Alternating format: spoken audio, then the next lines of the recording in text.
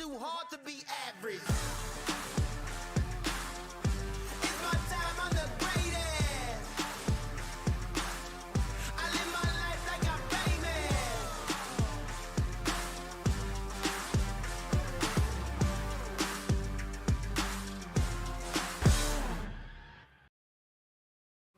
Welcome everyone from the snowy Bratislava here at the Banco Casino. You can see our final table of 8 players vying for a record 61,810 euros for first place. As our tournament director Sue's making sure that everyone is going to obey the rules and behave properly. And we have a fantastic mix of players. We have Danish, we have Slovakian, we have Hungarian, a lovely mix of European players, and we have 8 left. The first player going out will receive 4,965 euros. And you can see the, oh, in fact, I think you can see me. Look at that, that's not very professional. That's me in the screen. You can hear me and see me now. So,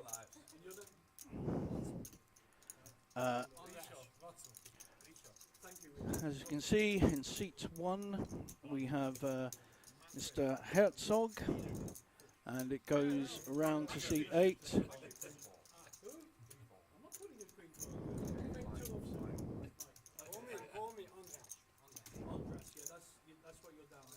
So I'm just checking how people like to be called, because some names are complicated for us simple British players.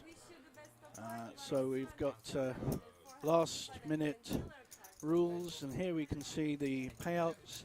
So we can see that 8th place, nearly 5,000 euros. Now this is an incredible value tournament. It was guaranteed at 250,000 euros, but we've actually achieved something like 350,000. So it's been a record-breaking casino, Banco Casino Masters. It's the highest prize pool, and some 1,200 runners. I was one of them and got knocked out earlier. So we've got our first hand.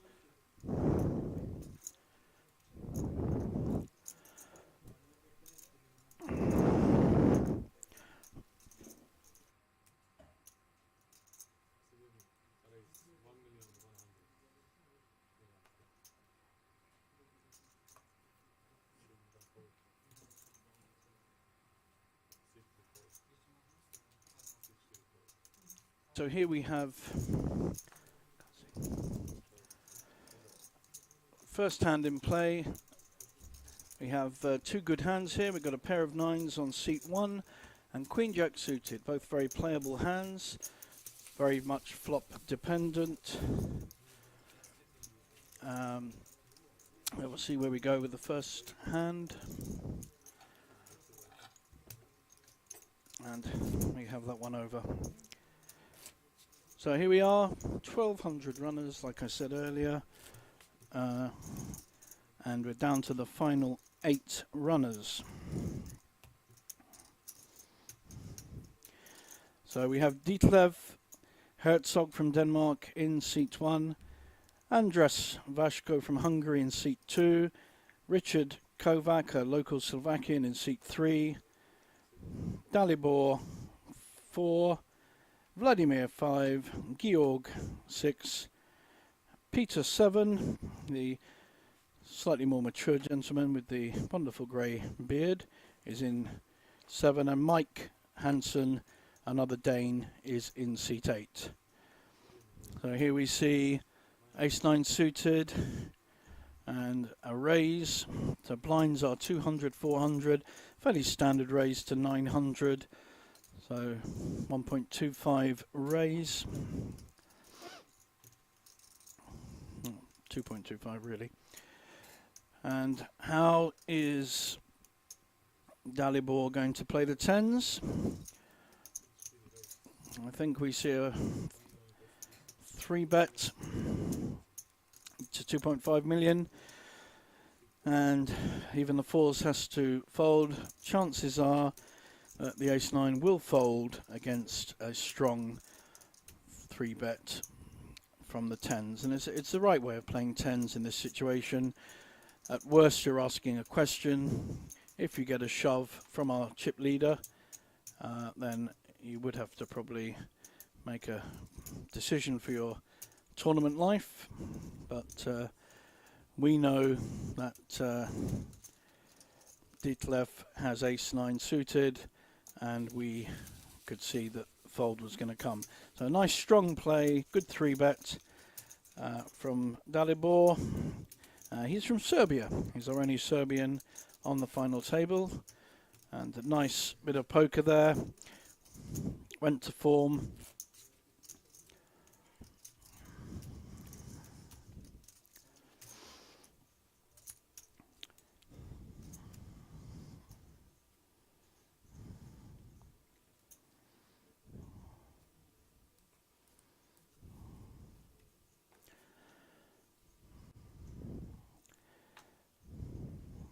We did have a final table of 9, but seat 1, Ditlev actually knocked out an all-in push with 4s. He had ace-queen, and the board ran out ace-queen, etc. So he increased his stack to become our current chip leader. We have another good hand. So 2 hands in a row. You've gone from 10s to jacks, or JJ as I like to call them, because that's my name. And unless we see a big hand, I think this raise will go through. So it's a much stronger raise, 1.1 million, as opposed to the 900k that we saw before. Often people that have good hands just give some information away when they raise, the amount they raise. Some players keep to a system of exact raises, and others like to vary it. I prefer the keeping consistency on the raise, because I think it then allows you to disguise your big hands even more.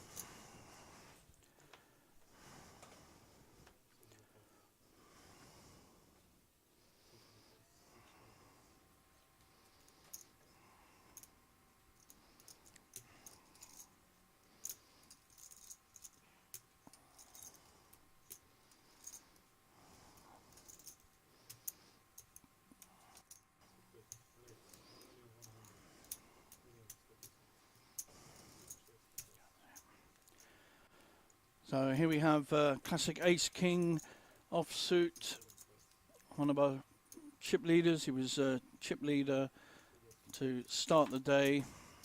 Most players will be folding any hands but premium hands, although because he's in the blind, we do get a call from Johannes with a king-9 offsuit. He's extremely dominated, and I would think that Vladimir will follow through and make a c-bet despite not hitting the board, and we were pretty sure we'll see a fold from seat 1. Yep, so that went to form. Nice strong raise from a strong player, equal in chips with Johannes. Doesn't want to get too involved, the two of them. They have to respect each other's raises and calls.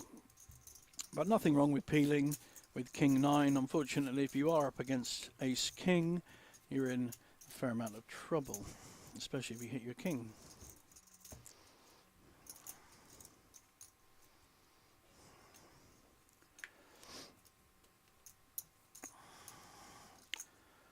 It's been a fantastic weekend here at Banco Casino.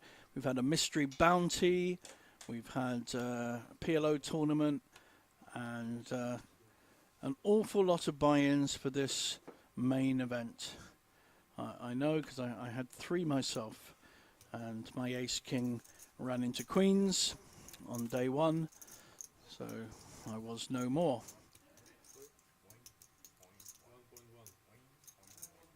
So here we have a raise on the button with a ace-jack suited. Some players don't believe people on the button. We have a pair. It's been interesting to see how Detlef plays it. He could raise with it, but there's not a lot of point in that because Mike in seat 8 hasn't got a huge stack and will almost certainly call him. So he's looking to hit a set here with his sixes, or looking to avoid an ace. He's almost certainly going to be putting Mike on a decent ace, which he in fact has.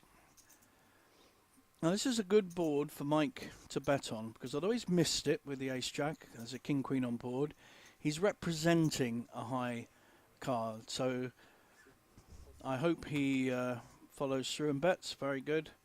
In fact, he doesn't just bet, he's shoved. He's saying, if you've got any of that, good luck. Very good play, well done, sir.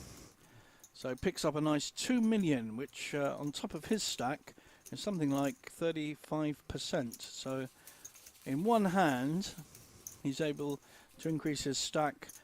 He is one of the shortest stacks on the table to over 7 million.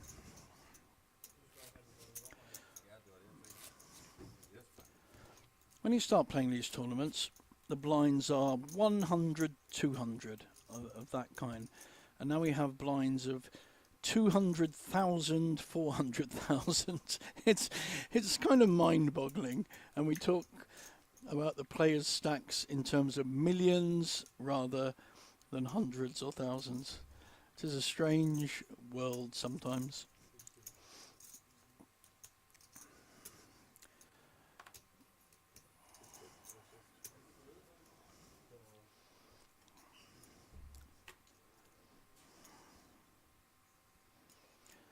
Is Peter going to get involved with the 8-7 suited? It's certainly a hand I like playing. He's in late position. He'll get credit because he is an older player, and most younger players do give credit to an older player when they raise. They tend to put them on good hands, high hands, proper pairs, ace king, ace queen, that kind of hand. So I like the raise here with 7-8 suited. It's a very playable hand. However, we've got 8s behind. I think I could see a shove here. Yep. No. Yep. It's a all-in shove, and most hands will have to pass here. It's a very good play. Even the king-queen has passed, 2 big cards, and the 8-7 of Peter will pass. Yep. So unfortunate Peter. I like the play, I like the move. He's made a raise with a very interesting hand, but strong play by Mike, and has increased his stack again because he's not only picked up the blinds, he's picked up the 1 million raise. So that's 2 million in one hand just by making a strong play.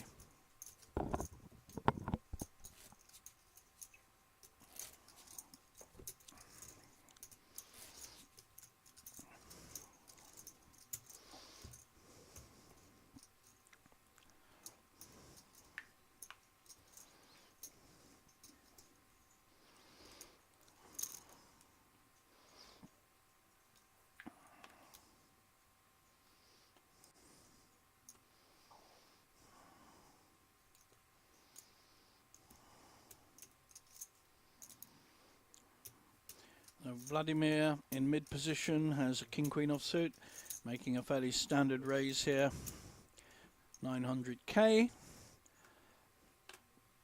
We're not going to see too much resistance at the moment. See what we have in the blinds.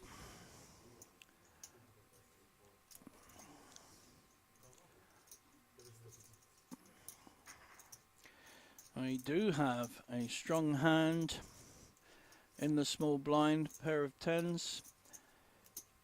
Richard, he's made a decision not to raise with this. He's just calling.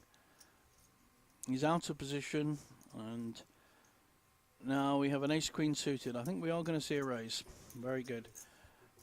So by just calling there, Richard has allowed himself to fold against a stronger hand, or he could re-raise when it comes back round. I think we'll see Vladimir with 2 players, 1 call and 1 re-raise. I think we'll see him fold the king-queen. He's in a difficult position. Wow, this is surprising. Okay. It's not the best play I've seen. King Queen is a very dominated hand when you've had a raise and a re-raise. So now we have a very difficult position for Richard. He really has, I think, two moves. He's up against two players. He knows there's going to be at least two, if not three, overcards to his tens.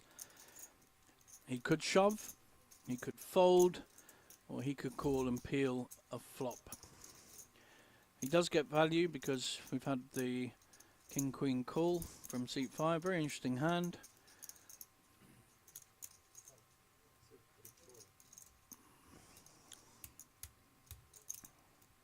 So we have three players and already 8 million in the pot. So this is one of the largest hands of the tournament already, early on the final table. Who is going to hit this flop? Wow. We're going to see a lot of problems. This is why you don't peel with King Queen, kids, because you may well be dominated. We're going to see a bet from Dalibor, who has by far the best hand, and I think we will see a raise from Vladimir, who's going to think he is ahead with his King Queen. It's a magic flop when you've got a Queen. Unfortunately, we know that he's dominated. I think we're going to see a raise coming in.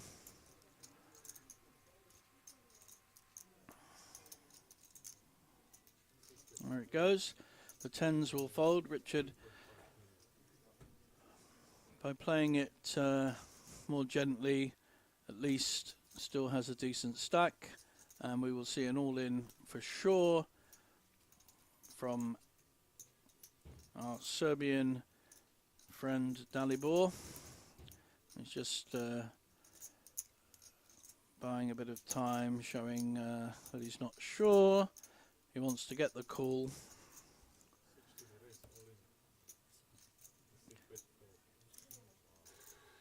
And Vladimir is going to learn a big lesson in poker.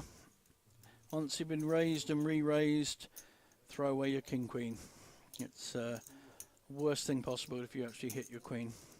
Now, of course, there are possibilities for chopped pots where they both get half the pot. So another Queen, an 8 would make it interesting. Obviously, he could win the hand by hitting a King. So there are ways he can hit it. So here we have that chopped pot as predicted. So he's, I think the Ace Queen's very unlucky there to chop the pot. He dominated massively on that flop. So I don't know whether Vladimir is going to feel unlucky or lucky, but I can tell you he was very, very lucky. Played the King Queen in a way that he could only get in trouble, got in trouble and found a way out of it. So here we have our chip order, and in fact Vladimir that played the King Queen is our chip leader at 18 million. But everyone has a playable stack. Even the smaller ones have around 20 big blinds. So still lots to play on this final table. No one is in a desperate position. Mike Hansen has moved up. He started the table as the shortest stack, won a couple of good pots, and he's moved up to 24 big blinds, 9.7 million. Just to remind everyone, we're playing for a first prize of 61,810 euros. The chances are when we get to the final 2 or 3, they will probably do some kind of deal, and let's say there's the last 3, there'll be 125,000 to be discussing, so everyone will get at least 35,000, something like that, depending on how much they have. So ace-5 suited, nice connected ace. Peter coming in with a raise. A very solid player. Peter from Hungary. I've played with him before. Got a very sunny disposition and good attitude. But unfortunately, he has run into Andras's Cowboys. And we're going to see a pretty strong raise here, I think, with the Kings. Probably about 2.5 million, something like that. Oh, that was a good guess. So 2.5 million. I must have played this game before. And I think we're going to see poor old Peter for the second time having to fold a hand that he has raised with. He may peel. He's getting value. So 1.6 million to call into 4.5 million. So he's getting 3-1 on his money. And I may feel that because they are suited and connected, even though the 5 is a small card, it still can play well. It's a lot of this is about sizing up your opposition. What kind of hand are they likely to have? I hope for his sake he doesn't get too creative and raise, because then he'd have to hit his ace. Yep, okay, interesting, but it's definitely going to get a call. So basically, big pot, 26 million in the pot. We can see that the Kings is a 63% favourite. However, we've all seen the ace from space coming in either in the window, that means on the flop, or usually on the river. Suddenly, bang, there's an ace. There weren't any aces out with any of the players, so there should still be 3 in the pack. Wow, what a flop. 2 clubs. So not only has he got the ace, he's got all of the clubs to hit. So we're now in a position where Peter has actually become favourite. That's now changed again. So any club or an ace to keep him alive.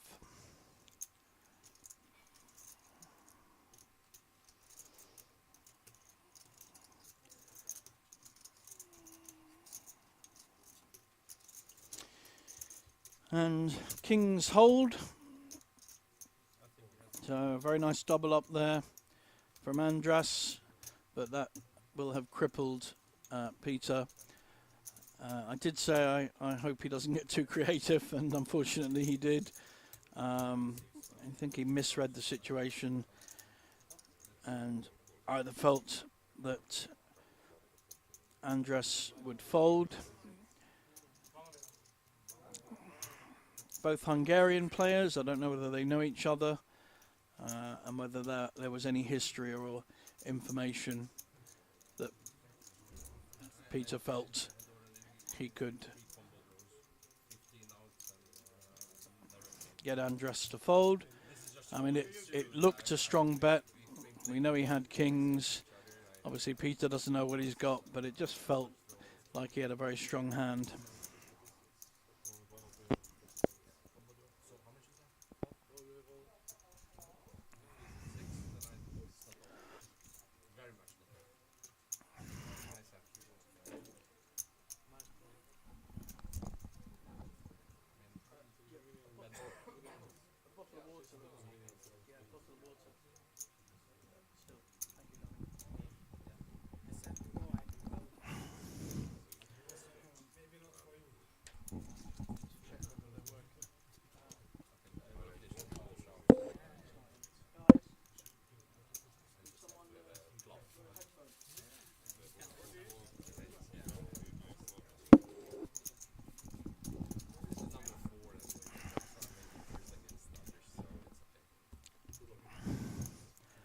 So here we can see the chip counts.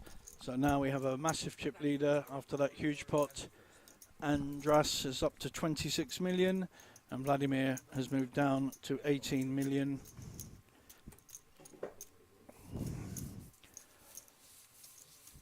And we have Peter, less than one big blind. So he hasn't just got less than one big blind, he's not even got a small blind. He's 100. Uh, just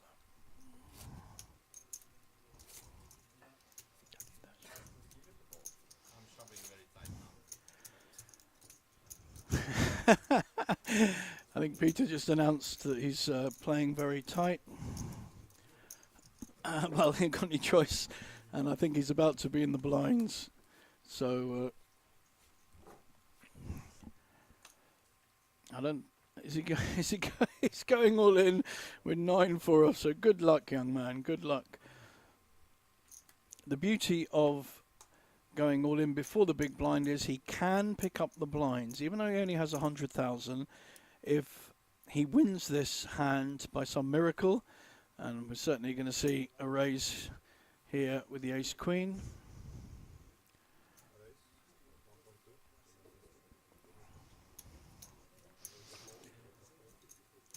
So we're probably not going to get any other calls. We're going to see a 9-4 offsuit play against an ace queen.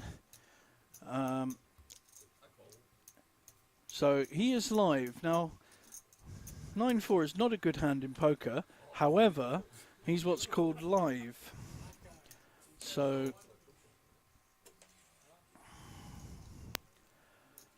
he actually, you can see, is 35% equity because against 2 overcards. Hang on one sec. So we're being joined in the commentary box by a friend. I'll introduce him in a minute after this hand. So he's still live. The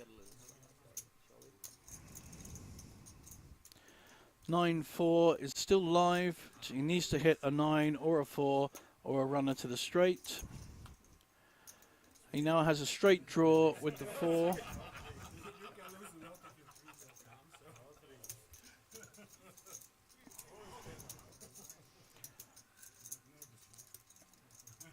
So last card to come, he needs a 9, a 4 or a 3 to stay alive, and unfortunately we lose our first final table. He came in third in chips, I think, and is a very nice man, and he will pick up 5,000 euros for 8th place.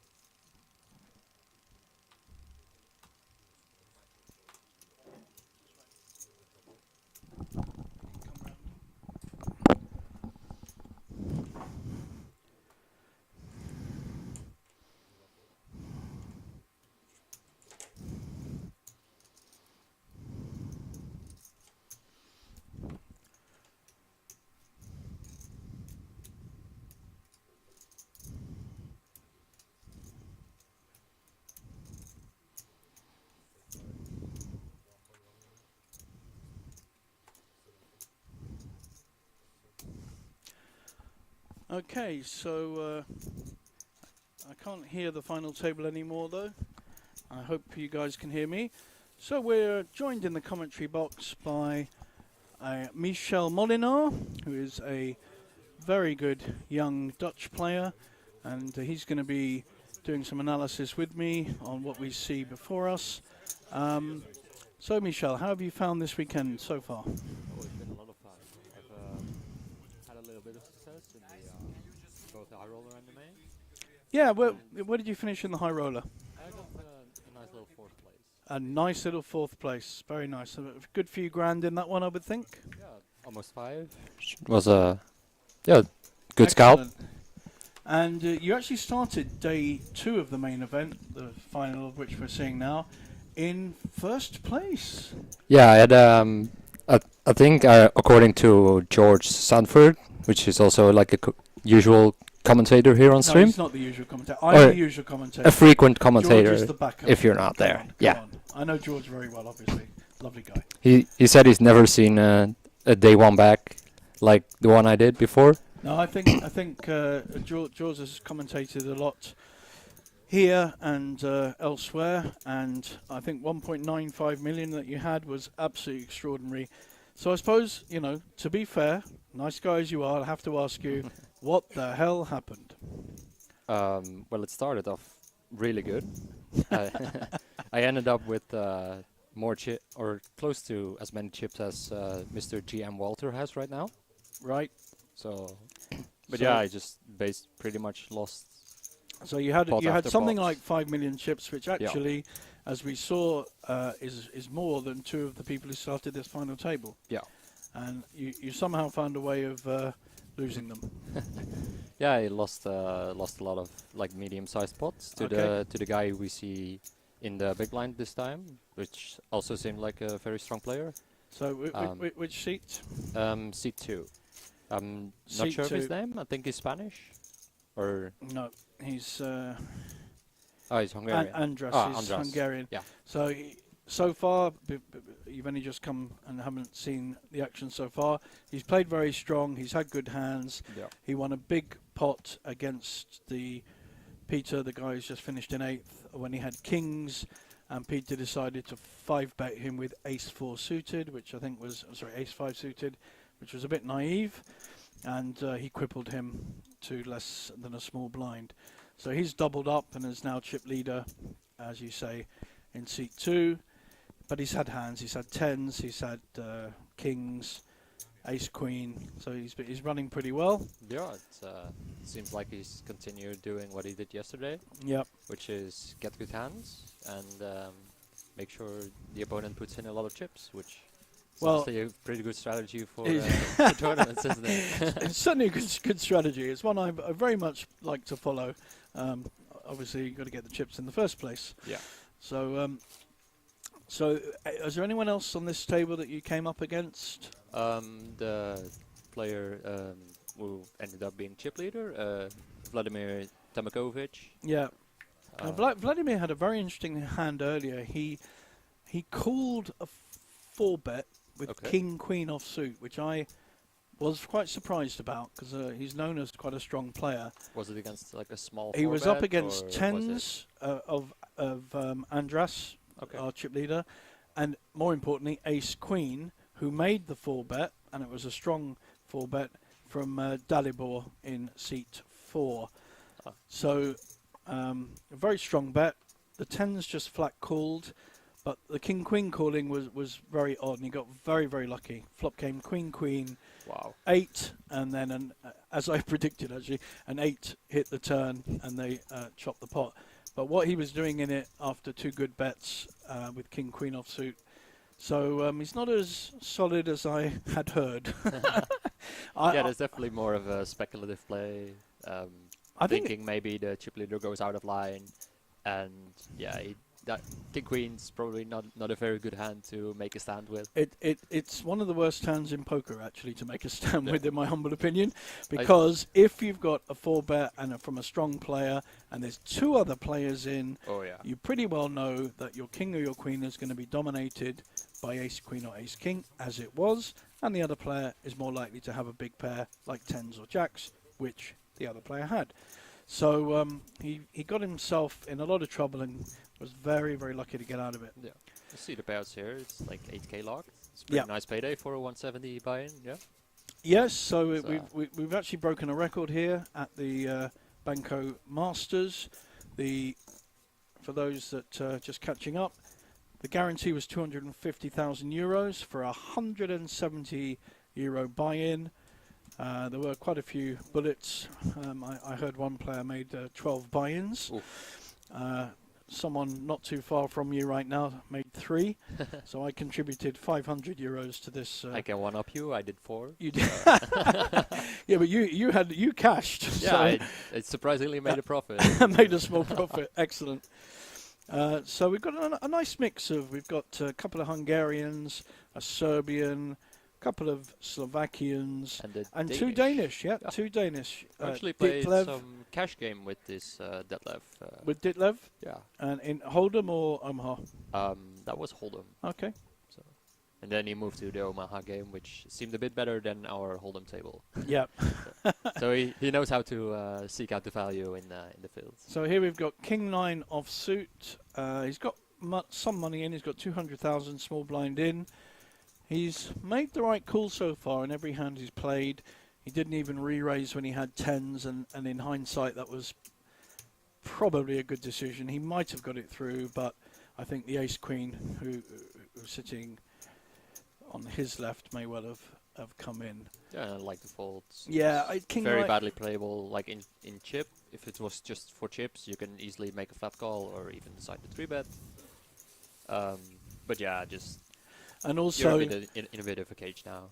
also seat 1, Ditlev has not got out of order. He's raised strong hands. He's folded well. So he's going to get more respect than the Queen 10 offsuit he had.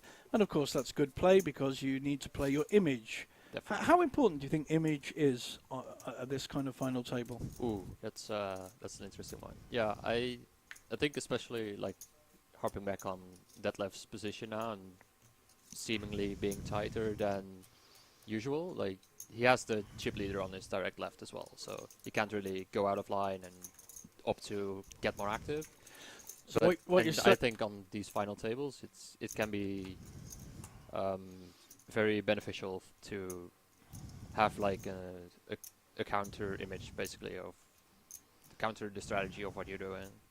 So here he's in an interesting position. He's in late position Yeah. with a suited ace, and he's going to make the 1.1 raise, I think. So we've mainly seen 900k to 1.1, fairly standard kind of raise amounts. He's getting respect from the table, and so although some people may criticise raising with an ace-7, it is suited, and someone else has to have a good hand to come back.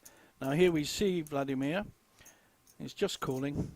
Could have gone for a jam here, probably not with this one. Could take more of the worse offsuits, like ace 5 off, ace 4 off, all those hands. Yep. Really like a jam.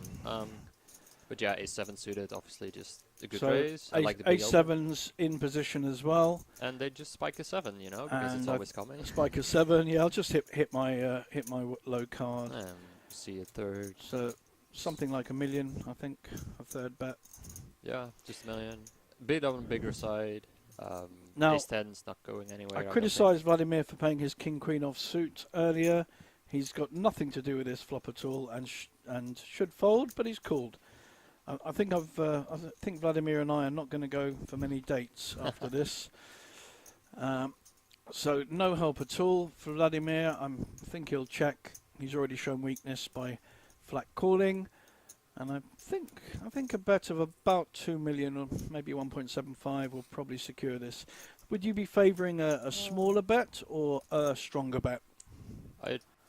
Like a7 is kind of interesting because you do really want to both get value from like worse 7x, big blind just flatting against this flop, kind of signals that he doesn't have a 4. He'll usually just have a lot of check raises, and I just So he's actually made a stronger bet. I predicted a Yeah. 2 million bet. He's made it slightly more, 2.3. and we see And another call. Vladimir I mean, is a very, very stubborn player by the look of it. Yeah. Well, I don't know what he's hoping to hit, or is he planning some kind of move? I think this just goes check check. I think and it'll be go happy check with check as win. well. So very significant pot. The board is obviously a bit more favorable. At least to, he'll big blind. everyone will get to see how Vladimir has, I think, fairly poorly played the ace 10. Yeah. So I think if you actually analyse how that hand went, he could have re-raised to find out where he was in the first place. He probably would have got that through. I think the ace 7 would have folded. He then check called with no real hand and no equity. I mean, you have to float ace highs though.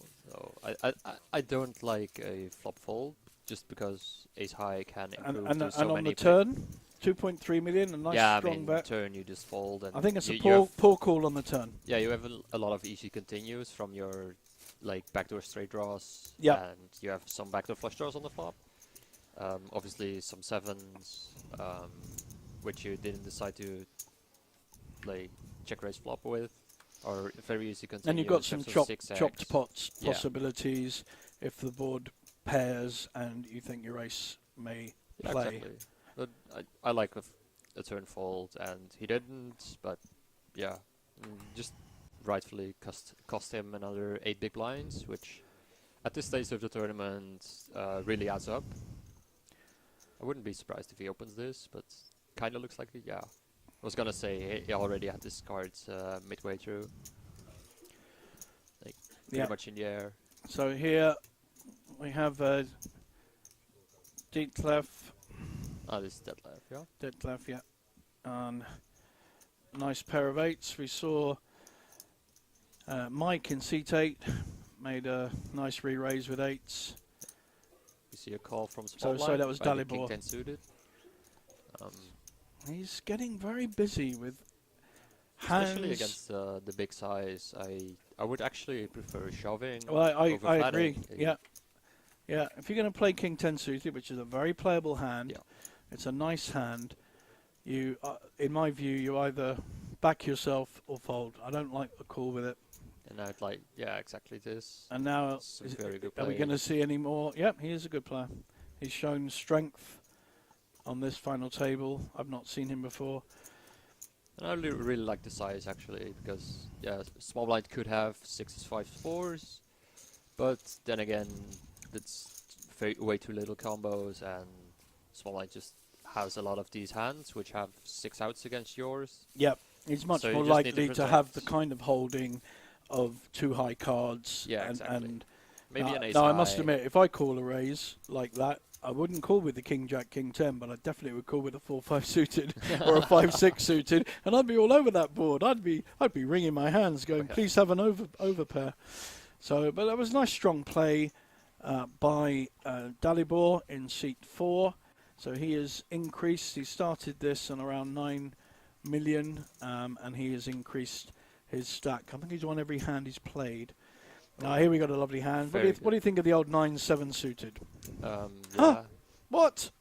Yeah, I just fold 3. No, I can't fold that. At least I think about it. I mean, I treat myself to a lot of opens, but it gets a bit tricky on final tables when Yeah, a and 9-7 just is... Also early position, very Yeah. important I would element take there. the ace deuce over 9-7 in his spot just because of the blocker. Just very important. So to Vladimir raising on the button. We don't know his hand Oh. yet.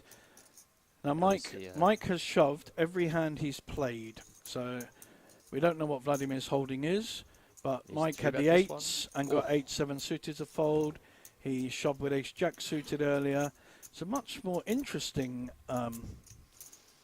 raise here with King 2 suited, but like the King 10 we saw before with Vladimir, he's made a stand and Yeah. he's pushing in and he's putting maximum pressure. I actually like this selection of hand to pick Yep, for a agree. 3-bet, because obviously when you get 4-bet jammed on, you don't hate folding. You can obviously see a flop with this, like suited king, plays very easily post flop. But yeah, playing against what is probably a very wide button opening range, you just get so many folds. And the other And you also just show so much strength, so when you actually have it, you haven't been just calling and only when you have aces, kings, Yeah. decided to 3-bet. No, I Sometimes I need to agree have with these you. hands. And the other dynamic we have here is not just the technical side of holdings, etc. Every player on this table so far would have picked up that Vladimir is not at his best. He is making poor decisions. He's made some check folds. He's got very lucky with the king queen. Everyone saw the hand. He was totally dominated by ace queen and tens and got very, very lucky on the flop. Here we've got a nice ace king. I think we're going to see a 1.1 here. Yeah, it would be weird if he opened to a different size. That's definitely something to pick up on if it Yeah, happens. absolutely. And we see the 1.2 here, 1.2. So which is a bit different than it is. the 1.1. So if you were the opposition here, would you be thinking, he may well have a stronger hand? It's just a slightly different bet. Yeah, it's. Do you look at that? It's definitely something to take into account.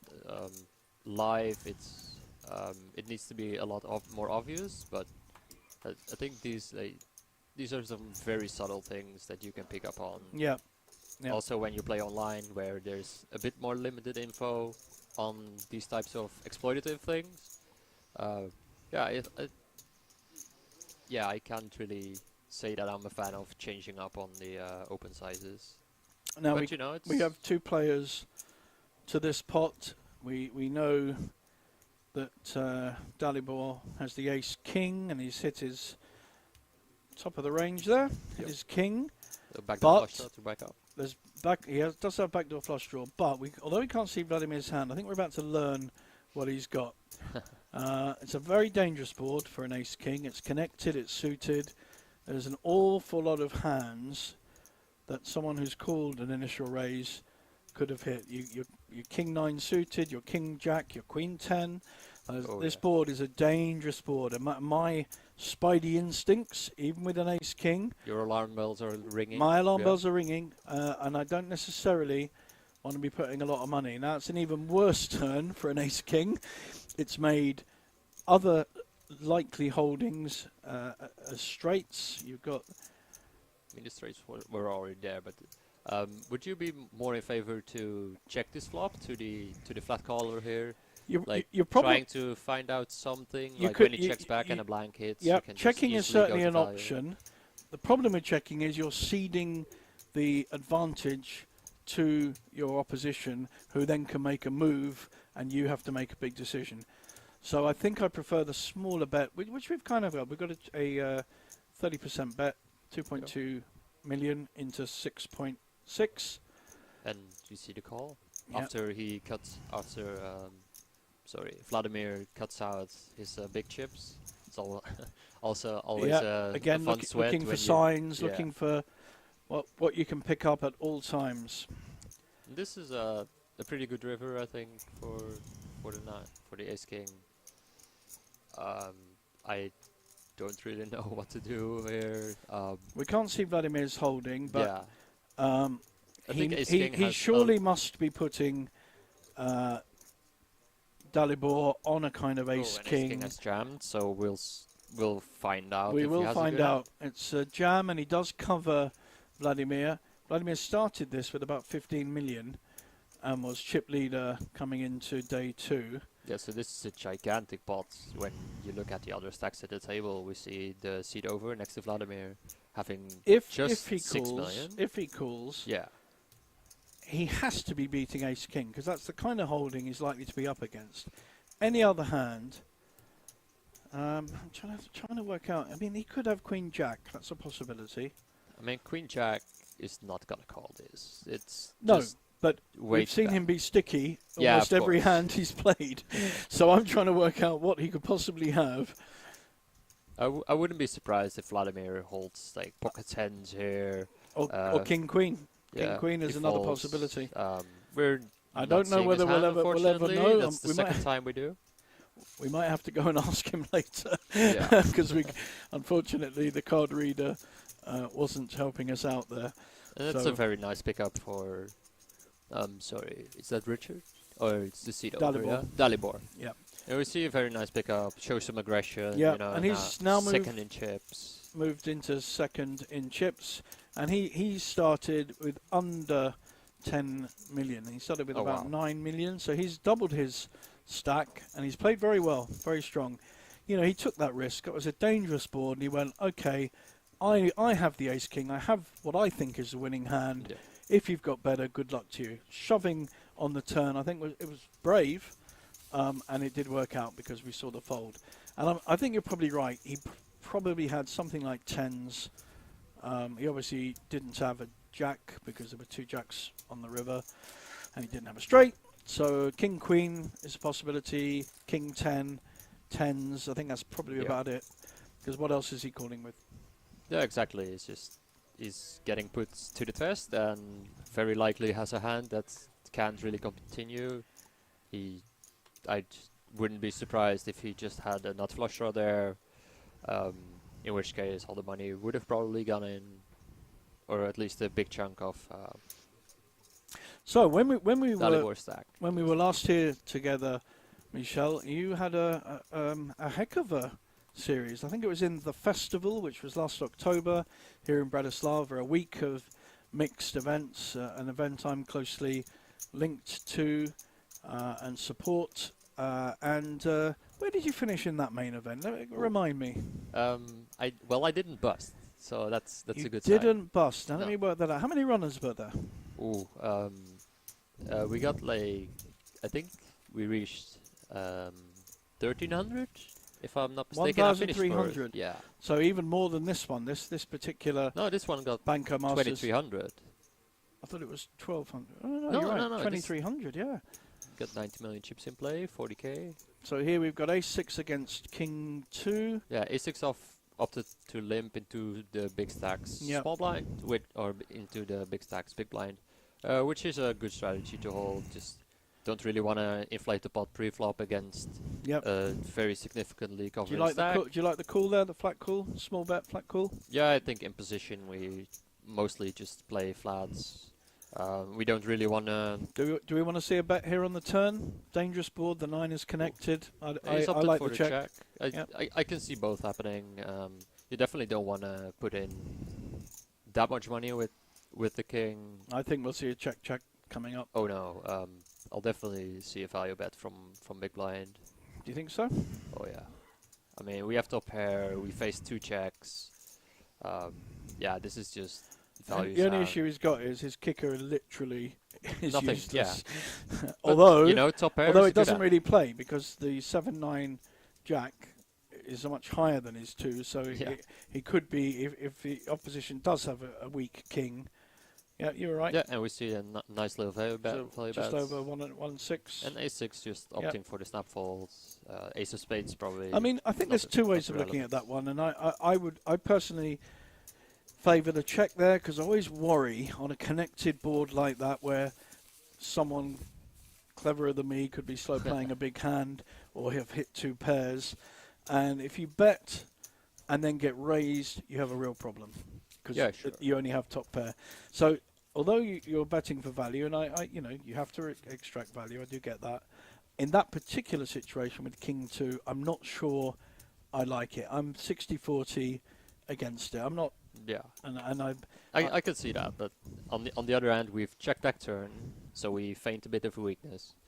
Our opponent can have every single other pair that's not a king that is very happily calling off a bet on the river. Like he can have a jack, he can have a 6, he can have whatever was on board. here we're seeing some of the ads coming up for some incredible poker days, poker weekends coming up. We've got the Slavic Poker Open in February. That's a 300,000 guarantee for only €200. So, I and then predict that will crush the guarantee as well, just like this one. That's yeah, and then in the one we just saw there was the Polish Poker Days. We also have the Polish Championship here in Bratislava, and that broke all sorts of records a couple of months ago. And that's a 350,000 guaranteed wow. for a buy-in of Does it say? no. It's I probably around the think it's 250 200, euros, yeah. 250. We see an interesting spot here on the FT. Cutoff opens into chip leader. And How many on the- times are we going to see Ace Queen against King Queen on Oh. this final table? It's one of those brutal things of Hold'em. Just you have a good hand and you're somehow still dominated. He opts to go for the flat, which I don't hate. And then yeah, just completely whiffs the board where his range should be like very strongly interacting with the 7 and the 5. Like he should have a lot of pairs, so Ace Queen is not loving life. That said, Ace Queen's Check, loving, check. loving life now. turns the ace and just Yeah. never loses this ball ever. I think we'll see something like 1.5 million. Yeah, I. He's we see another checked. check It's back. interesting. Very tricky. Is he looking? Yeah, is he looking to get value on the end? Is he going to turn a bet into a bluff? I've played a lot with seat 6. Very interesting Ah. player. Georg. And we see a bet of only 1 million, which isn't very usual. I mean, it can induce a lot of weird stuff from big blind, of course, which I think he wants exactly that because yeah, he pretty much has the Which nuts. is why he checked the turn. So he's trying to be, like you said, tricky. He Yeah, doesn't making a get good paid, call but with he king thought queen. he saw that as the best way of getting paid. I think. Yes. Yeah. So it was a nice play from our Danish friend Mike, who was the short stack at the beginning of this and has increased his stack very, very nicely. I love the way he played his 8s earlier. Just no nonsense. Shove my 6.7 million. And if you've got a big hand, good luck. Yeah, exactly. Show me better.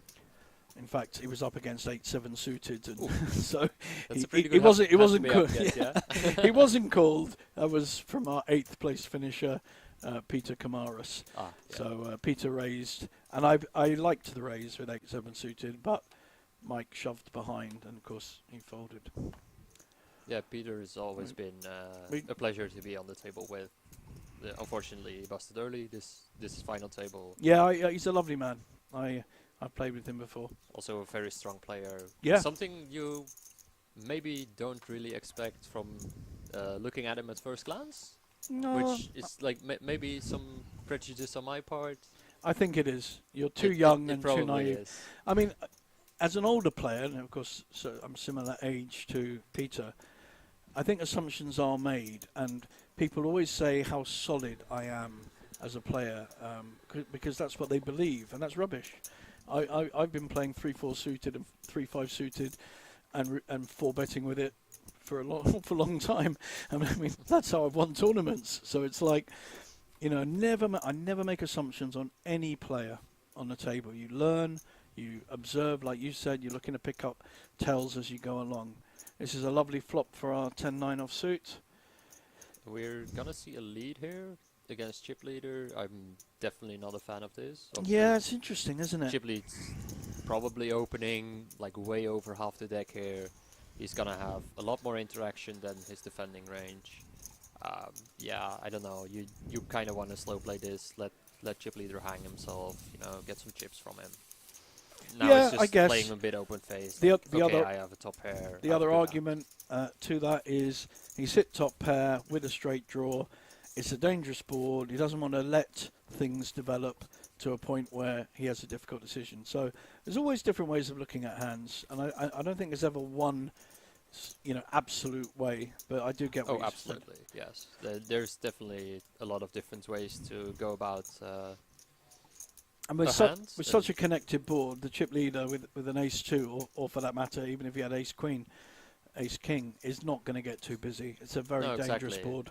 But you're not really excited seeing the raise here. So here we see, A good hand. this is literally Georg's first hand. He has not Wow. played a hand, so he's going to get maximum respect from the table. He's one of the shorter stacks, but he has enough to injure someone. So you're going to get a lot of people folding. Yeah, we see the king queen O here, which is a bit weird at this depth. Georg only opening off of about 15, 16 bigs. I kind of like just hitting the muck here, especially against bigger open. If he had min raised, we could probably go for an all in 3-bet. Well, it was He might still it was go a for min that. raise, really. 1.1 million is as min as you can. I mean, it's almost 3x with big blind 400k. Yeah, Yeah, here we see. and here an we're absolute going to see premium. we are going to see a push. This is going to be 2 shorter stacks on the table and one dominating the other massively. I can't see anything but a shove and a call, because I think Richard is definitely going to push with ace queen suited, Oh yeah, this and is I think just- Georg has to call. For Georg, it's interesting if he thinks about his own image here, and he's saying like, okay, I've been super tight, I'm opening now, and now someone jams on me. Exactly. I should have a monster. And I then he might don't. actually talk himself into making a lot more folds than he usually would. I think And this played quite a might lot be with a him. pretty tricky close spot here with the ace jack off, because yeah, you're facing a what is it, 16 big blind rejam. He is Yeah, I wouldn't he's really covered. He love also, live. importantly, in terms Exactly, of yes. laddering up, And he- we see the race fold. yeah, that's the right fold and the right play. I like thought it. he would fold. He's a good player. Result. I mean, not a good result in that way, but good to see him lay down the worst hand and not call off just because he's only just played a hand and wants to commit to that one hand. So in terms of payment, our next the next player out who comes in 7th will get €8,025, but the one above that, the 6th place, will get 11,100. So €3,000 difference. So this is the kind of knowledge that all the players on the final table should have. They should know what the payouts are. I can see them on the screen on the clock. So it's an important decision. You know, shoving with ace jack is never good in many forms of poker except turbo. So here we have an ace 3 offsuit, but Mike has got a. He's getting in there. Just It's just one using the blocker. Yeah, 1.1 million. So I think the table's following similar raises, and he's just hoping to get this one through, I think. Oh yeah, you definitely. And he picks up a million. It's another million for his stack if it goes through. Oh, and As we see. Georg, oh, I think we're going to see this time. Yeah, Georg is going. I'm all in, and I think Yeah, Mike now will you're fold. Put into the cookie jar, only 4 million more, and you see a snap fold where you might want to, even if you know you're gonna fold, like take maybe a bit of time. I agree. Yeah, feign that you're not just Yeah. opening light here under the gun into all the players. Well, that's exactly the information that Mike has now given the rest of the table. Yeah, So they're now exactly. going to, if the better, more observant players, and they'll be going, they're going to reconsider how they see Mike and his raises. So I quite agree with you, and that's a really good point. Although you may be losing and you're going to fold, just take your time, look stronger than you are. You know, you've made a good raise, but you just think you might be, with your ace 10, let's say, you might be behind an all-in by Georg. So I think that's a really good point.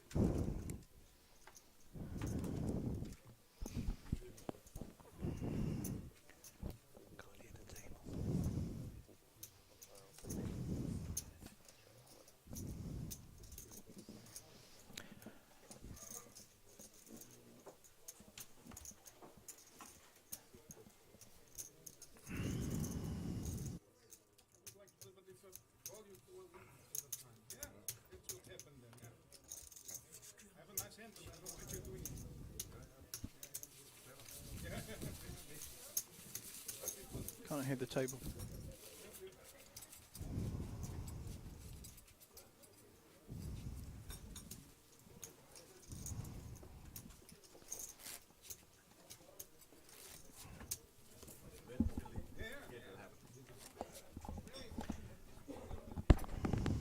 So we're having a bit of technical difficulties here, as we don't get the audio from the table. But we see that play's just been paused for a couple seconds to take off some of the mountains of chips from the chip leaders. So our tournament director, Suze, is coming round to just do that, help with the people's chips. You can see them being stacked up. Those are the 100,000 chips.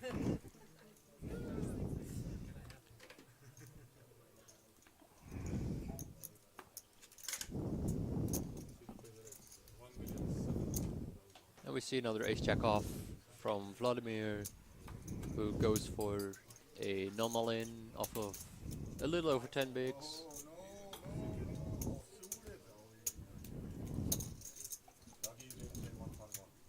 And it just got through, of course.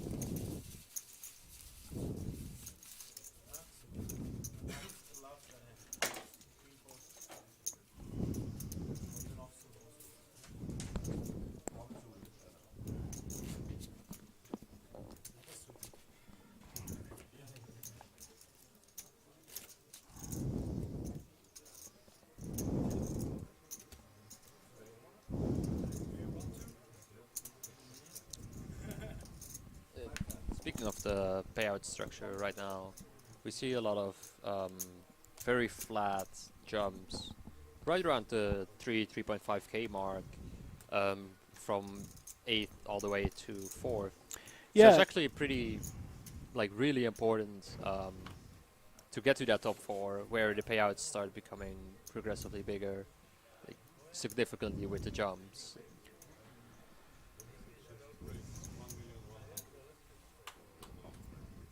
So that's definitely a thing to keep your eye on when you're playing or deciding Yeah. to play hands, especially for the mid stacks, as we saw Mike being right in the middle of the pack with just over 20 bigs. He's not gonna be able to get out of line too much, No. having the big stacks after him. But to I mean, act at who can least also he's just collide. he's playing some poker. He's come here Definitely. to not accept 8th place. He was the short stack at the beginning.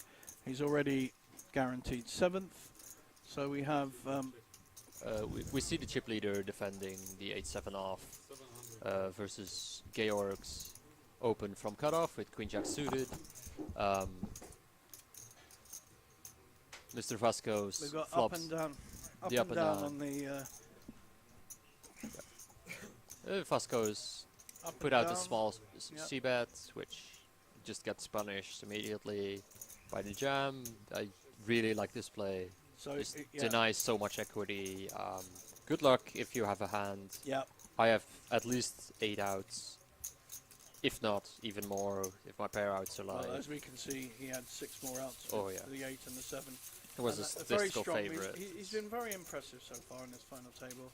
He's here we're going to see some more ads coming up. This is the Cyprus one in March, 14th of March. Buy-in of 250 for another 250 guaranteed. And these incredible value tournaments are coming thick and fast. There's at least one a month in the next 3 months, and in some months there are 2. So will you be bringing over some friends from Holland to come and play some of these? I can't recommend this place enough. It's incredible seeing this field get over 2,000 runners. That is extraordinary. Seeing these guarantees for like 1,000 players, which you maybe wouldn't suspect from just randomly in Bratislava exactly. And I mean it is kind of known as a bit of a hotbed for the poker, being so close to both Prague and Vienna. As we get the audio from the table back. It's definitely very pleasant having such affordable buy-ins for a lot of players. Yep. That can just try their luck over here in a very beautiful city. You know, like that's also kind of important part of poker, getting to enjoy your week. You know, and having fun even if the poker doesn't work for you. You know. Well, that's always the case, I think, here in Bratislava. Perfect. So, we have a raise from seat 1 with an ace-5, and our big blind is called with a king-6. Now that's a spicy flop. This is an action flop. The 5 is hit. Oh wow, and king 6 just immediately jams flop, which is, we see the exact reaction you would expect from button. Just like, He's got to be suspicious of this jam. He's got top pair, top kicker, oh yeah, backdoor spades, straight draw himself, although he doesn't know that the 2 would give Richard the pot. But I think this is just a case of, difficult decision though. 7 million. oh snap, this out is of 3x flop. 16. Yeah, this is 7.4 million into 2.6. Obviously we just flopped top pair as a, we opened the button, Yep, and he's made exactly. the call.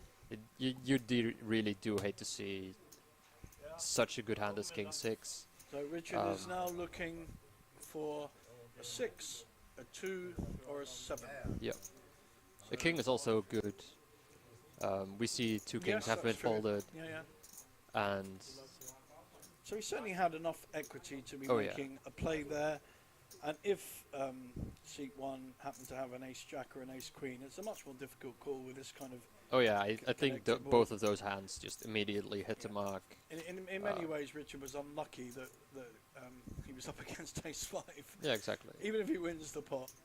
But he's got to draw a card from space to stay in this tournament. Otherwise, we will see our 7th place finisher.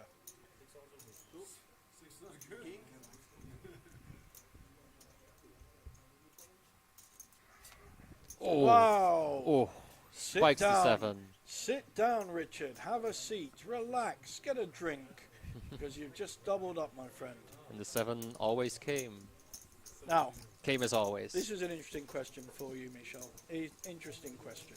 Now, I have a firm belief, and it's completely illogical. There is no logic in this whatsoever. I love this already.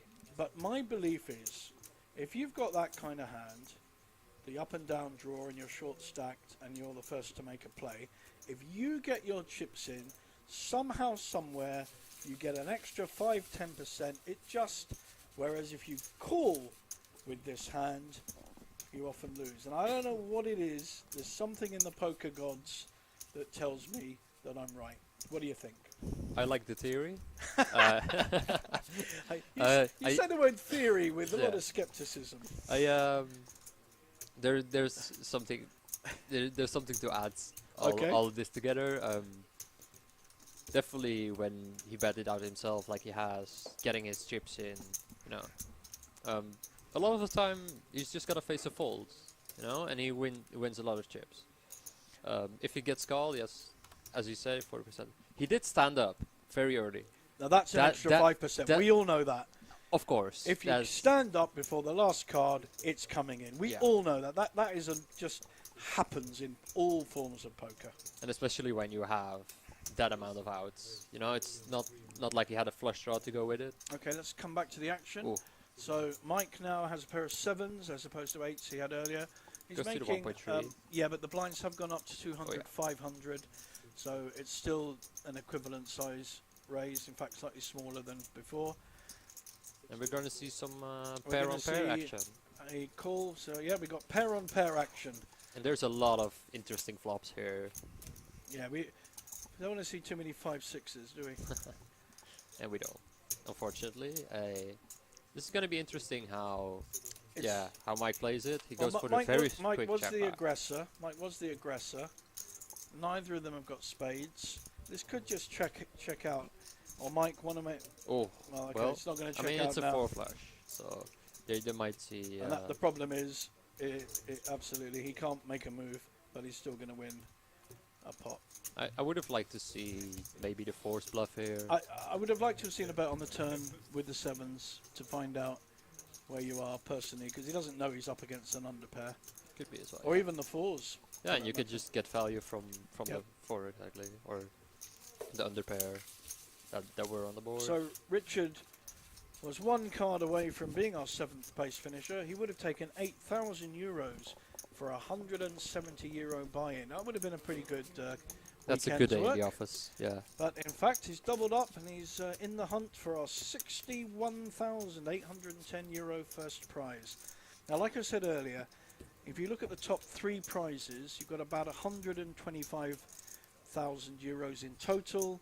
And if a deal is made, which it often is in these kind of low buy-in, high value tournaments, they'll get at least 35,000 each and be playing for 10, 20,000 for first place. But And that would be obviously- also a big heads up then if they chopped it that way. Like you definitely see a lot of these buy-in levels end up with 3-way deals. Yep. Yeah, as you said, in this case, you'd probably be looking at guaranteeing some second place money and maybe even some more. Yeah, I mean that's the kind of usual deal I've done when I've been in this position. Now, I heard on the grapevine that you are not keen on deals. Tell me more. I'm not the biggest fan of chopping. Mostly for the fact that I'm kind of comfortable. We have an all-in. Oh. I'm going to cut you there. Yeah. So we have a push by Vladimir with a very dubious Queen 8 suited, but he is raising a button raise. Yeah, so he's facing a So very although wide we range. can see that he's dominated by Richard. He's only just doubled up. I don't think he's going to want to lose 5 million. I'm pretty sure he's going to fold here, even though Vladimir has not been has not shown that many good hands. I think the King 8 suited is just too. Yeah, it's just too bad Yeah. to be raise calling. On the yeah, it's kind of weird because he min raised as well. Instead Now- of going for some like bigger opening size, I think against bigger, he might be inclined to call it off. If it Vladimir's giving him the stare. Look at that. oh, He's giving him the stare. Come on, big boy, call me. he's like, what do you think I'm jamming with? Yeah. Just strength. Richard thinking it through though, taking his time. I like this. It's interesting because you have to think about, okay, what's he jamming? If it's just a bunch of offsuit aces, maybe, then King 8 might actually be like a pretty strong hand to make a raise call. Now, had he been short stacked, as in 2 or 3 hands ago, it would have been a very different decision, wouldn't it? Because it would have been a similar stack to Vladimir's shove. Yeah. How do you think that would have changed his decision? If, sorry, if kind of bad with names. Georg, was it? No, Yeah. Yeah. Or the, C3. Richard. Yeah, C3, Richard. Richard. Sorry. I think Richard would have just open jammed if he had anything less than 15 bigs. Yeah, exactly. Thank you. If he had anything less than 15 bigs, we would have just seen the open jam. Yeah. And So you think I'd respect. sees King 8 suited on the button? I'm jamming. If I get Yeah. called, Oh, see yeah. what- yeah. So he wouldn't have made the 1.3 raise or whatever he made, and he would have just jammed. I think very good point there, good analysis. So it would have changed the dynamic, and Vladimir, of course, would have folded his Queen 8. Yeah, exactly. I mean, he might have called it off. Now Vladimir's don't got know. another hand we can't see. What's wrong with his box? Someone move him. But somebody, we're having a guess, guys. We're having a guess. For Yeah, we're just playing a range now. yeah, You know? which is Which we see something I'm not the biggest fan of. We see it's in the short stack. The little bit over min raise from small blind. Which like obviously worked here. We see a Jack 4 suited fold from big blind, which you can definitely see 3 cards. Like, you can definitely go for the stop and go there. yep. Mainly, like the main gripe that I have with raising small from the small blind is that big blind can just be in position against such a small raise. Yeah, I'm not keen on small blind, big blind battles unless I absolutely have a premium hand, because I think so many people can get involved and lose. One of you loses a lot of chips, Oh yeah. and neither of you have any real hands, and you kind of then work out, well, how did that happen? How did we get into this battle? I kind of like the wide range against wide range spots. They're very interesting. They play very funny. You know, you can see some like really insane stuff where you have to call twice with a king or queen high, you know, and have to basically disrespect your opponent enough. So As we see the walk here. Georg is down to 3.2 million now with the blinds at 200, 500 now, yeah. 200, 500. As we He see it on the table. has 6.5 big blinds, so he really has one move. He Yeah. has no other. In fact, it shows 7 big blinds. He's kind of hoping to get a nice rejam spot with any half decent ace. Yep. And as we see here, the cumulative winnings on this table, we see Vasco, the chip leader. And you can see Clearly how well winning Andras most has sides. played to gain 14 million on top of the 13 he started with. And unfortunately, Vladimir has gone the other way. Yeah. And in fact, Seat 1, who started off playing this final table very strongly, has got fairly unlucky actually. He had a couple of hands that got outdrawn on. Yeah, the ace-5 against king-6 hand that was was very big, vital big there. loss, yeah. Would have had a pay jump and all that. Yeah, pay jump, and it was a strong call. I mean, he sussed out that he was probably ahead and made a good call. He just got unlucky when the 7 popped in on the river. Yeah. I'm kind of surprised. I'm obviously seeing a bunch of really bad hands for C2 for Andras. I would have expected, as if I were on the table, to see a lot more raises from him, as we see a Queen 9-0 button fold from our short stack, which could have made it in there. You know, you only have 2 players to go through. could have been an option to jam that one, but the chip leader seemingly not taking too many spots. You know, No, not being a bully of the table. No, Just being pretty respectful. I actually like that. I think, as you found on day 2, my friend, it's very easy to have a big chip lead and to lose those chips when Exactly, you loosen yeah. up the style and manner that has allowed you to get those chips. And Oh, so yeah. he's in a very strong position. There are people with 10, 12, 7 big blinds. He can just wait, take his time. He has the chips already. Nice, relax, see what's going on, and then play his big hands accordingly. And I gotta admit that the most of my chips actually went to Andras. There you go. Yeah, I so- think that's proof. Yeah, that that's he's playing proof well. of. Yeah, he's been, He had a lot of big hands, Yeah. admittedly, by Yeah. himself as well. he ran well. But he's But if he definitely can beat a champion like you, then we're talking a very good player, aren't we? yeah, he's definitely shown some class of his game. So Dalibor, who really hasn't got out of order with his raises either, has made a raise. Be interesting to see what Ditlev does with this. I could see a jam with 8 million or a fold, which is what he does. Yeah. So It's kind of important that your Detlef's opening into the big stack, into the big chip leader, so he has to be a bit more respectful there. And there's also a shorty behind him, right?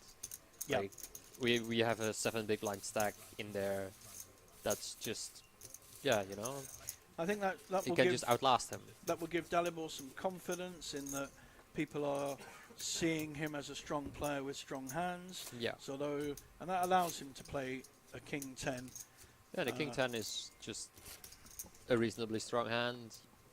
You know, you're not fist pumping if you're behind him with the king jack off, the king queen o, Exactly. some ace 9 offsuits. Unless you're Vladimir, who Exactly. loves a king queen. I reckon he's I had mean, it. if it works, it I works. think he's had right? it 3 times at least. It's just we haven't seen it on the screen. Let's see what he looks down on. The Alright, jack 4 off. Let's assume he's definitely not. folding this. Yeah. He doesn't look very happy with himself. And to be Yeah. honest, if I had played the final table the way he's played it so far, I don't think I'd be that happy either. Yeah. So he's probably right. So You here see we have ace a 10-0 raise. making it in. Do you remember he raised 1.3 before? And it's now 1.2. Exactly. Again, just a little bit of information there. Yeah, and he was a bit nonchalant with the throwing in the chips. Yeah. So it's all the very tiny things that can make a difference here in making decisions. So Richard has all options available. He's Um, not folding, but he I don't has think he has all options available. I call and well, think just call. I think. he's not shown that much creativity in terms of pushing with these kind of hands. So yeah, definitely. that's pretty good flop for 5s. Like usually for 25, 30 bigs, maybe even 40. This does make it into I think it'll the be jams. check calling. Oh yeah, we're definitely not folding the 5 of diamonds here, if any 5s at all. Yeah, this is just easy range bet, easy call, and see a turn. Doesn't birds. need to be too creative. Oh no. He's now 5s picked kind up- of play themselves here. They just Yeah, check call very easily. picked You up see a check, check, very straight clear. draw as well. See a Mike 7 has of given the- up. Could Yeah. have seen a little block here from the 5s, but just opting to play it slowly. Maybe opting for a check call if there's any bets going in. Yeah, But Mike's just playing a bit honest. You know, very fast. Didn't really consider turning his hand to into bluff. Which he ace has, high he might has be good. been far too quick, and I Yeah. think there's a really good point. You made it earlier as well, and there's a good lesson for you guys out there. Take your time, and I know sometimes I make very quick decisions in my head, but it doesn't mean you then have to, in your body language and your timing of your play, follow through quickly. You can just take that bit of time, and also the more you think about any hand, hopefully the better decision you will make. Yeah, exactly. And there was an opportunity for him to bet at some point, possibly the turn, although we know he would have been called. Yeah. But he didn't even think that was a possibility. And I think, like you say, he's a bit quick, isn't he? Now, even if you know the spot and know what you're gonna do and know this, it's very important that it doesn't happen where you give the timing tells. So here we have Vladimir raising 1.2 million with a Queen 9 suited, and I think he's going to come up against some opposition. I could see Dalibor putting him under pressure, but I think he's just flat called. Just like all, play it safe. Vladimir is supposed to be kind of tighter here from this short stack. Be a bit honest. He checks back this flop of a6-4, I believe, yeah, which gets me some alarm bells. You know, like Well, you're it's supposed to allowed, just bet everything here, and and then it's allowed Dalibor to make a play. oh yeah, with the best Vladimir hand has there. shown weakness and has folded. Yeah, he looked kind of done with hand after he got called and saw the ace of the flop. And also Which gave I the turn gave a flush draw to Dalibor as well. Yeah, so exactly. even if he's never he leaving. finds resistance, he's got the king flush draw to come. So nice play by him. He hasn't put a foot wrong. Yeah, no, he's definitely been sharp, and it pays in the amount of chips that he has. Started with 9 million. It's now on. I think, was it 26? Yeah, he's definitely up there with the chip lead. Yeah. Here we got some banners coming through. This is the Banco lottery that we're running by the reception desk. And if you are here on the 25th of February, you could win 20,000.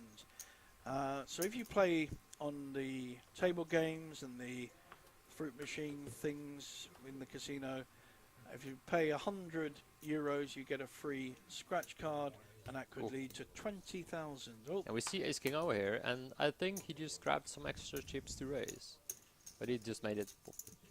It looks like 1.1 according to the graphics, but it looked like more, didn't it? yeah, it kind of looked like 13 or whatever. And I we think see we're Herzog gonna- with the jam. Ooh. We're going to get a call for sure. Oh, that's some really unfortunate timing Yeah. from our Danish We friend. have Dane on Dane. Oh. Dane on Dane action. Yeah, and I don't think this is gonna be the Dane on Dane action where the other guy just folds and gives him chips. Yeah, this is just a secular.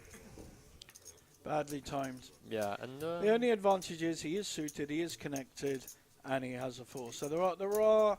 He's not in the worst shape possible. He has 20% Yeah, equity, exactly. as we can see on the screen.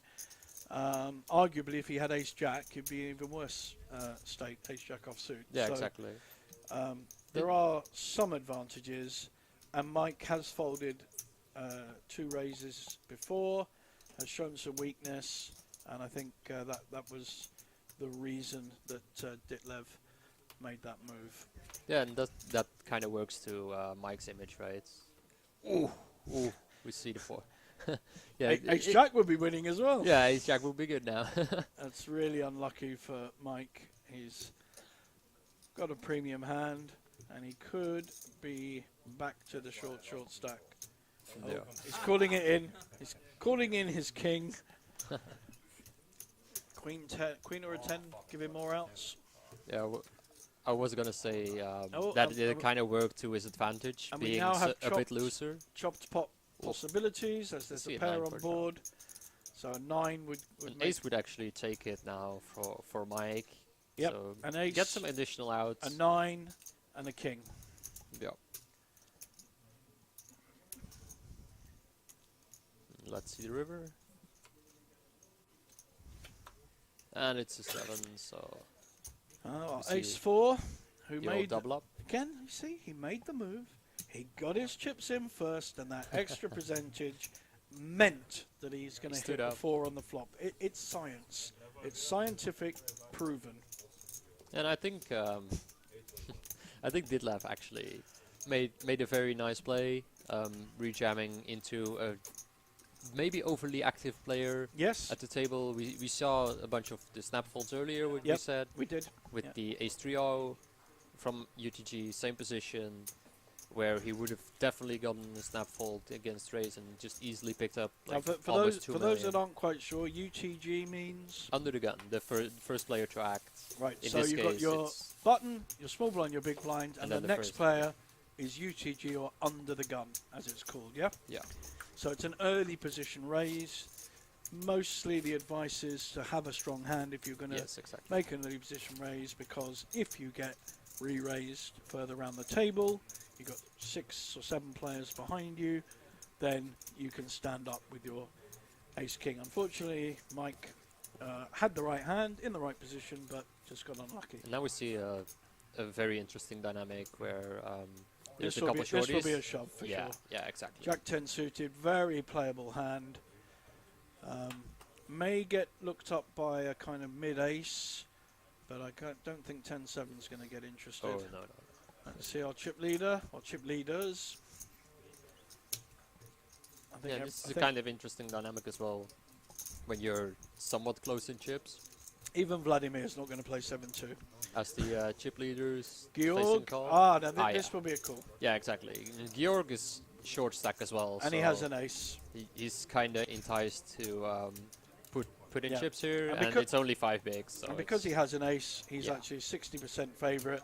Although, in most cases, I'm happy to have the Jack 10 suited here. oh yeah, I definitely am an it- enjoyer of these. Yeah, it's if you don't hit, you don't hit. But it's a hand that connects, that's suited. it plays very nicely. It does play well. I mean, for all-ins, that really doesn't matter. Well, he was down to 5 big blinds. Yeah, exactly. Jack 10 suited, just very I mean, good job. Been very unlucky with the ace king. Gets against looked up ace and four. still has 41% to win it. I mean, you can't really hope for more when you get called. We see some potential, some backdoor He clubs. does need to hit a jack or 10 now. Backdoor 8-9, I'll give it a miss. Backdoor 8-9. backdoor queen This ace, is not backdoor fantasy queen poker. 9, This is not backdoor fantasy clubs. poker. Put the 8 of clubs out there. 8 of clubs. He's asking for it as well. Like, oh yeah. Oh, Add a now flush we draw. have See. some. No, that's now, his way. Pair outs are also still live. We're any looking at- club, any jack, any 10. we see a lot of dead cards, unfortunately, but So he's- still 9 live outs. It I only definitely shows take. 25% equity. Oh, and the jack I is- think it's higher. I'm not sure that's right. I mean, there were a lot of clubs folded. It only showed 9 live outs when Okay. it would have been, I don't know, what is it? A flush draw and 2 live Yeah, pairs. Probably like 13 or Thir- something. 15. Yeah, 15. See, I'm bad at these things. No, but I'll leave it up to the experience. yeah, thank you. No, 15 outs. Yeah. You know, is round about 35% rather than the screen that told us it was 25%. And he hit. Yeah. So we both liked the Jack 10 suited. It worked.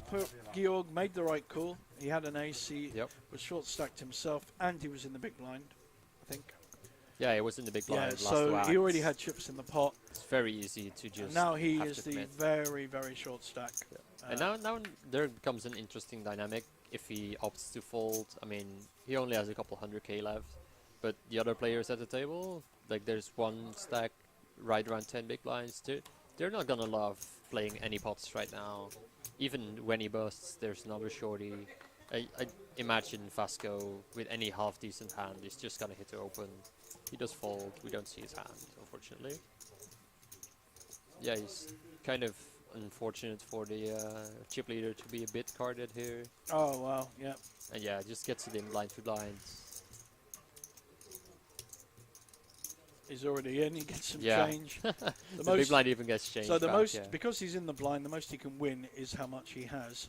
He also can win the ante, of course. Yeah, he can win the ante, so it is a So full it's triple it up, would be even a full, more. a full triple up. Yeah, the ante is 500,000, but he only has 300. And he can actually get up to 1.3 million Sorry, here. 400. If he wins this, he's back in with a bit over 2 big blinds. And he's on the button in that hand. So, And he's up against. He is going to win unless another 8 or 3 pops in. So he's hit the top pair. He's up against 8-3. He's also hit the flop. Mike is hoping for an 8 or a 3, and so the rest of the table. Oh. Hey, there it Hello. goes. So now, poor old Georg. yeah, and Mike crucially says that he's not dead yet. That's always important to Any know. queen, any 8, Any any nine? 9. No, not the 8 would make a boat for Mike, so that wouldn't be Oh, enough. sorry, you're right. But yeah, The 7 is not a 7 good is card. not one of the outs. So we see an elimination, unfortunately, from Georg. Got unlucky, losing the ace-4 against Jack 10. Georg is an Austrian player, comes here a lot. I've played with him in Banco Casino and any other casino in Bratislava that I cannot mention their name. He plays up there as well. He's actually a good Omaha player. He enjoys the Omaha. So we lose Georg, and he has gone out in 7th place. There we see it, 8,025. Still a very good return for 3 days' work. Yeah, exactly. It's I think obviously a result you would sign off on any day of the week. all our nurses and ambulance drivers on strike in England would be very happy to receive Oh, yeah, 8,000 definitely. for a weekend's work. But yeah, we see now there's 2 short stacks with Mike and Vladimir, both around 13, 12 bigs. They're not gonna be enticed to play any hands. And then it's kind of a dance between all the mid stacks, right around 40 bigs. Like, do you want to play a pot against chip leader? No. I mean, do you want to have to raise fold a couple times to a 3-bet or a rejam? Also not really. So it's So- I think we see Andras gonna kick into gear now and put on some pressure. Well, he is, because he's making a raise. It's a very small raise, 1.1, so it's just over. That's about a 1.25 raise. But he's going to get a lot of respect. He's hardly played a hand, so he's Yeah. able to make a move with an ace-8, which is not a recommended hand to be raising with. But because he's got such good table presence and has the chip stack, he'll be able to get that kind of move through. I mean, especially in this situation, we're now 6-handed, so under the gun is actually low jack, which is it's always a bit of an issue. Calling it still under the gun when we're shorter handed. I think chip leader is gonna have to open up a lot here, especially when Yep. when there's a bunch of similar stacks that are significantly shorter than yourself. So what's the consideration? We started this final table with 8 players. We're now down to 6. Yeah. So how should you be thinking in terms of your range, the kind of starting hands or calling hands? Do you think you need to adjust? Well, you definitely need to adjust to what the table's like. You know, where are the big stacks? Where are the shorties? You can't really raise that if you're a mid stack. Like, But here's a good example. We got ace 10. yeah, we just see the limb because you don't want to blow the pot against chip lead, right? We see 7s from chip leader. I'd actually expect some kind of raise there. I think Ditlev, you know, the information people have on him is he actually has made quite loose raises and calls. So we've seen an ace 5 from him. Yeah, We've seen, I think we saw an ace queen earlier, but the we ace did 4 see. suited against the ace king. Yep. So notably. and using his image as a very strong image on the table, I favour a raise here. Yeah. I We don't. could even see the all-in here coming through. Not sure if I like it with I this kind of don't. I all-in. don't like an all-in, because if he's up against a premium hand, which we know he isn't, but if he Yeah. is, he literally is throwing 3/4 of his Yeah, stack we away. see He a doesn't need to. We see the 1.8, slightly over 3x. I like it. We see the call where ace 10 could make it into a limp jam, but limp calling obviously like perfectly fine. See a flop, you know, against a very aggressive polar like ISOing range. Like big blind's supposed to, you know, throw in some raises with the 7 I thought he was getting his big chips ready to shove. The way he put them on top. Just good luck if you hit. I think we're going to see a bet. Oh yeah. Very he's- small bet. Very small bet. Oh yeah, and this is just very easy. 1.2 Oh yeah. into. He's inviting the call. And I mean, 7s here obviously have a very easy time getting Yeah, value. but it's such a being in small bet. position. You're going to get called, and Yeah, you're okay, but it's fine, right? You kind of want you want anything that connects the villain to like someone call. It's kind of hard to have a king. might be worried about ace 4 again. Yeah, I think he might put ace 4 into the that would have jammed pre-ranges. But Yeah. definitely a hand like 6-4 suited would have called flop. Yeah, Um, I love 6 5-4, suited. 5-6 backdoor flush draw probably has to float once and now hit a pair. So that's gonna call again. I You mean, know? 3x are gonna call. It's What- not like what and we Andras- can also just check back. You know. What Andras is demonstrating, though, is very good pot control. And what we mean by pot control is the amount of chips he's putting in relation to what's already in is a smaller amount than he could do. And that means he's not committing a large amount of his stack. Yeah. And we see ace 10 double float here. I like it. You know, we still have the gut shot, the 4, and 2 overs to the 5. So, or the 7s. Yeah, and we see a 6 on the river. This will likely just go check. I don't think Andras is going to need to bet. He has. Oh yeah, no. He has a value. And he just 7. checks back and wins. You Yeah. know, scoop a nice little 12 million pot. Yeah, I think they both played that perfectly well, actually. I mean, Yeah. no one got out of order. Andras demonstrated some good pot control. You see him like The only shrug a thing- bit, like The only thing I might have wanted to see was Ditlev play in a more creative way because of the amount, the bet sizing that Andras was showing. And so either on the flop, possibly the turn, making a raise. It's a risk. It's a risk play, but it's a way of winning, picking up a pot that you're unlikely to win in any other way. And that I know he had 2 overcards. yeah, I can see that as being an option. And that's much more to do with what type of player you are. What is Yeah. that in your personality? I know it's in mine. yeah, I don't know if it's in yours, but and it doesn't mean he should do it. I'm just saying that was an option that a more aggressive player might have taken. yeah.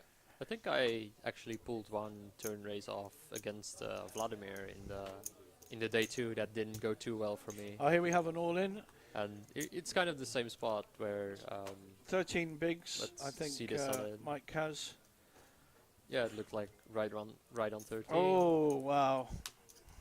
And let's see, Andras- big blind just has the absolute nothing burger, so just gets this through, picks you up see a that? nice 1.2 million. Andras folded Queen 9 suited, which is a pretty strong holding against a short stack push, but he would have been totally dominated. Yeah, I mean, Mike's jamming 13 bigs. You really don't want to. You don't need to, do you? Dust You don't off need to stacks. get involved. Yeah, no, I think that's the more important thing. Is Yeah.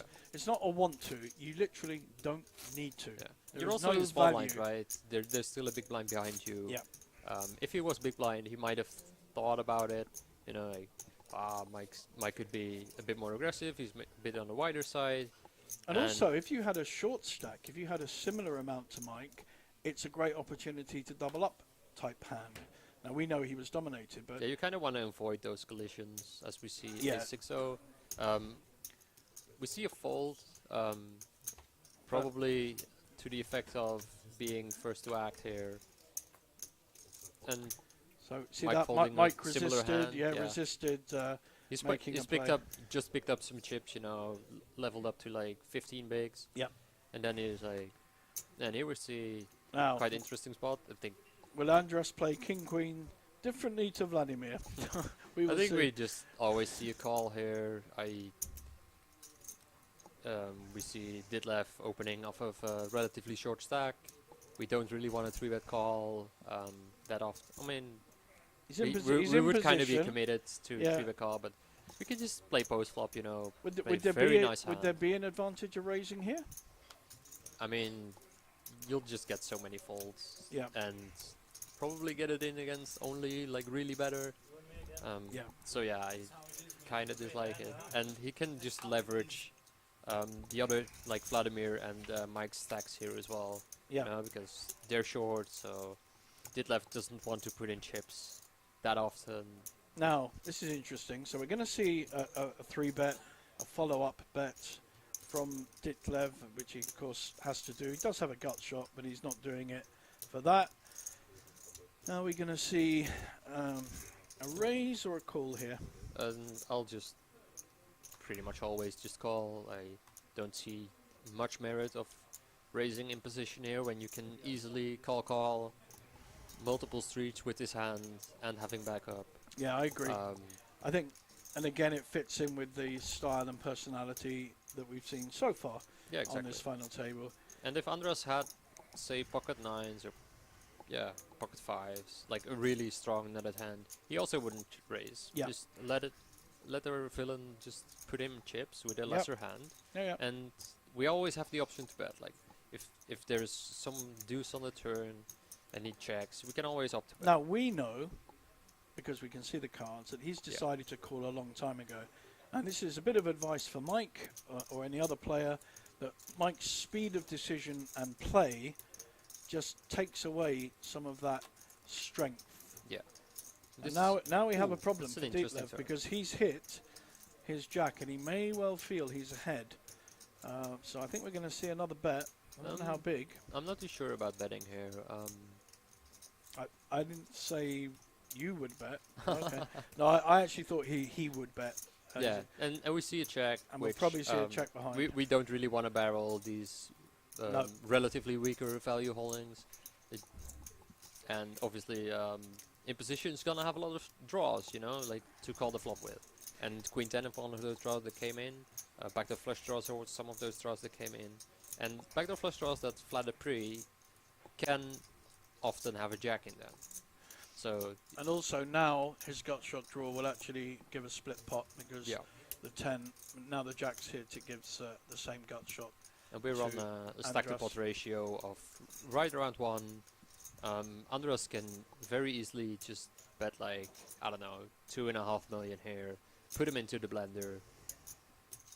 I think we see exactly that, or slightly bigger. Yeah, Yeah, we 3 see million. 3 million, Good call. and yeah, very good fold from Detlef. Yep. Just check folding the Andras, turn second Andras pair. making sure everyone on the tables knows he's the boss. Yeah. Look, I can just do what I want. I've hit. You guys carry on, and I'm going to beat you up. Yeah. So I like that. Show strength. Yeah, just also showed the King Queen there, which I might not be a fan of, but that's to each their own. You know, just leave a bit of ambiguity. I might have been bluffing. You know, like you could have just had some kind of crummy float that now all of a sudden has to bluff. You know, play the player. You've got or play the options there. You situation, could you just know? show the king. You could show the queen. Showing the and queen would have wind, been a bit wind- interesting. Yeah. wind people up a bit. You know. Yeah. Here we have. I can't see anything but a Yeah, it's shove. pocket nines Yeah. from Gonna Mike. be a shove. This is nice because it's into the short stack of Vladimir, who has fewer chips than Mike. So it can be even And more interesting, you know. You need And a it just you need doesn't pick up a hand. a much stronger holding to call a short stack all in than you might want to be raising with. So for oh yeah, instance, absolutely. ace 9, ace 10, you might want to raise in 8 position, but do you want to call off, you know, half your stack with it? No. So this is the advantage again. I think we talked about it a bit earlier. So making the play, being the first one to put chips in, you have 2 ways of winning. Yeah, exactly. You have everyone folds, you pick up a pot, even if it's just the blinds. The blinds are high now, so they're worth picking up. Or you get called, and of course you've got that extra magic percentage I talked about earlier. Yeah, exactly. It's So you definitely need to create as many winning chances Yep. for a pot as you can. here we've got a nice This is Jack a- 10 suited. This is actually pretty interesting. Like, This could be a shove. Yeah, Or a he fold. opts for the Oh, fold, okay. going into a big stack. I think Andras is gonna have to open a lot if he wants to vacuum up the table, you know. Opening into what I believe is Mike's big blind and Vladimir's small blind. So Detlef might have been a bit too careful there, as we see another very tight fold from the King 6. Just being the effect of people being very cagey against short stack. We see that a lot on these streamed final tables, and the way people play their day 1s, day 2s, even when you're down to 16 on the final day like we had today, people adjust. They know they are being scrutinized Yeah. by horrible people like us, but also from all the viewers out there that are tuning in and looking. So they feel conscious of that, and they do change their play. I know that I try very hard not to change Yeah, my exactly. style, and if people want to criticize it, if they see it and they think I'm a donk or whatever the words people have, that's fine. They can have their thoughts and their opinions, but I don't suddenly tighten up or Yeah, no, you know exactly. just because I'm on TV or streamed. I think that's the right way to go with it. You know, like if you're gonna change your game on just because of people might have an opinion on how you play, it kind of kills your game. You know. So here we have our chip count in front of us, guys. We have a big chip leader, Andras, and then a couple of really good stacks, 39, 35 big blinds, which at any poker tournament is good. And then we have our 3 shorter stacks, but all with playable stacks. So if they pick up a good hand, it's an opportunity to double up depending on what happens. So all 6 remaining players have playable stacks, but a very clear chip leader. Oh yeah. And this is the kind of hand that's interesting. Oh yeah. Here I just always mash raise. We have just as many chips as second and third combined. Yep. So yeah, and we're opening into the 2 shorties. And We can just min raise it here. Yeah, and Take a lot of pots down. yeah, and he will get credit because of how well he's yeah. played, and And the 2 mid stacks just can't really do anything. No. They both have 40 bigs. Like they really don't want to play against the big stack. And the other 3 shorties, right around 15 bigs, are all gonna try to well, outlast I each think other. we're going to see all in here. Yeah. Yeah, and I'm Yeah, pretty Ace sure. Queen-O definitely pretty a hand sure I we'll see a expect fold. to. I can't think Andras is going to call even 5 million. Yeah, no, this is one of those. Yep. Just raise fold. Okay, I'll take, I don't know, 4 out of this. What is it? 6 remaining right now. I'll take 4 out of the 6 spots anyways, out of every orbit. Yep. Slowly chip up, slowly chip down the mid stacks, while you don't really care about the 15 big blind stacks. You know, if they find a hand like Ace Queen-O, fine, that's a good hand. You know, like sometimes you're gonna have raise calls, which are very live against him or even ahead. And yeah, I mean, still have to pick up a good hand in order to rejam and put pressure back on the chip leader. Yep. I think this is a very nice showing of some table dynamics. So Mike is not at the table. He's just Yeah. missed his button. I don't like That- missing a button. Oh no. So I what don't am like I- missing any position. No, even can i- work your magic from anywhere. Even if I need the facilities, I will wait. And here we see exactly what I expected. Just we had the short stack sit out on button, which helps the situation, of course. 1 fewer player or 1 less player to go through, and we raise from early into big blind. Who just folds Yep. the 7-5 off, get some respect, you know. Try to still get your steal spots here and And there. you You know, need you to can't really pass adjust. on anything. He's adjusted his range there. He's used his strong table presence to get through what's considered to be quite a mediocre hand, a kind of mid-ace. Yeah, and the ace obviously works very nicely for Yeah. that. Building your opening range around that when you're in this kind of position is very important. Because like most of the rejams, as we saw, the ace queen come from that ace x region. So having an ace makes that a lot better. Yep. As we see another banner. Oh, we have another.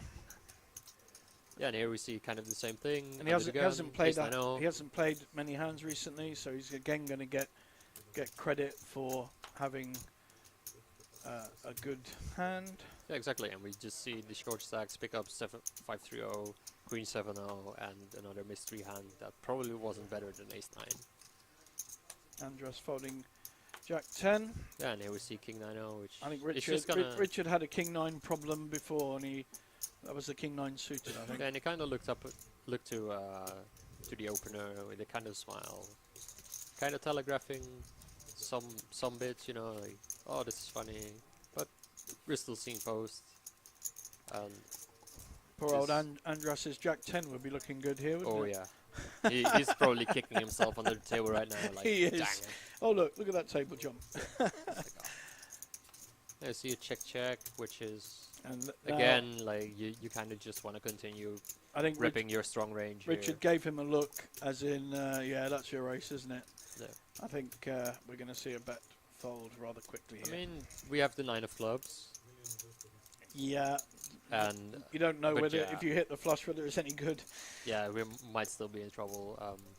And he laughs about, yeah, exactly. Yeah. I would have much preferred seeing just a flopsy bet for a small size around the quarter. Make life easy. Like if you have a shitty hand, you want to bet it as well. If you have like kind of mediocre hand, you probably want to bet it. Yeah. Especially when your entire range is just so strong. It benefits a lot, as we see the VPIP and So VPIP or VIP it stands VPIP, for it's voluntarily putting money into the pot. Okay. And So one it's seen as interesting an thing here- aggression. It's like an Yeah. aggression factor, and we can see actually fairly even. So we've seen a lot of hands, especially King Queen, played by by our most aggressive player. Oh, I think we're going to see. I hope he doesn't get too busy here. Please no, don't put your chips in with 10-5 offsuit, children. Yeah, definitely something important to take away from that graphic we just saw is that Andras has not played any hand. I mean, he's been getting dealt these, so Yeah, he doesn't it's need kind to. of He doesn't need to be unfortunate too sample, creative. right?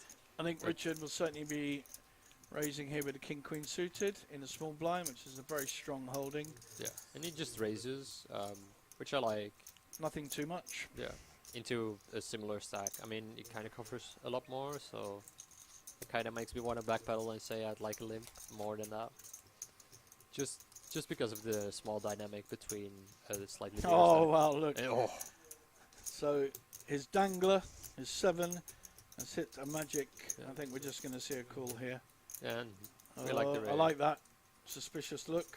Just get a little Yeah. frown of the eyebrows, like, Really, you've hit what this? are you up to? I think just a nice little call. Don't, Yeah. Nothing too creative. Yeah, I don't think we want to raise. I don't here, like this. And he I think does. you're wasting massive value here. Yeah, I just. This is weird. He kind of has Just- to have an overpair or an ace 10 to call. Could be a Um, very good play because I think King Queen is kind of mandatory to call here against raise, just because of all our backdoors, right? If like big blind could make up some raises with a 10, and in that case we have at least 6 outs, plus our runner potential, plus Willem can just have Yeah. 8 high, 9 high, That's also why I don't like the raise. We're in position against a very wide range, yeah, and we have literally the he could have nuts. just like you said earlier with Andras's King Queen. He could just milk it. Yeah. Just let Richard hang himself. In many ways, let him hit whatever he's got. Oh yeah, exactly. And we're seeing. Wow, are we seeing? And this might be the tricky part of this, when Richard didn't expect or see a raise here, No, and now might read it as this guy's putting in as a play. a lot more chips Yeah. and maybe not having a good hand. So we're seeing both sides here. He could just milk with the magic flop he's hit, or by raising, he actually could induce a shove, But which we he see a hasn't default. done. So it is a strategy. I mean, I know I've done it, where, especially if you're seen as a more kind of creative, loose player, raising when you actually have hit a big hand can really pay off, because other players will consider you're just at it again, Yeah. and will go, right, I'm slumped. Especially, I mean, if Richard had an overpair there or an ace 10, he's probably coming back over the top, so he Oh. can. Yeah, he's definitely seeing a turn. Yeah. That's for sure, certain. But I think it also didn't help with the image that Seat 4 just hasn't really been active. Like Yep. hasn't played much, No. hasn't gone out of line at all. Really, I mean, he's been playing good poker. So Jack 9 suited, I thought we'd see Yeah. a and shove we're here from seeing Mike. a jam here for a little over 15 bigs. Getting the Jack 10 to fold. Obviously, and just sweat with Vladimir. So very similar Gets stack. the ace deuce to fold. Wow. And that's the power of jamming this many blinds. Yep. I mean, just getting through a lot of hands that have 60+% against you and don't want to raise call. Quick smile to his coach or girlfriend or Maybe someone both, out there. There's definitely a rail brewing. I feel, especially with two Danish guys.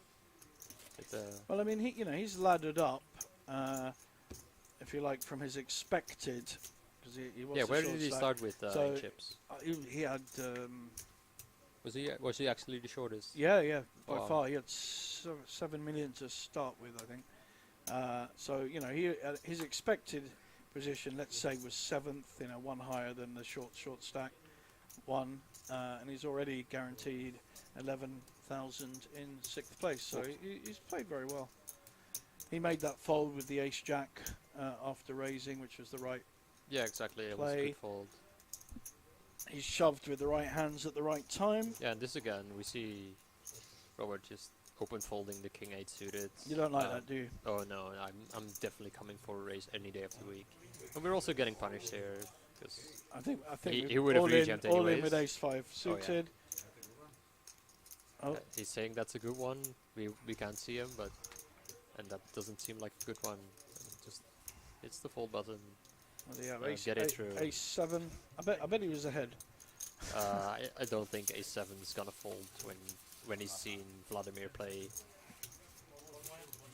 or be extremely active. That especially blind for blind, you might want to just risk it. Like Yep. worst case scenario, like okay, you have like 40% or something, a bit less, maybe 35, and that's if Vladimir actually has a monster, right? And then the other times you're 60+% to win. So we are down to the final 6 of this Banco Masters. It's record-breaking Banco Masters, both in terms of numbers of runners, 2,400 plus, Sure. and a prize pool of 350. And it looks like we're about to come into a break, and we will be back Oh, with and you. what a But we do And have. to pick up in the break. Is that Aces? That's the American Airlines. American Airlines, awful airline. And we see Mike folded bigger. Oh, what a Way waste! And Poor- King 9-0 just hitting the mark. It's You know, also not the, even the seeing timing of three. it, with 3 players getting Yeah. up off the table. There's It's just probably a bit sad. Yeah. oh, okay. I was gonna say it's good timing going So into the from break, but I don't think. Michelle and myself, JJ, we're going to go into a break, have a little stretch, have a little drink, and I will be with you after the break. Yep. Thank Thanks you for very having much me. for listening, everyone. Keep on pokering.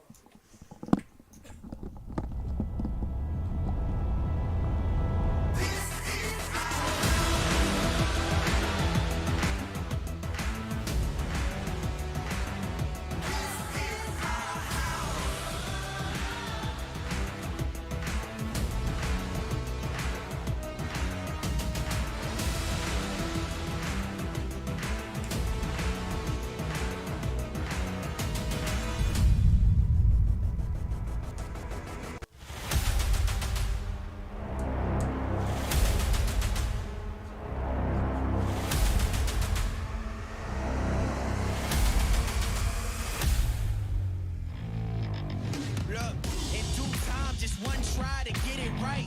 Bright lights hit your eyes, it's showtime. Let's go, make sure they know who you is when you walking through the door. Train to go, all you know, that's for sure. Ay, ay, ay, say it's just a game, but we don't play. Super serious, had to shake the room, now they delirious. Next one's up is us, that's the answer if you curious.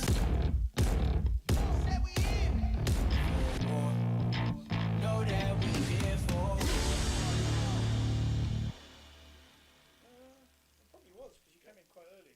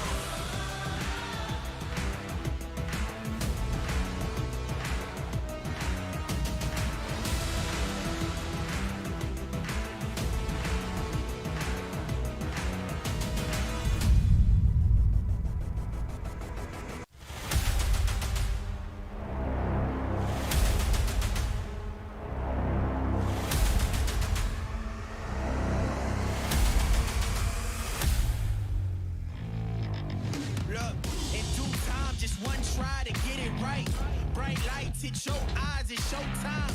Let's go, make sure they know who you is when you walking through the door. Train to go, all you know, that's for sure. Ay, ay, ay, say it's just a game, but we don't play. Super serious, had to shake the room, now they delirious. Next one's up is us, that's the answer if you curious.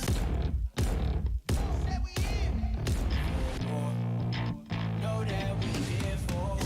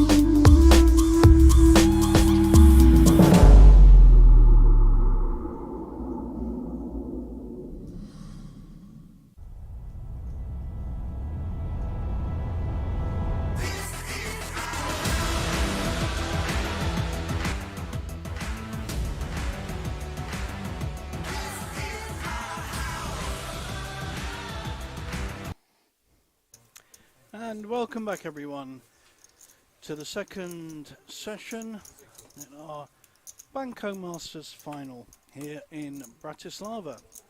We are down to 6 players. They've all got a bit more elbow room now since the last break, and we're going to see some more action from this record-breaking event, the highest ever prize pool. And we've already got an action raise from Mike, who's had his chips in about 5 times now. So he's a good aggressive poker. He's done well, got lucky with a couple of hands, but has laddered his way from the short stack to in 5th place at the beginning. In fact, he's not even the short stack. There is seat 1, his Danish friend has 9 big blinds. He now has gone up to 14, 16, then we see a couple of the bigger stacks, and Andras has actually, his lead has been cut a little bit down to 56 million.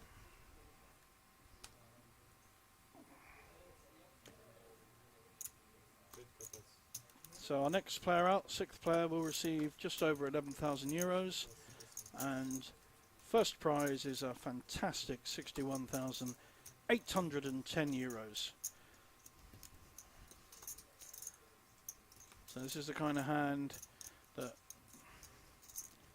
Michel was talking about earlier, that the chip leader should be making some moves with. He's in the small blind with a king 3. I think he's certainly going to call, which he has. The blinds have now gone up to 300, 600, and Richard is going to just check his 10-4.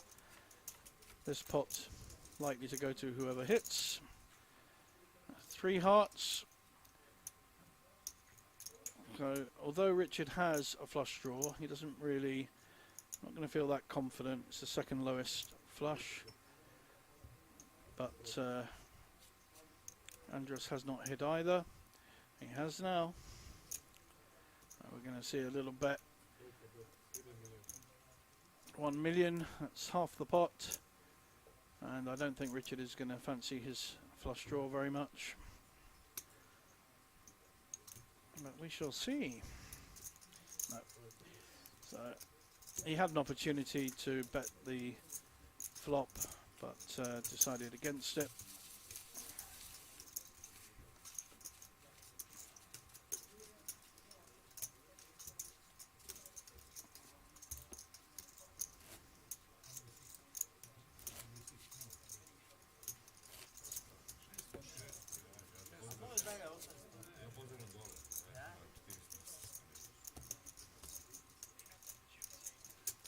So here you can see the payouts going from the 61,000 down to the 6th place, 11,000. We have 2 players out already.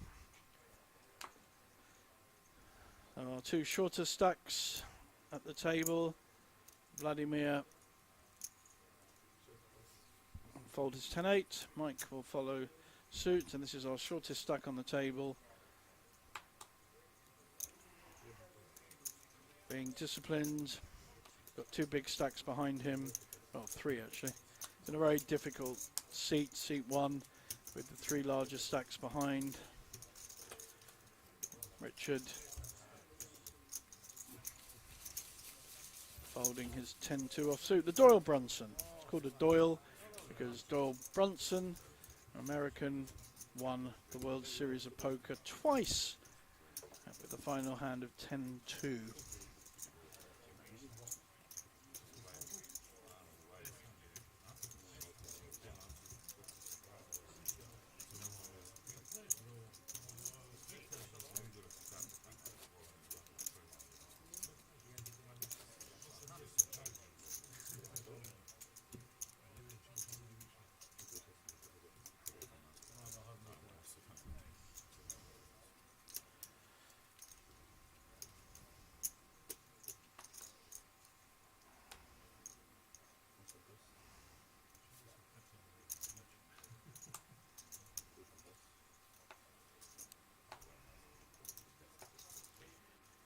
We're going to see Andras make a play here using his table presence with Queen 10. A perfectly reasonable raising hand.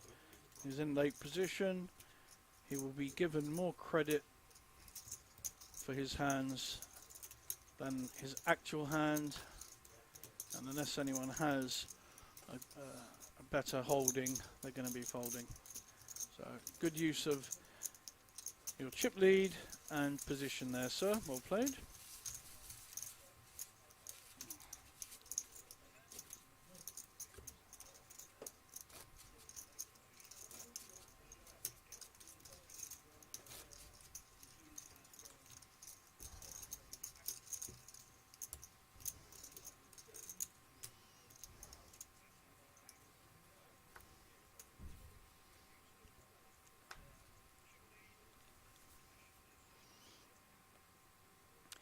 So we have an ace with a small blind.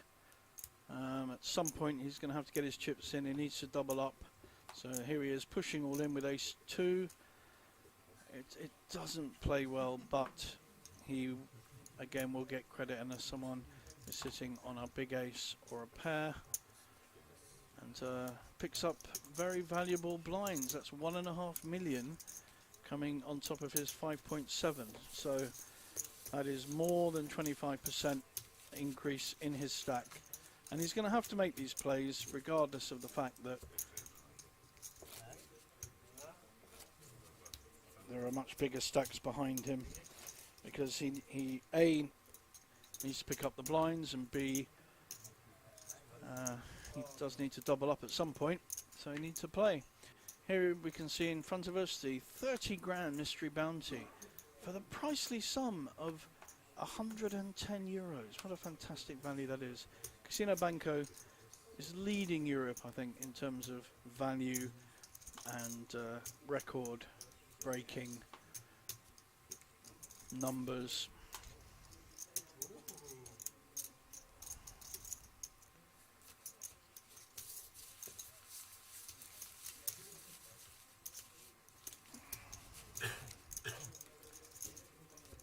I think all records were broken a few months ago at the Winimax, which is a French online poker company. They broke some amazing records in terms of numbers, and guarantee was smashed. It was also the festival, which I was here for all week last October, was also smashed, and here we are in another record breaking tournament.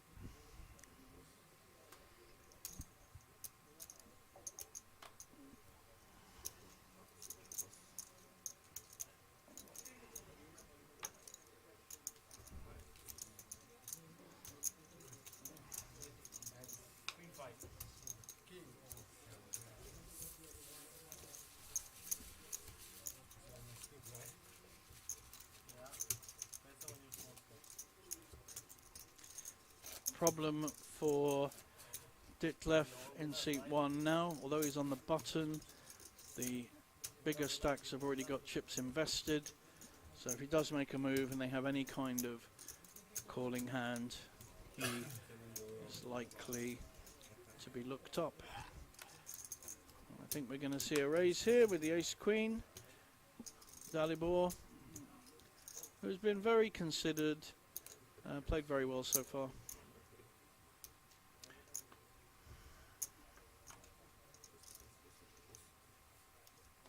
only shown good hands really when he has been asked to. No, Andrus has an interesting one. Queen Jack suited. Pretty sure he's going to call here. Wow, that's disciplined. Very good. Very disciplined fold. Showing some great poker instincts there. Was completely dominated by an ace queen and thought it through. Thought he might be up against ace queen or ace jack and made a very impressive fold. A lot of players will call with that, but he doesn't want to waste any of his soldiers. He needs those little soldiers to win the war. That's what your chips are. They're your army. You put them out there to go and fight, to increase your army. It's exactly what the Romans did back in the day. They went through Europe, conquered countries, and then inscripted or conscripted those people to become Romans and widen their army and their empire. Very impressive, the Romans were. We had them in Britain as well, certainly in this region.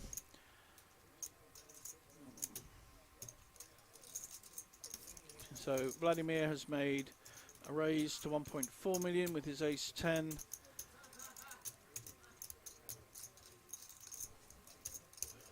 And Dalibor has called with queen 8 because he was on the big blind, so he's getting a lot of value for calling. And we're going to go to a flop.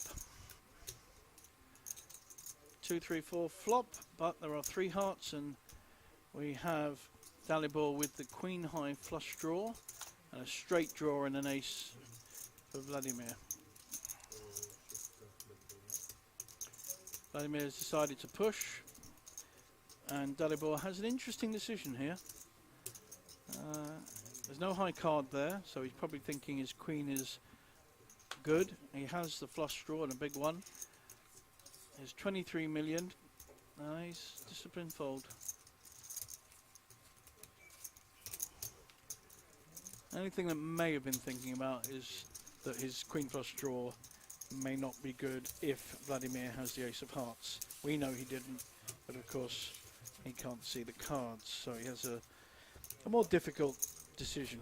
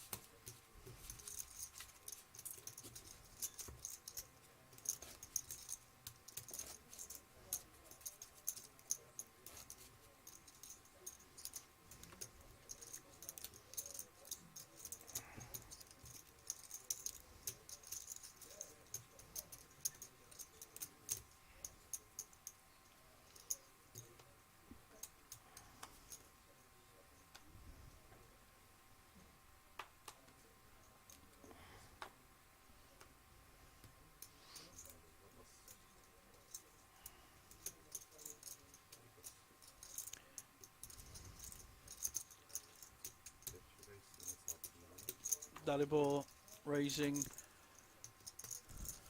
on the button with king queen suited, and big blind Mike is looking him up with 9-7 suited, both fairly standard plays.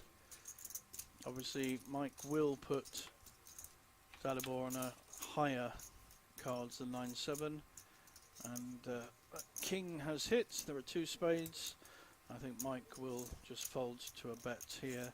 Certainly see a follow-up bet by Dalibor.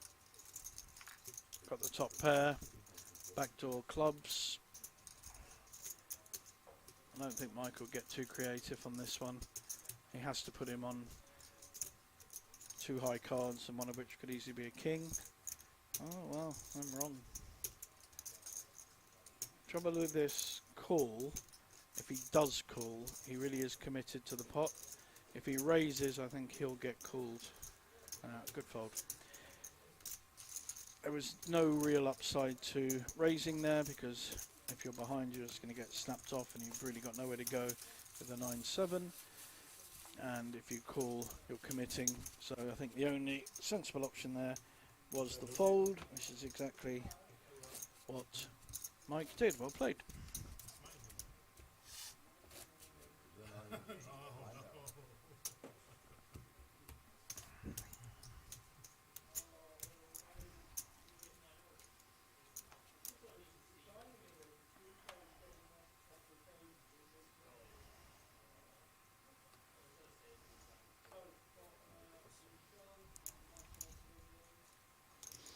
Now here we're going to see a raise in early position with the suited ace.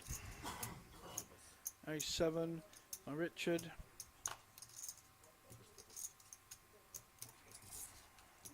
Probably going to see folds around, and poor old Ditlev is just not getting cards to be able to get his stack in. Raised earlier with the ace 2 and got that through, but is being whittled away, because not only do you have to put a big blind in, you also have to put an ante in on the big blind. That's the latest craze. I think nearly all tournaments I play around Europe have the same system now. So instead of each player putting an ante in, which is what we did in the old days, the big blind puts the ante in for everyone, and it's the same amount as the big blind. So here we've got a raise by Richard with King Queen. I think we're going to see a shove here with the 7s. Make flat call, but I think we'll see. Wow. Okay. Same kind of thing. We're seeing a shove with a pair with the 3s. 5.5 million. I think Richard, having raised, will probably call with his King Queen, and it's very different from the earlier call. Still quite it's a third of his stack. Got 12 million, 4 to call. He probably knows it's a flip between a pair and two high cards, but he also could be behind ace queen or ace king.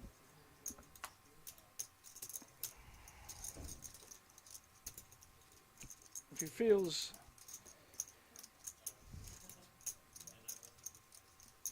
that his chips will be better used in another spot, he'll fold, and if not, he will call. Just looks like he's going to call on his body language, but he's quite difficult to read.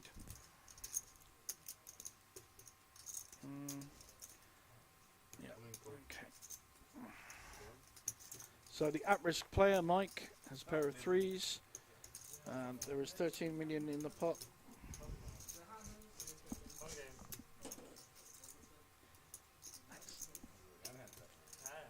So we have, you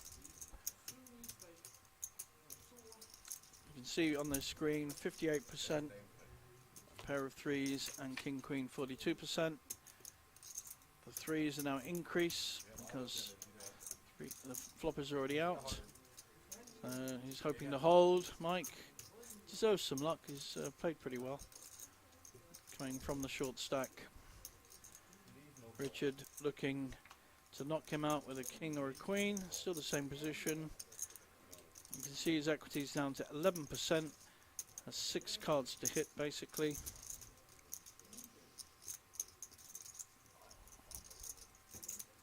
Oh, he's got up, and it worked for him. His whole Richard's lost. Some support for some Danish support in the room.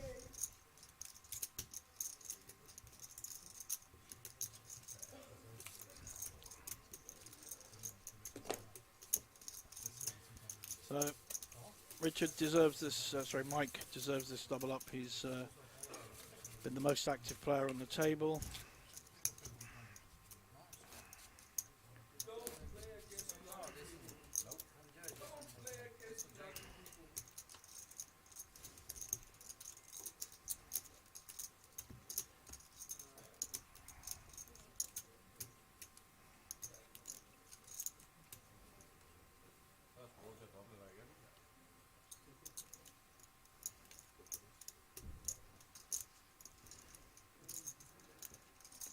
I'm pretty sure we're going to see an all-in here with ace-3 suited. He's got 11 million. Doesn't want to raise fold. Oh, in fact, he folded. It's quite interesting that. Again, when you're on the shorter stack, you do need to be making moves. In fact, he would have come up against Andras's ace-king, so a very good decision, he says, having criticised it.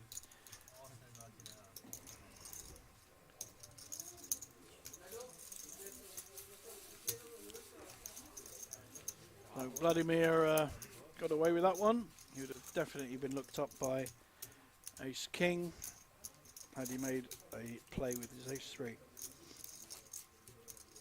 Good disciplined stuff.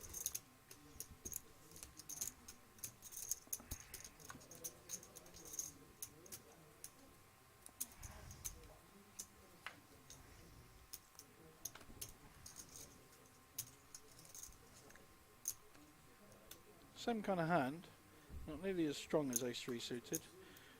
Ace-2 does not play well in general. Now Mike, who has only really had shoving options in the past, now has the ability to raise from his 13 million stack, so I think we see 1.8.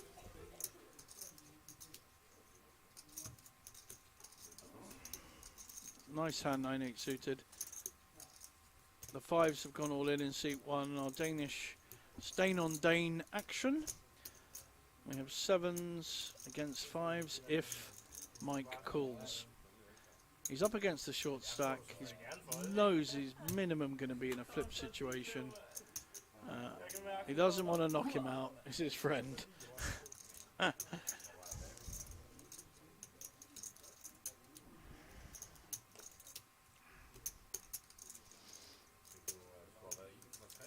Something like 80-20 in Mike's favour if he does call, but he doesn't know that Ditlev has an underpair. He's trying to work out whether it's worth a flip. He's probably putting him on 2 high cards, ace-10, ace-jack, something like that.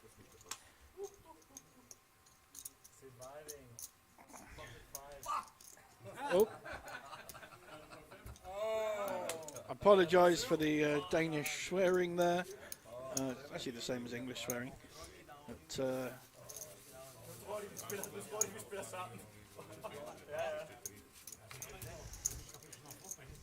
I think Ditlev got away with that one. He was under the cosh had Mike called. So that's going to weigh on his mind a bit that he's made a wrong decision. Wasn't costing him much to call either. I think once you've raised there with a pair and the short stack has come over the top, the worst case scenario is you're up against 2 overcards. And I wonder if Mike's going to let that fester a bit and worry a bit. And here we have ace-6 suited. This time he doesn't need to raise because he has increased his stack. Whereas our chip leader can get away with raising with a wide range of hands. King 4 suited.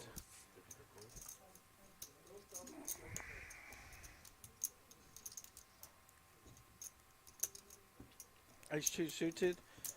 Calls, so we could get 3-way here because we have a big blind as well, Vladimir. So we're going 3 to the flop.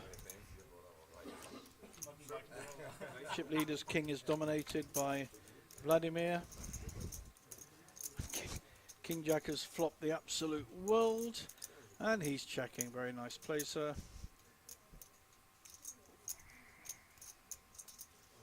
Andras not being pulled in at the moment. I think we'll see a bet by Vladimir now because he needs to protect his straight. But Andras has hit his king, may well be calling. Very good. Disciplined fold.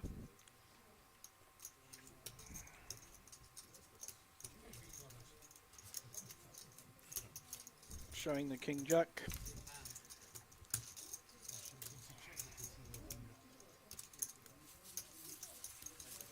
Everyone played that hand pretty well, really. Vladimir tried to trap, didn't work. Disciplined fold by Andras.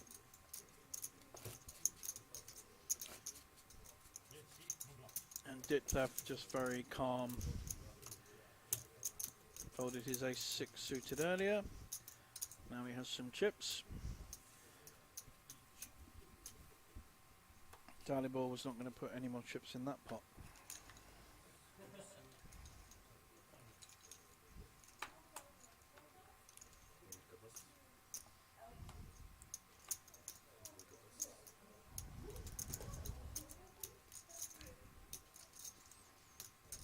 So Richard's now one of the shorter stacks, having had a good stack most of the way through. Raise on the button by Dalibor with a king 10.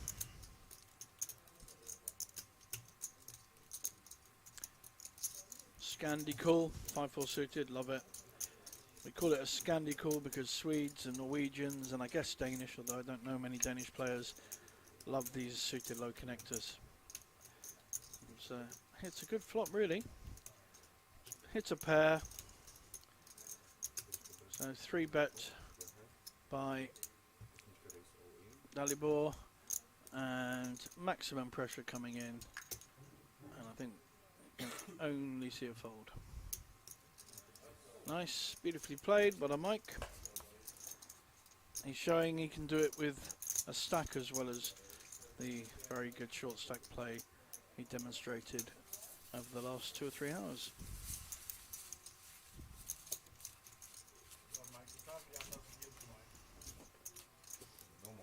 He hasn't let those 7s against his fellow Dane 5s get to him. Let that go. Played that hand very well. Here we're seeing a Polish poker weekend.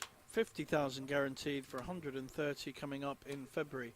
In fact, if you go to the Banco Casino site, that is bancocasino.sk for Slovakia, you will get to see, if you go click on events in English, you'll get to see just how many tournaments are coming up. I mean, absolutely incredible. Slovak Poker Open, 300,000 guaranteed for only 200. That's coming up 13th to the 20th of February.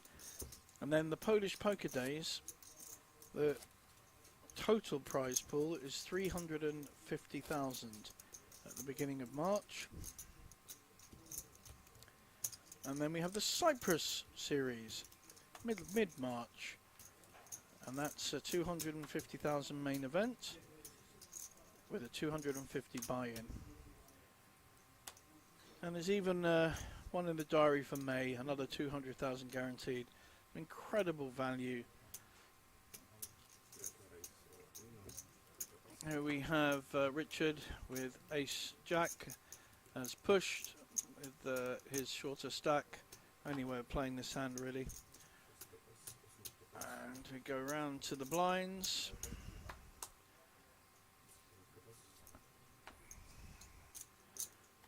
And we're not going to see any calls.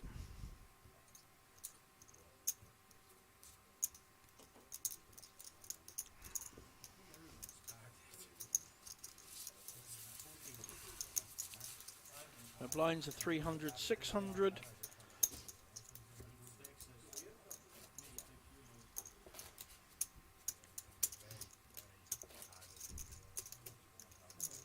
So it's quite a big part of Richard's I think he got 6 or 7 million stack, so he's down to under 10 big blinds.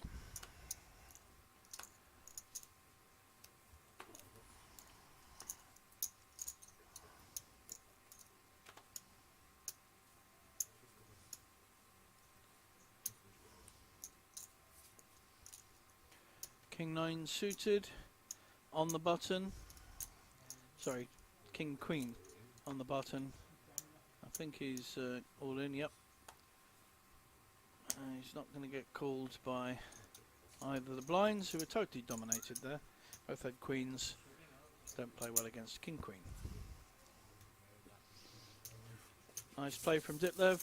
Got away with it with his fives when he pushed all in against Mike's raise with sevens, and Mike decided not to call.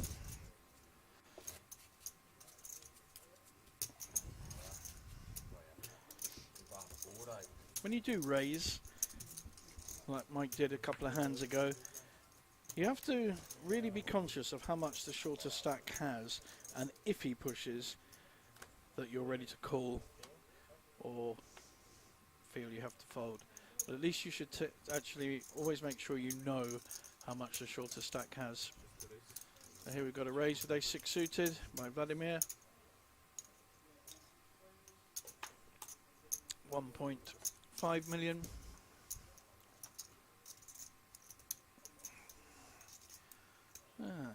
Andres doesn't like the ducks, pair of twos. Richard's face is in his hands a fair bit at the moment. He doesn't look like he's loving life, having lost that flip with a king queen against Mike's threes.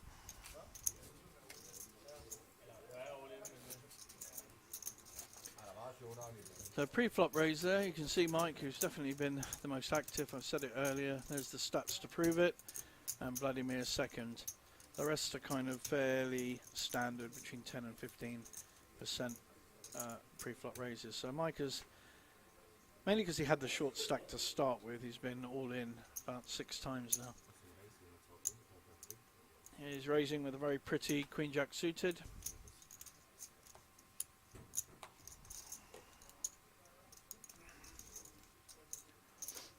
Andras looks interested. Or is he just buying time? I can't see his hand at the moment. Got King Queen. Oh, I think we're going to see at least a call, probably a raise. Right. He's very considered. Doesn't like getting too many chips in. Perfectly good strategy.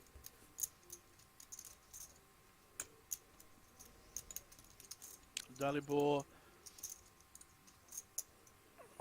wants to see this flop with his lovely 4-3 suited. Great thing about 2 small connected cards is you either hit or you don't. You're mainly going to put your opposition on higher cards, so you kind of tend to know where you are.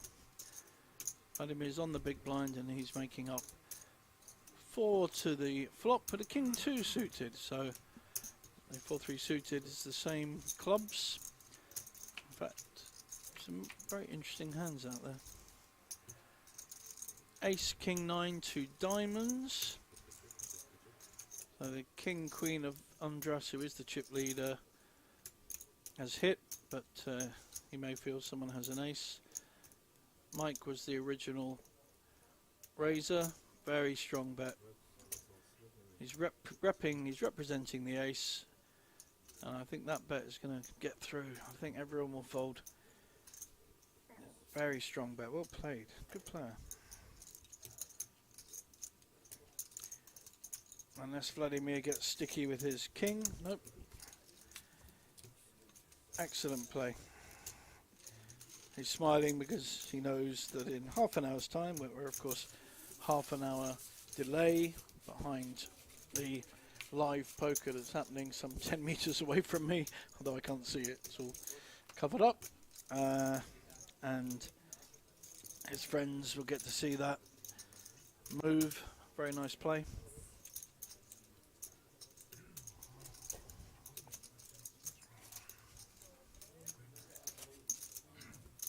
There's Richard, our short stack now, with 10, 11 big blinds.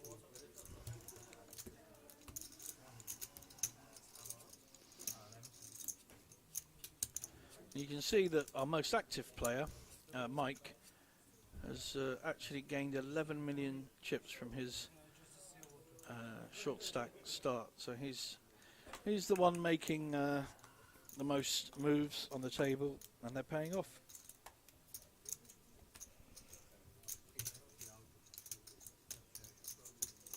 We got ace queen.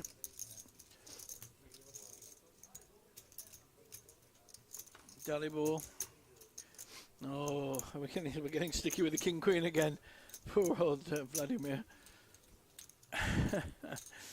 Didn't raise. That's something. Totally dominated. Let's see if we can find a way out of this one.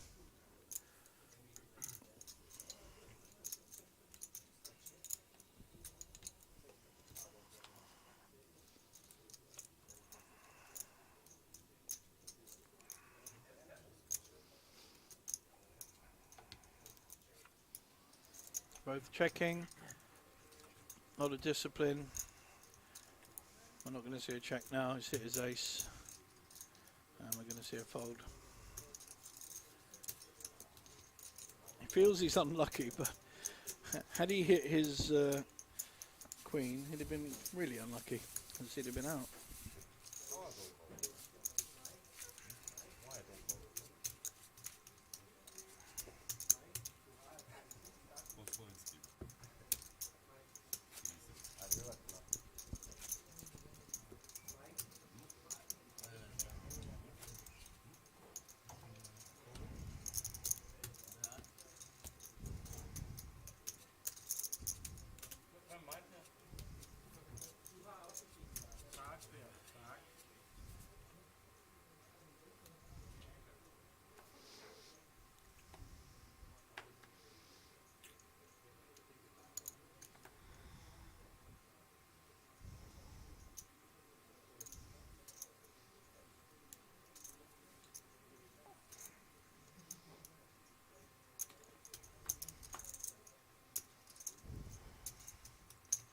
And raise on the button with the king 3 suited. Just got to hope that gets through, although can't see a fold here with ace 3. He may feel it's a button raise and he may want to raise, possibly even shove.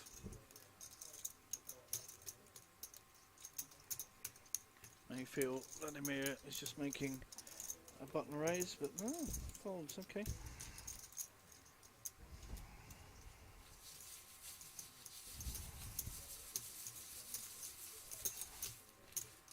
It's a tough spot though.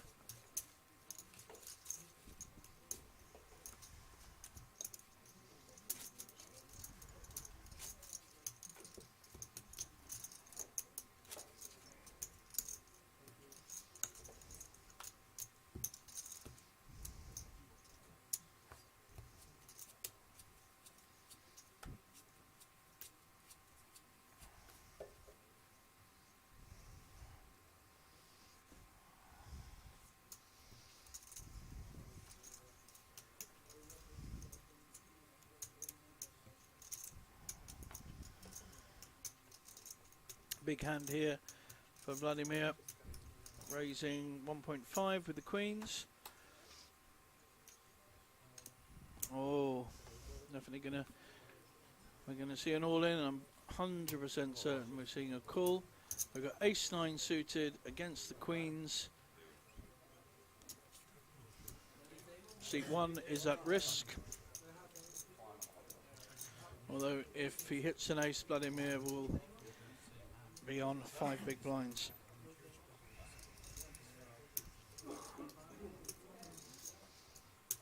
Vladimir's up, hoping his queens hold.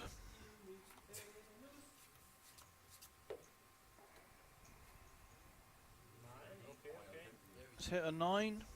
Doesn't really change things much, except another 9 will help.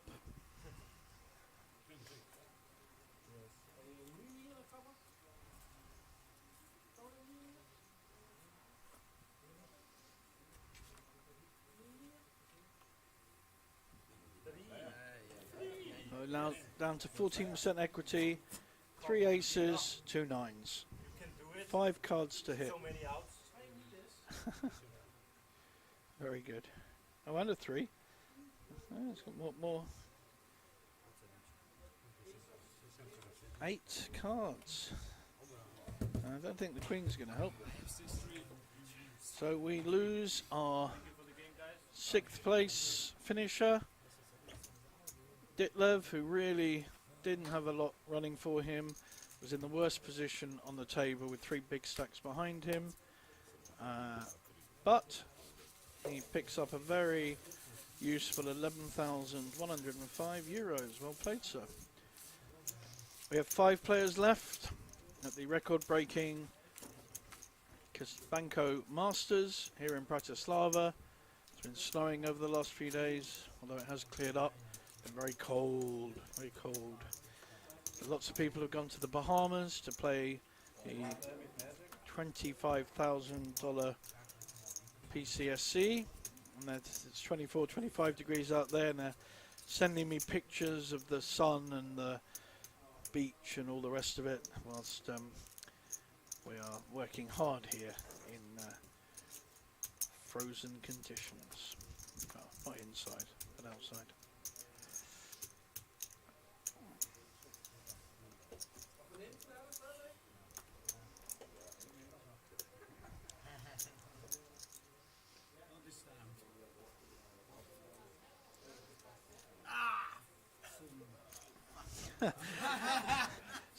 Small blind had 7-5.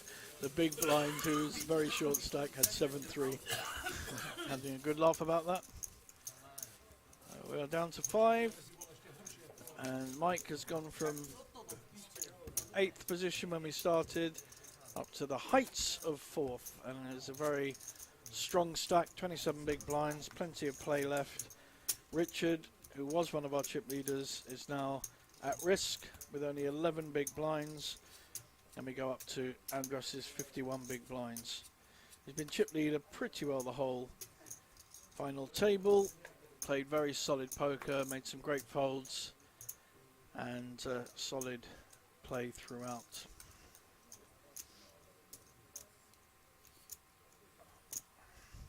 Probably make a move with 5-3 suited now, make me look very silly, which is not hard. Ace on the button, it's going to be raising.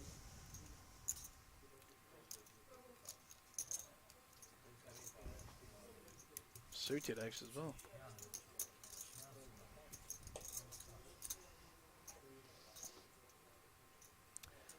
I expect we'll get a call from ace-3 suited. Both got decent stacks.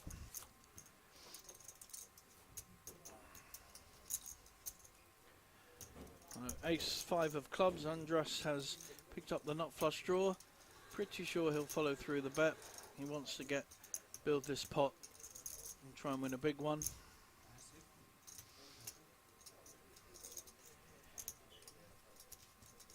He's got roughly double the stack.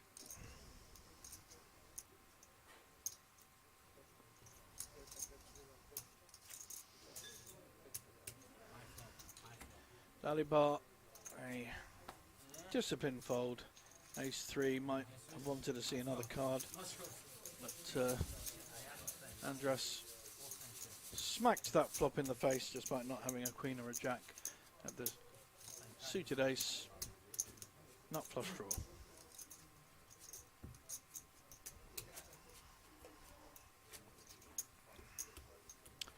So there we're seeing some stats of Andras. A lowish VPIP and pre-flop raise, so he has not been that active and has gone to showdown 1 in 4 hands. A very solid, considered player.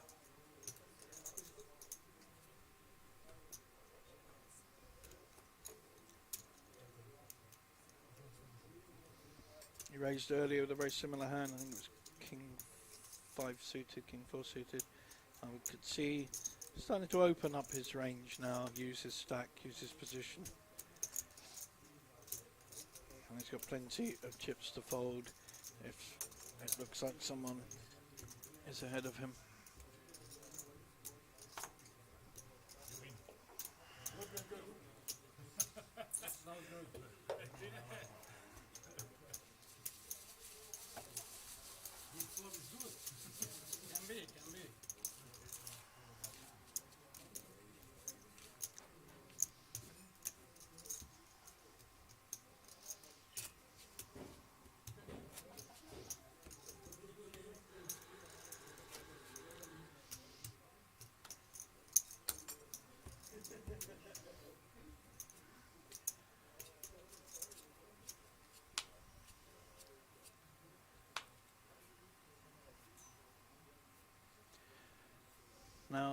Andres, having raised with a couple of wide-ranging hands, now has a premium hand, ace queen. Pretty sure it'll be the same raise, 1.4 million.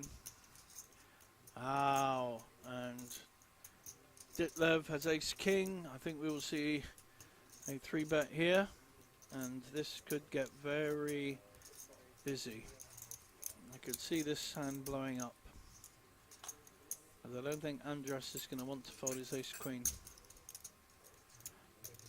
Is Mike going to get involved with his king queen? No, he is not. Good man, but good instincts. How will Andras play against the 4-bet?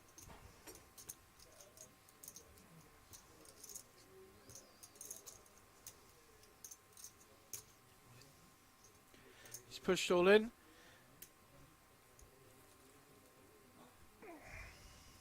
I'm pretty sure he's going to get a call, and it'll be the biggest pot of the tournament by far.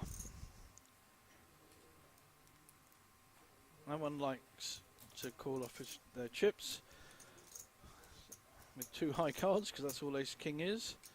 If he only knew what a big hand Andres has, sorry, what a vulnerable hand he has against the ace king. He's 75% favourite with the ace king, but he doesn't know it. He's going to assume, I think he's up against queens, jacks maybe.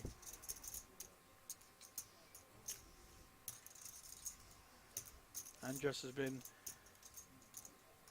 extremely kind of solid, not put a foot out of order until now, but that's only if he gets called.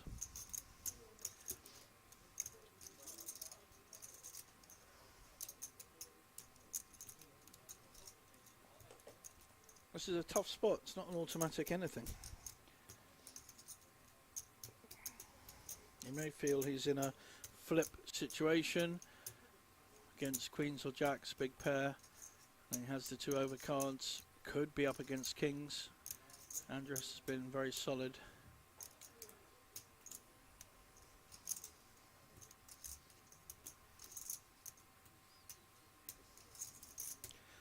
Yep, folds the ace king.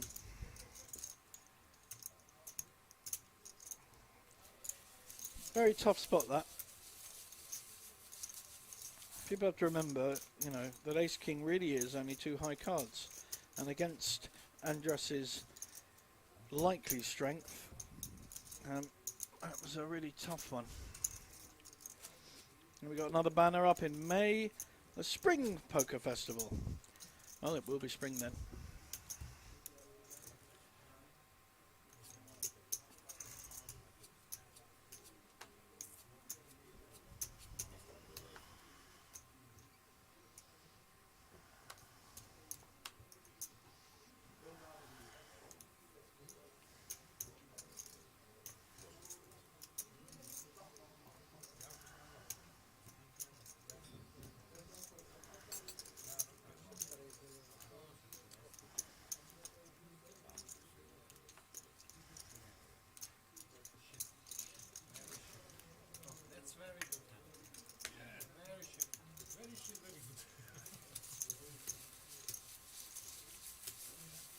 Second time this is 1 queen hands. But tournament, no.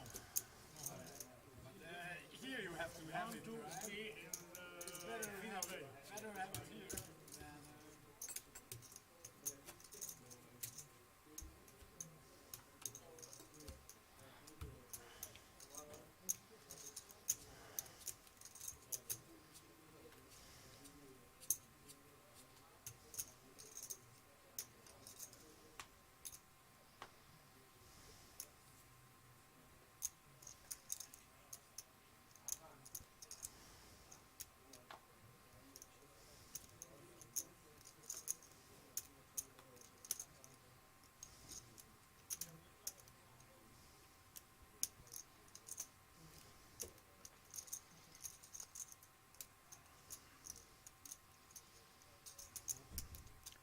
5-4 on the small blind.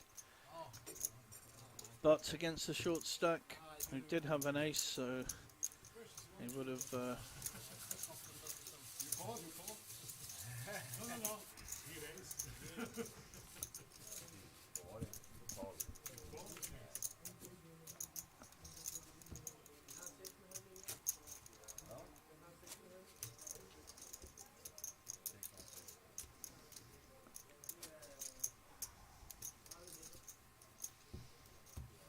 Is it? Break.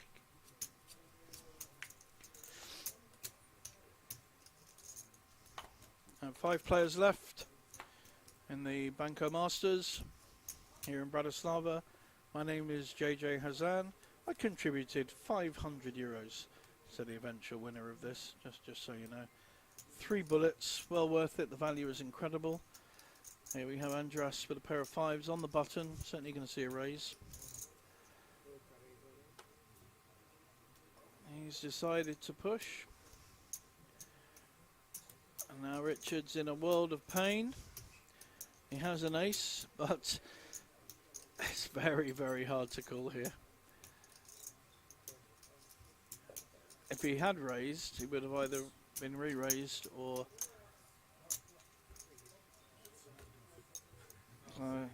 very good play by Andras there. Just took any doubt out of the decision by pushing with it. Someone's got a big hand, they'll call. If not, they're all folding. And that's exactly what happened with the ace-7 with the short stack. Next place out, 5th, will get over €15,000.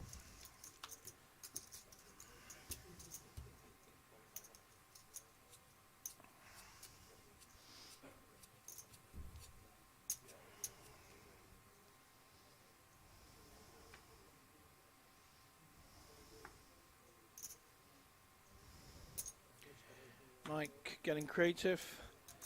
The raise with the 10-9. Only problem with that is that if Richard does pick up a hand, which he hasn't, then he's going to get raised.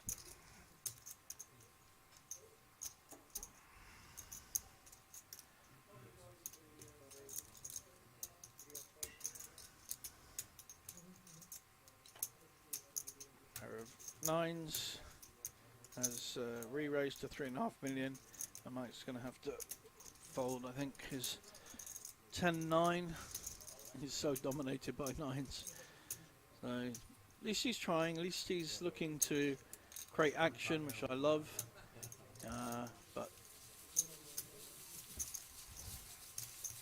he knows he's behind, especially Dalibor, who again has been very solid comparatively speaking. So I think he knows that he has to fold a wide range there. And that's the problem with being too active. He raised in early position, he's still got 4 players behind him to act.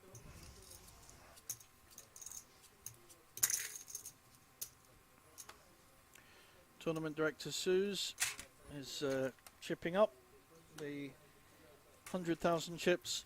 The red ones are 500,000.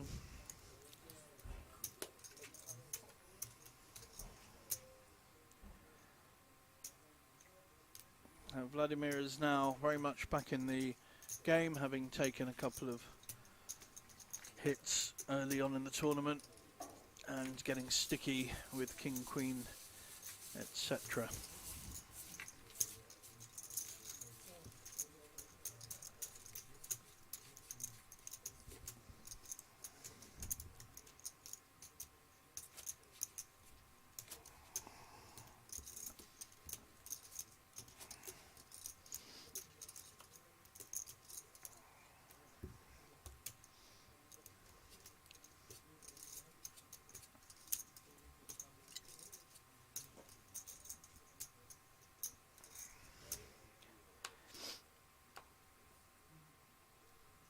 So Richard has 6.6 million, that's exactly 11 big blinds.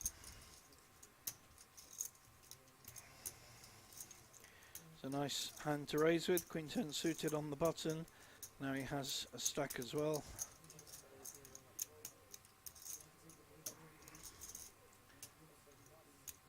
Made Mike fold an ace. Does Andres want to have a look at a flop with a 3-4 suited? This will tell us a lot about the kind of player he is.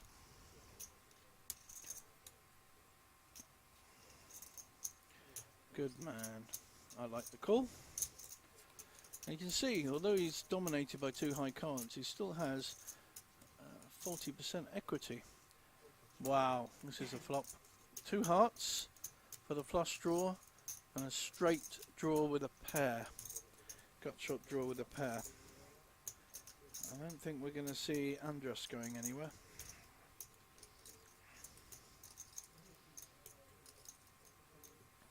This could be a very big pot.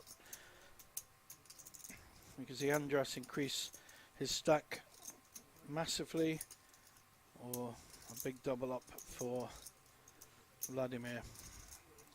See how aggressive Andres wants to play it. He's going to assume that Vladimir has 2 overcards, but he doesn't want to get... His style has not been to play big pots, it's to try and keep pots small. Vladimir has now hit his flush. He's going to continue to bet.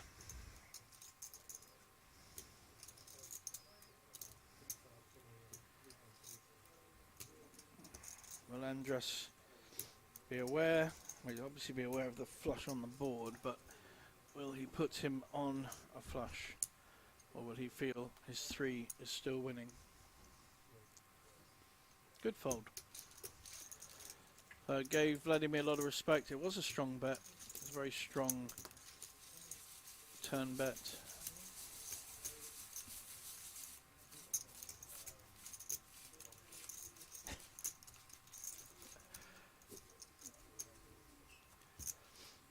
We see an announcement of the bad beat jackpot. 105,000? Wow. I would like to be badly beaten for 105,000. Don't all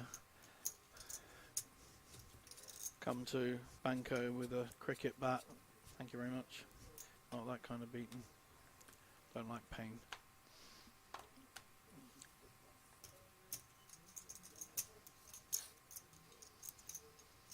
Yeah, Vladimir not going to be too creative. Oh, I like this. Mike raising on the button with the 5-4 suited. Andres just snap folds Queen 9. And we're going to see an all-in here for sure by Richard. And I think Mike will then fold his 5-4. He's taking his time, he's looking considered, but he knows exactly what he's going to do. Those chips are going to fly in, baby.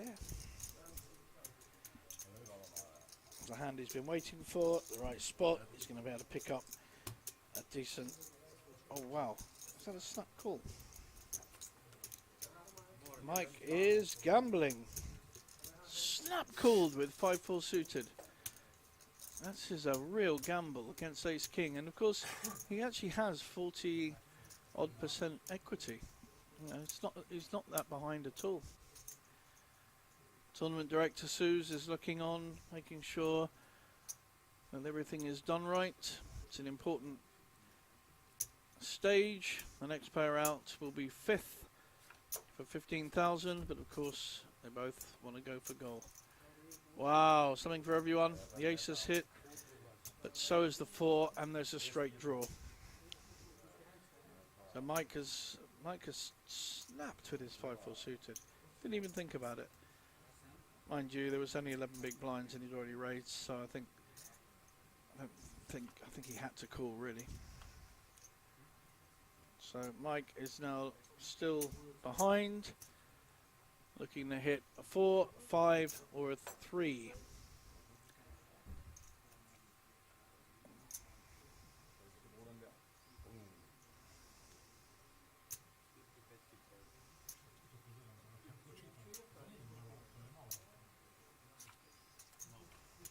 Wow, there it is, the 3. He's hit us straight to the 5. Poor old Richard waited for a big hand, ace king, but I think Mike has really played some very good poker on this final table. He's taken risks, he's made moves with the short stack, he's been very brave in how he's played, and I think that call, that snap call with 5-4 suited, I really like. It's a risk, but it's a considered risk. He's come here to try and win the tournament, not to ladder up to 4th or 5th. If you look there, you'll see his VPIP is high, 25%, it's the highest of the lot, and his pre-flop raise is higher than everyone else. So, you know, he's playing the most poker of the lot of them. And we're now 4 left. We're going to be getting close to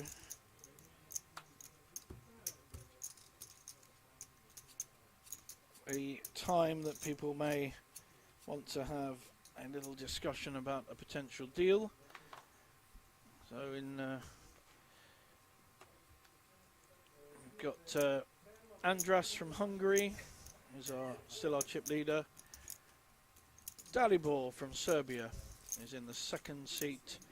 Vladimir, who started as chip leader, one of the chip leaders earlier today, and in fact he was chip leader at the start of day 3, he had 15 million, has dropped right down to short stack and has come back. He's fighting very well.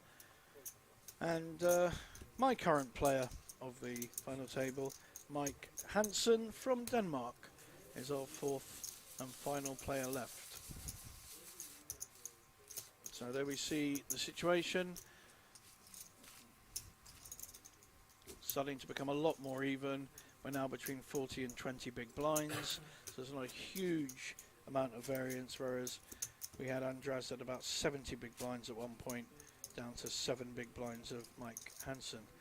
So really good play, good laddering, used his short stack effectively.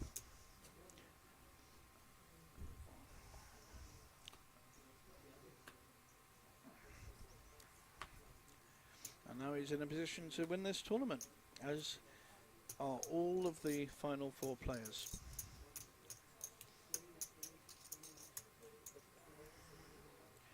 So just a call in the small blind with Queen 4.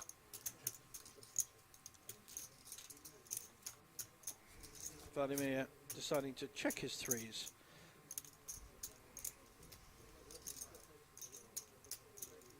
He's going to bet this.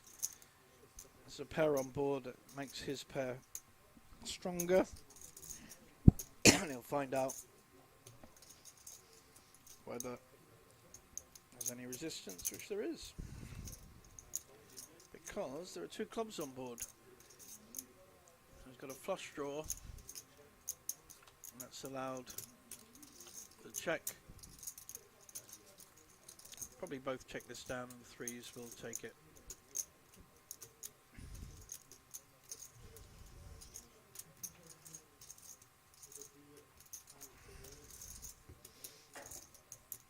And now, knowing that he's seeing 3s, I think Dalibor is regretting not playing that hand more aggressively. Should have bet the turn, he's thinking, and the 3s would have folded. And he's probably right.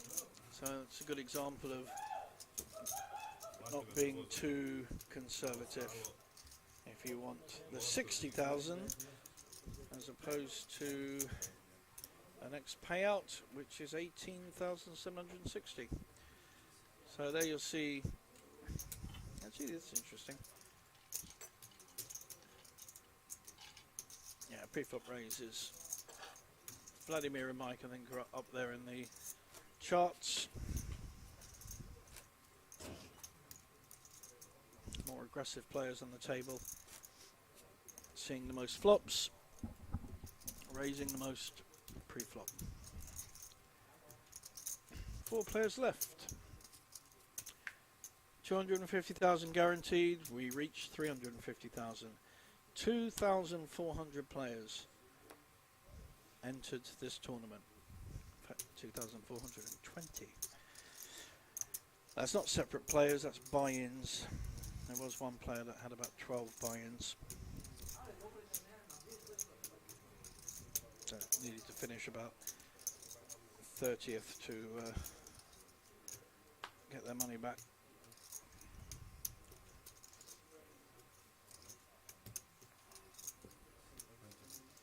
So we've got a raise with the 8-9 offsuit. Mike's not taking any nonsense. He's shoving with his ace-4. Again, very good instincts. Very good instincts. Felt Vladimir was just making a raise with kind of a fairly random hand, which is exactly what he was doing. Getting confidence from his supporters in the room.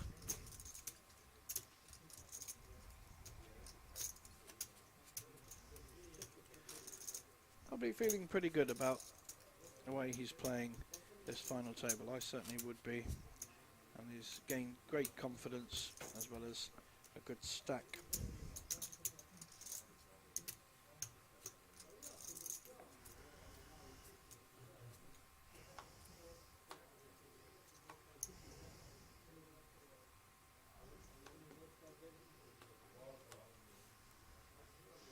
Vladimir now on the button. This time he's got an ace, so there's only 4 players in. Makes the range of hands much stronger, so a mid-ace, you wouldn't normally want to be playing 8-9 handed. But when you're down to 3 or 4 players, it's a much stronger hand than it might be otherwise.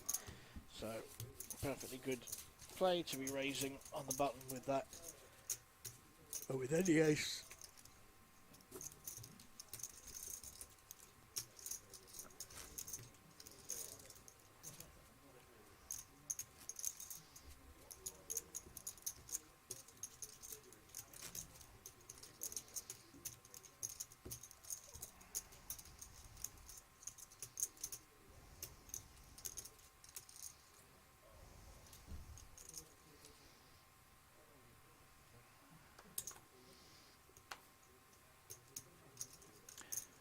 Another ace for Vladimir, this time a better one, a suited ace-8. Let's hope Mike doesn't get too out of order with the queen-5, he didn't.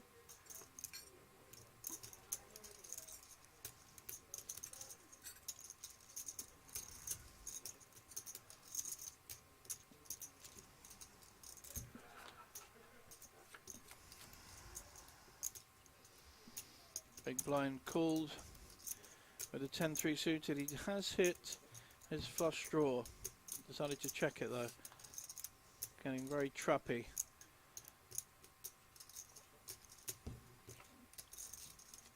Waiting to hit. He's hit his 10 instead.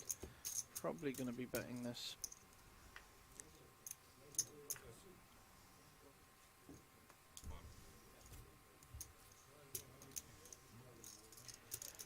Gets called by Vladimir, who thought his ace might be good. Also gets to see his hand.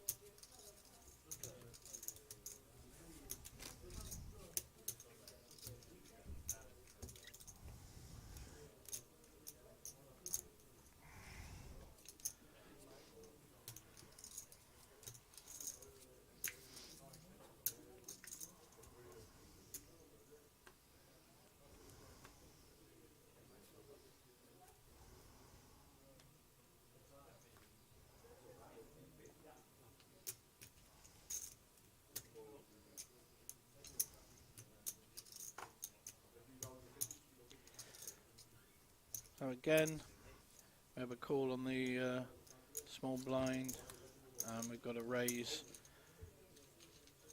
with the a7, takes it down. Of course the blinds come around very quickly when there's only 4 players. Every 4 hands you're in the big blind again. Looks like we're going to have a quick break, maybe to discuss a deal. I think that looks like we're going to do that.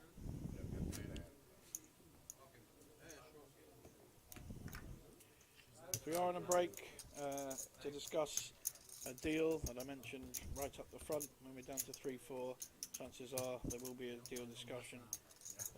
Usually takes about 10 minutes or so. But not happened yet.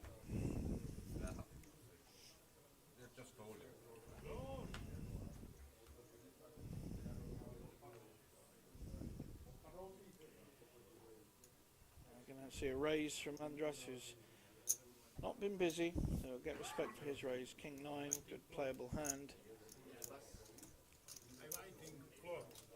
6-3 folds, and then we're down to the small blind.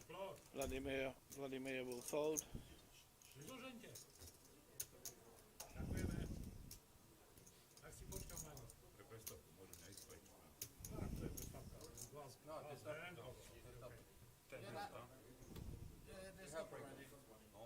Last hand.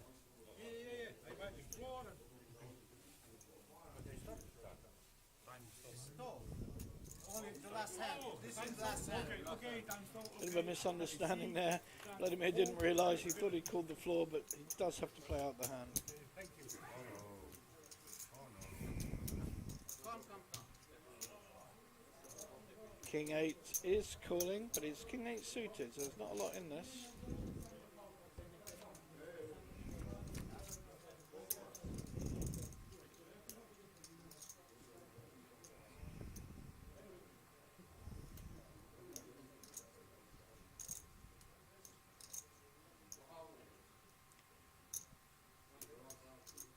Andras was the pre-flop aggressor. We'll probably get this one through. Yep. Well played, sir.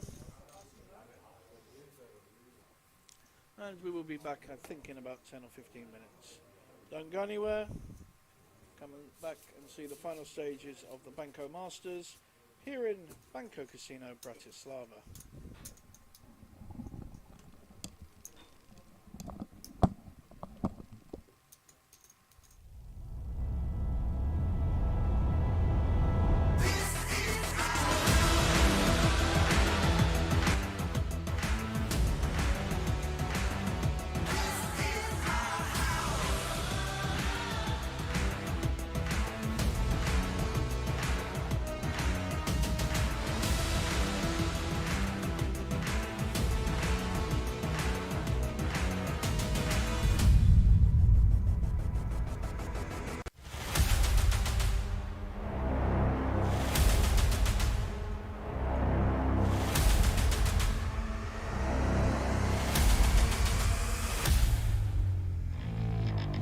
Look, in due time, just one try to get it right.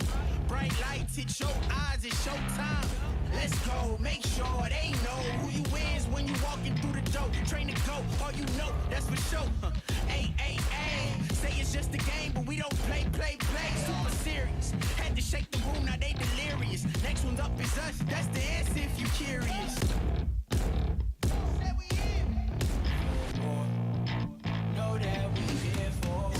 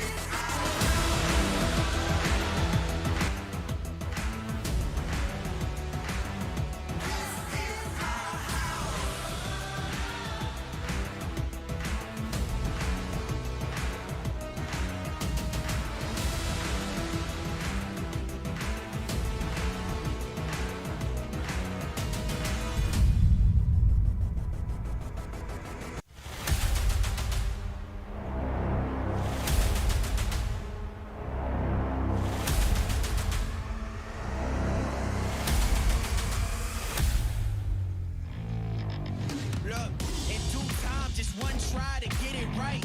Bright lights hit your eyes, it's showtime. Let's go, make sure they know who you is when you walking through the door. Train to go, all you know, that's for sure. Ay, ay, ay, say it's just a game, but we don't play. Super serious, had to shake the room, now they delirious. Next one's up is us, that's the answer if you curious. Know that we here for.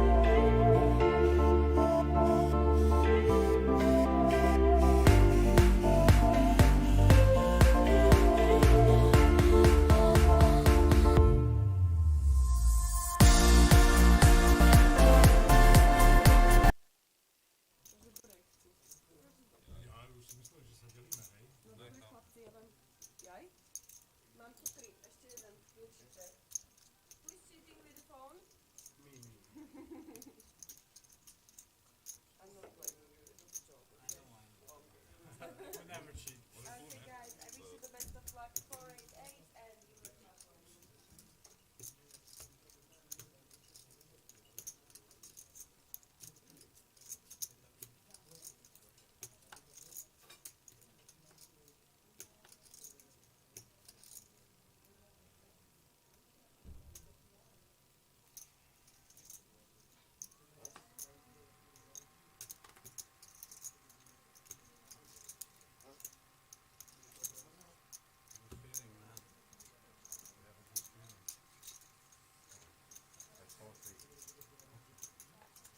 Not suited.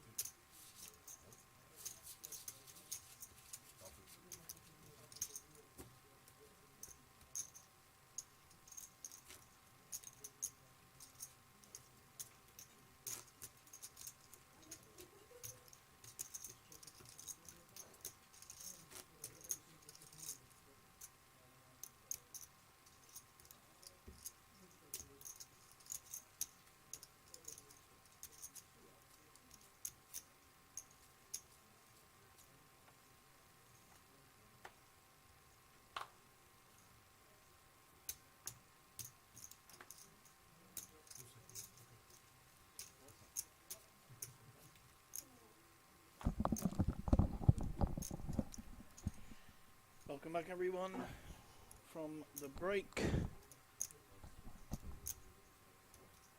Andras making up the line there with King 5 against 10-6. So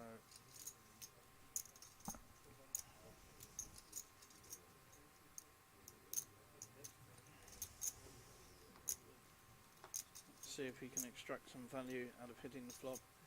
Yeah, nice bet there, takes it down.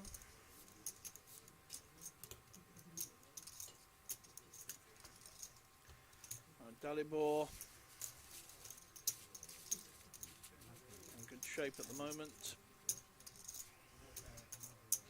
4 players left.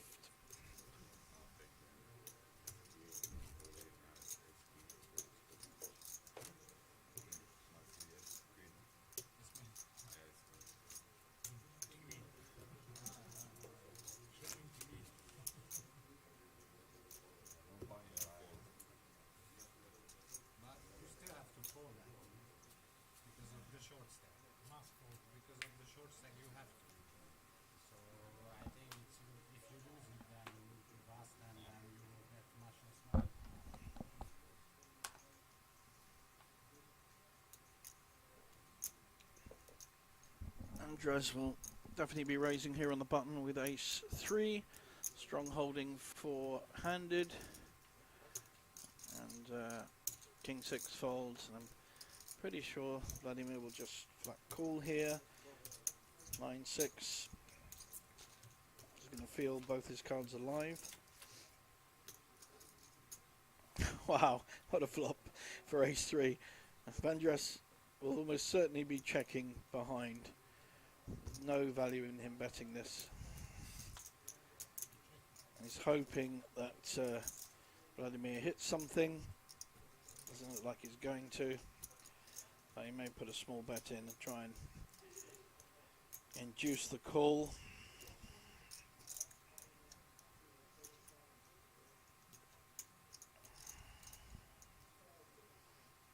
Small 1 million-ish bet. An immediate fold. Unlucky. It's such a good flop. And he's sized to himself because that was a kind of hand that if Vladimir had got an ace or a pair, he could have knocked him out quite easily with that hand because he underrepresented on the flop. And he's ruining his luck. You can see what's going on in the brain there.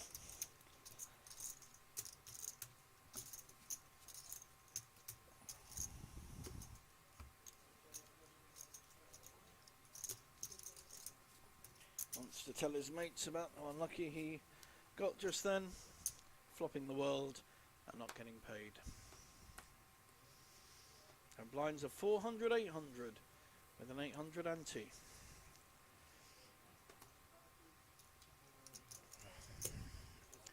Vladimir just gives up, and Mike actually had a playable 10-9 hand.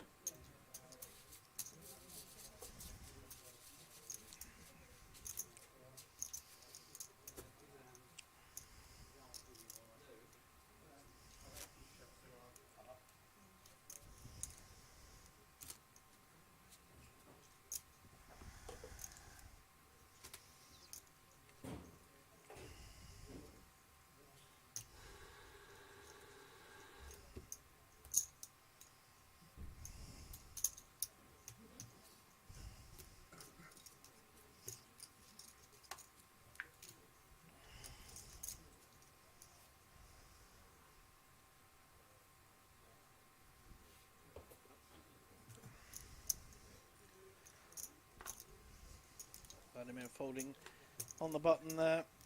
It's going to be a slowish process now.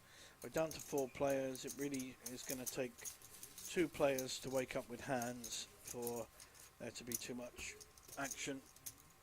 It's often the way at this point in a tournament where things slow right up.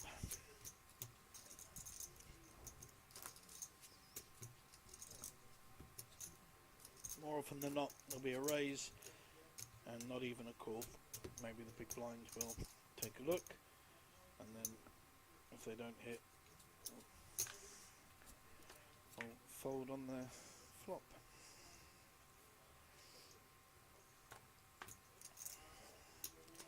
And Vladimir going to be creative with his 6-5. Decided against it. Mike not raising with 10-7 there. May have missed an opportunity. I think he'd have got it through. If you see the hands, again the range should be expanded. You should be looking at raising with your 10-9s, 10-8s, 10-7s, Jack-8s, sometimes not even suited as the range widens. So here, the Slovak Poker Open coming up in February. The warm-up, just the warm-up, 50k guaranteed with a €100 buy-in. Unbelievable. So that's, wow, 500 entries, 500 entries. That's a lot of people to play a warm-up tournament. It looks like a very exciting event coming up in February. Let me look at my diary.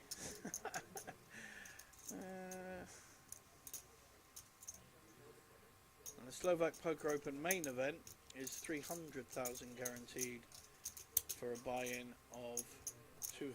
So some great events there. And there's even a little €50 warm-up on the 10th of February with 15,000 guaranteed. So they're expecting a lot of players from around Slovakia and neighbouring countries like Hungary, Austria, Czech Republic. So it looks like it's going to be a very good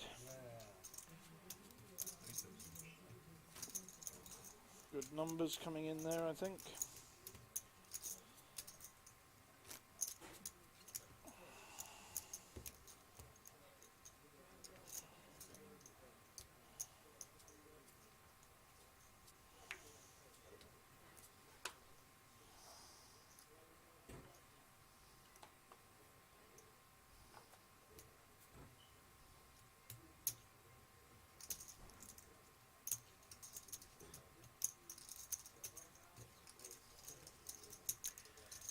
Here, this looks like this is brewing to be a big pot.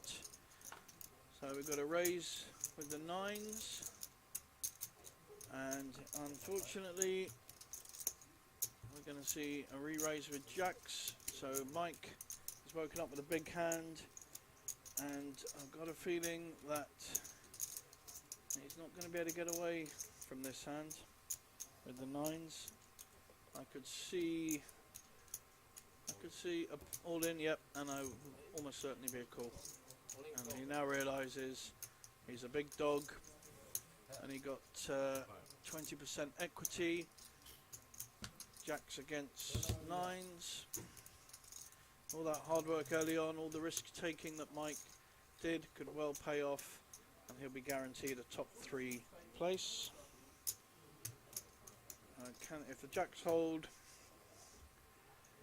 against the 9s,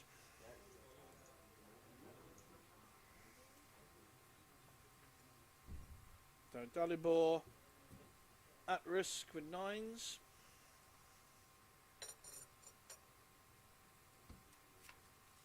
No, he's actually slightly covers. Wow, what a flop. Flush draw and overpair for Mike, and up and a gut shot draw for Dalibor.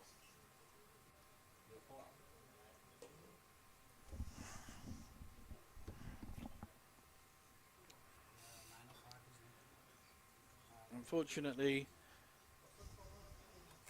one of the draws, 1-7 would be a heart, so he only has 3 cards to hit plus 2 9s. 5 cards to hit, you can see up there, 3 7s and a 9. The wrong 9 hit, so he hit his set, but that gave the flush to Mike. Wow. Well, his supporters very happy about that. And he now really is in a great position to win this tournament from being the short stack at the table. It just shows you. I've seen it happen quite a few times. A friend of mine, James Aikenhead, who actually lives in Prague in the Czech Republic, is an English poker player, did the same a couple of years ago in London. Was the absolute short stack at the table and went through to win it. And I wonder if the same will happen to our Dane, remaining Dane in the table. We started with 2. Mike Hansen. Well, the chips are being counted, but I think Dalibor, despite hitting his 9, like I said, it's the wrong 9, is going to be left with very few chips. And we will pretty soon be down to 3. Andres has gone for a wander.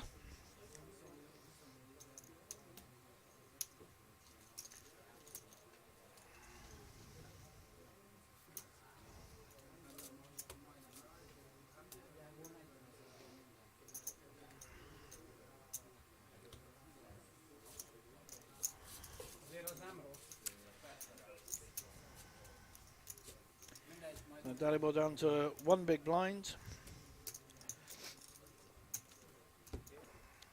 And then come around pretty quickly with only 4 players.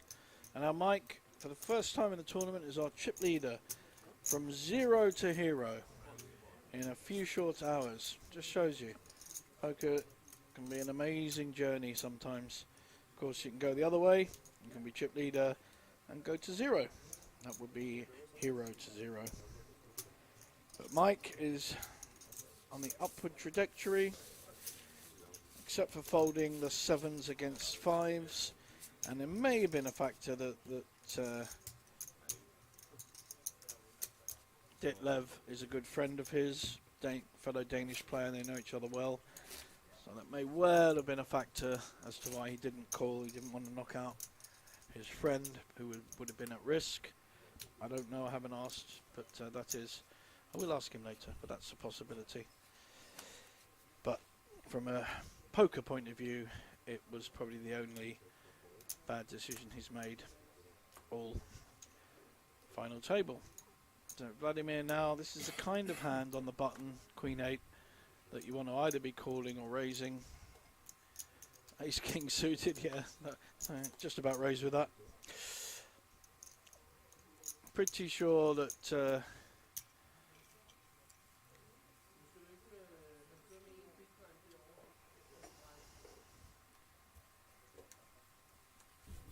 Zandra's going to get in trouble with his Jack 5 suited.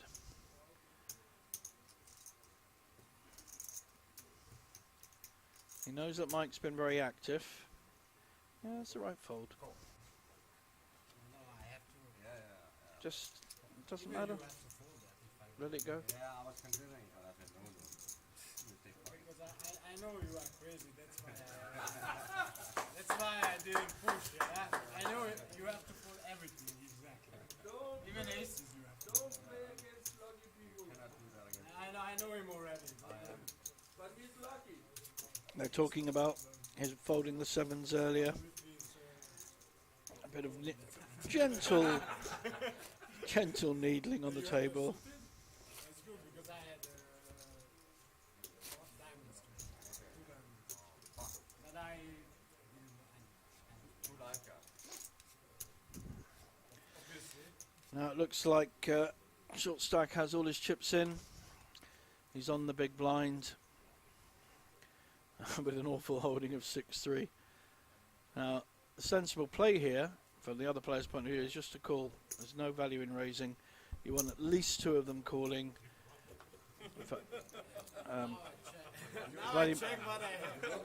Vladimir should have called as well.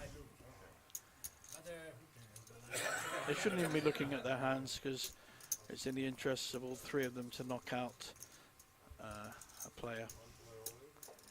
This is a situation Vladimir may not have faced too much, but should have called. No need to bet. Just let it run through. At the moment, the 10 is actually winning, but he also has a flush draw. So the 6 of hearts and 3 of hearts are no good to our Short Stack. Now here's the 6 of hearts, and he may think he's in good shape here. I'm not even sure he's looked at his cards, but Andras has hit a flush. It's just, I'm not sure there's any need to bet. And shrug of the shoulders means we have Dalibor Kolowski finishing in 4th place. Picks up a very tidy 18,760 euros. He's still ruining the 9s against the jacks. And we are down to 3 players.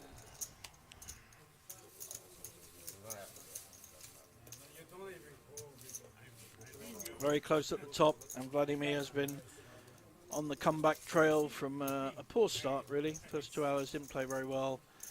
Got very sticky with hands like King Queen. Didn't run that well either, and then he's built back. Very good return. He was our quite big chip leader. He had about 15 million when we started day 3 with 16 players. He was the chip leader. 15 million, as you can see, would be quite playable at the current point. A nice hand from Mike, 8-9 suited with 3 players.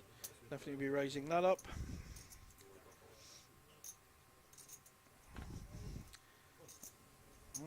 Vladimir peeling with a 6-4 offsuit. At least he knows where he is. So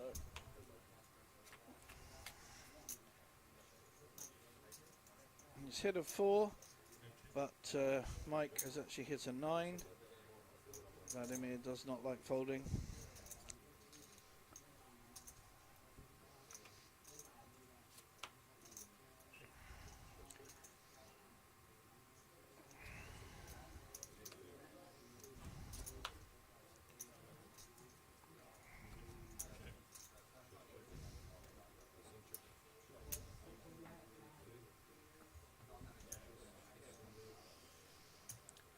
I think Vladimir gave up a bit on that.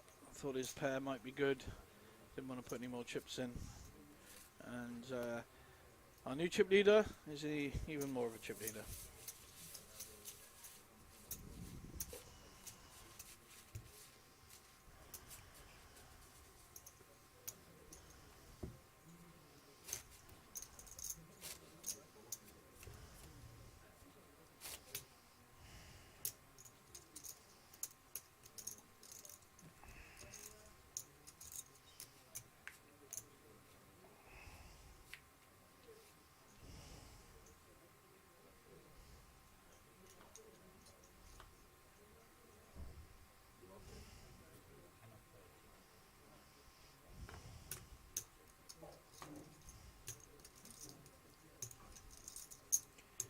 Seven, 6 suited. Very pretty hand is raising Vladimir.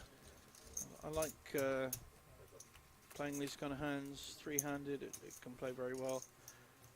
He's actually hitting up and down. 4, 5, 6, 7. It's a very good flop. For 4, 5, 6, 7, he will follow through.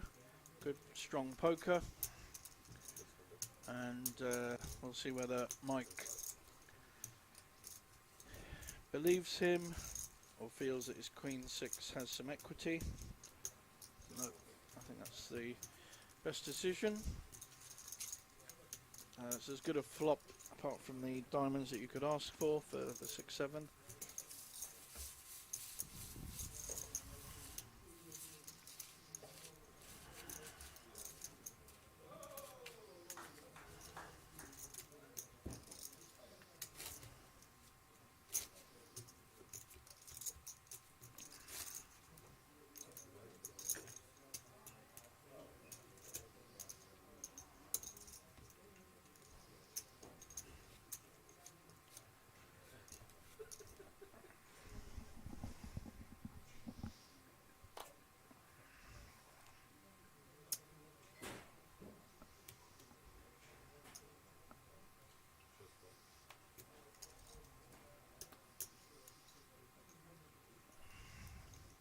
We've got a pair of 5s.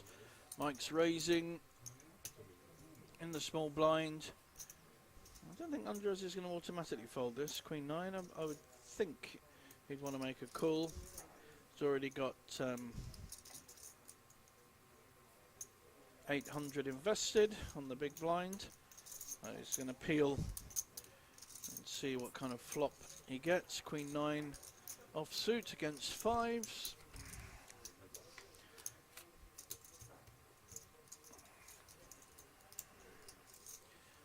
A lot of overcards to the 5s. Will Mike play this aggressively? At the moment he isn't. It's checked. Good opportunity for Andres to bet. Is declined. That creates a lot of counterfeit opportunities. The 5s could well be counterfeited by an ace and 8.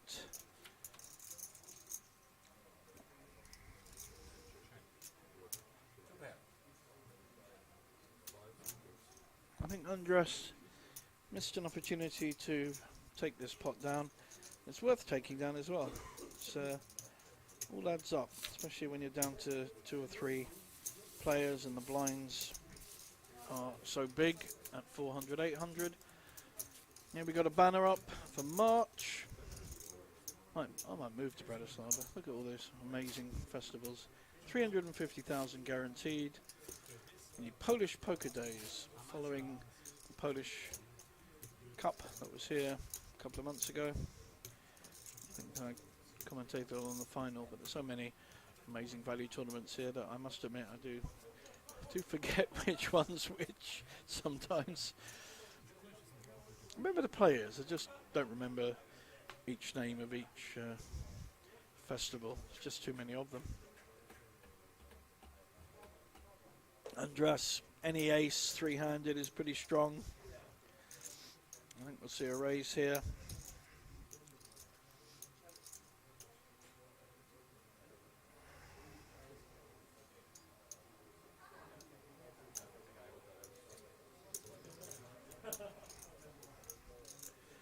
$2.1 million.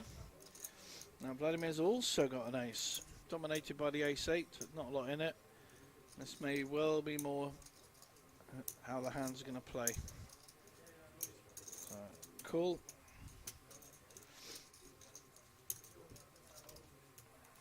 So we already have 5 million in the pot. Significant. They've both hit. Wow, they have both hit.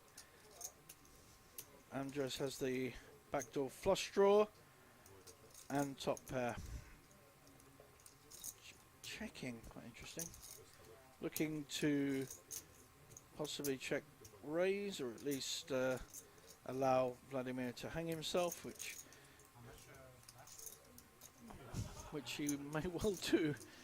It's very hard to fold second pair when you've only got 3 players, or when you're heads up with a player. Andras considering whether he raises here or just calls.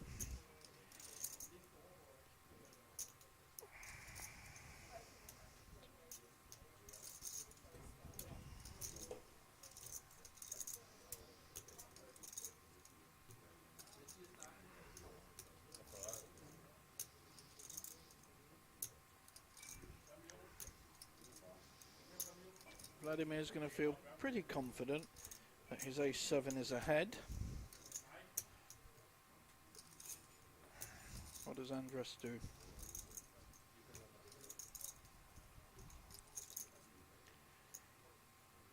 If he does shove or make a significant raise, very few hands that Vladimir can have to make the call.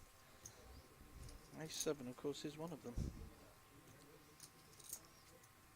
You'd have to really have an overpair, obviously a made hand like 5-6 or 6-9 suited, preferably spades.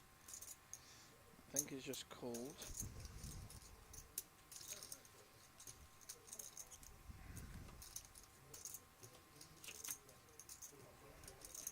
Queen hasn't affected anything. It'll be possibly a check call. There might be a check behind actually. Vladimir may slow down. And he has. And again, I think we'll see 2 checks. And Andres will take a good size 9.6 million pot. They only get called by a better hand. 5 makes a straight. 9-10 makes a straight. Could have spiked a queen.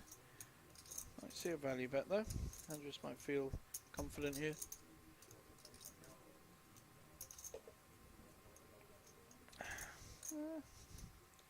Interesting. Might well get called here. Looks a bit bluffy. Yeah. I think, called by Vladimir, so he's now lost a 14 million pot. It's unfortunate, really. I don't think anyone did anything wrong, particularly in that hand, Andras. A lot of pot control, didn't go mad. Nice value bet on the end when he felt secure. And like I said earlier, Vladimir would have felt that his ace-7 is ahead of most ranges. So just got a little bit unlucky, but it means he's very much in 3rd place. The 2 chip leaders, 42 million each, over 50 big blinds, and Vladimir down to 13 million, 16 big blinds. So at the moment they haven't been talking about any kind of deal, but we've got 25,000 for third, 37,000 for second, and 62,000 rounding up to in first place. So we have about 122,000 in total left in the prize pool. That's a lot of money. I know I'd be looking at talking about a deal right now. But let's see what they do. Vladimir making moves now. He feels he has to. With Queen 3. Mike getting sticky with a 7-6. Like it.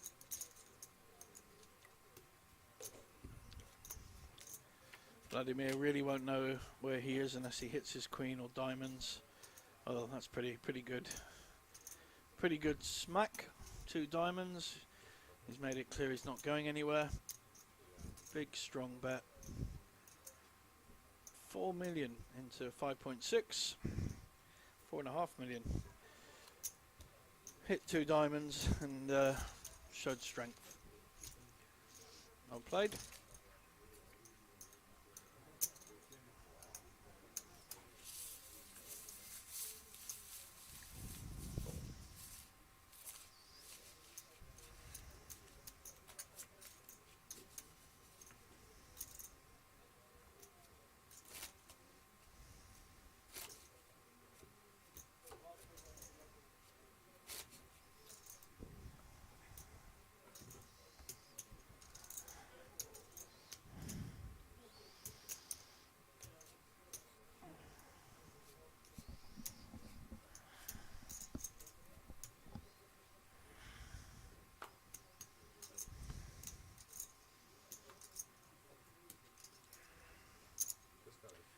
A7 snapped by Mike. Didn't even think about it. Jack 4 suited, and Andras will be re-raising here with the queens. Making sure we can all see it by putting it in the card reader box. Just figuring out how much he raises. So I had a raise and a snap call. I think we're going to see about 4.5 million go in here. No, he's decided he doesn't want any opposition at all. He's raised all in, and I'm pretty sure we'll get 2 folds. Putting massive pressure on Vladimir with his ace.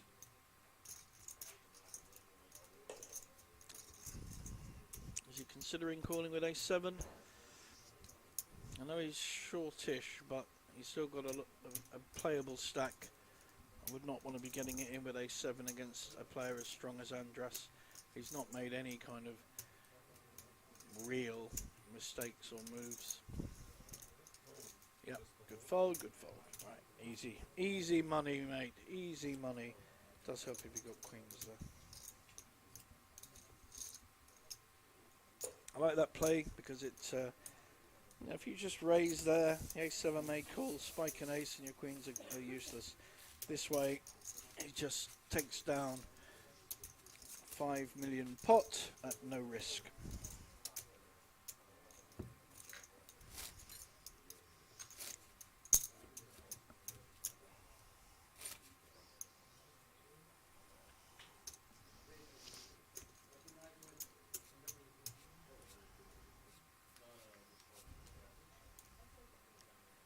So like I said, go on to the bancocasino.sk website and you'll get to see, click on the events on the left hand menu and you'll get to see all the amazing high value tournaments coming up in February and March.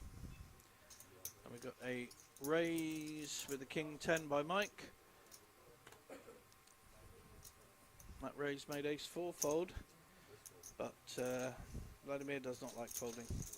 So Jack 2 suited is called on the big blind. King 10 has smacked this with 2 pairs, and Vladimir is up and down, but decides that the risk is not worth taking.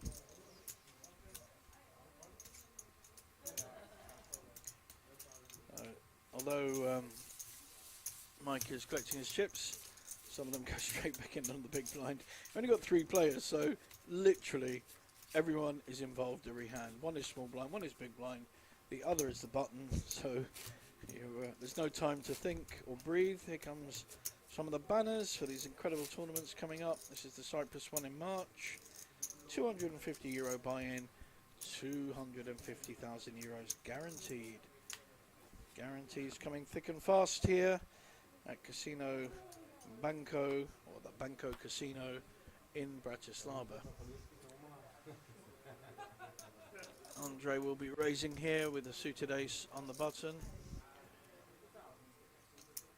I don't think you'll need to go all in at this point. He just has no information about the players behind, so I think a fairly normal raise, something like 2 point, no, just a bit less, 1.8 looks like. Yep. The blinds have nothing and just fold.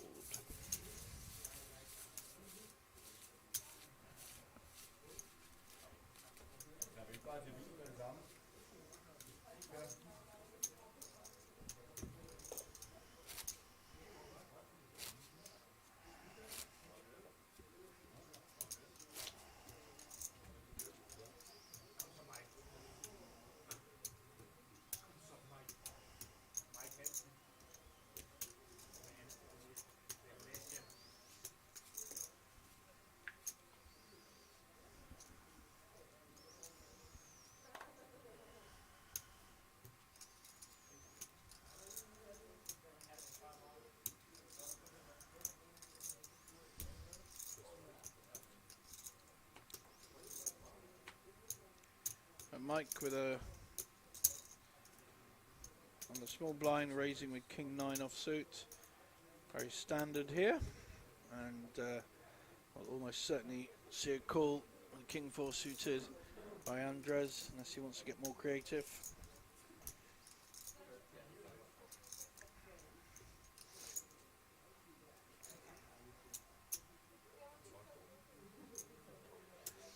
Now 2 to the flop, both with kings, 1 suited and 1 un.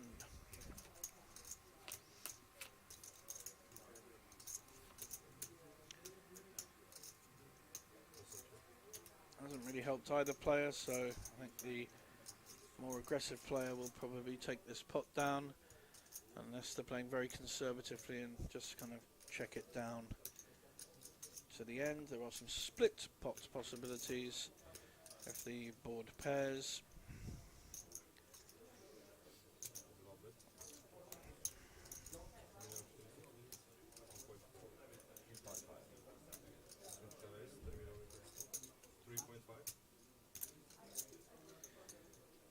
Very nice play here. So Andre has bet and Mike has raised, so he's putting Andras to the test. He doesn't have much of a holding himself. This is really good poker. Andras not going anywhere. Is he going to come? Oh, we're going to see a 4-bet. Is he reading that Mike's aggression? Nope.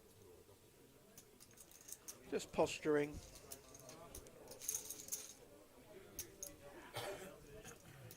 Great poker by Mike.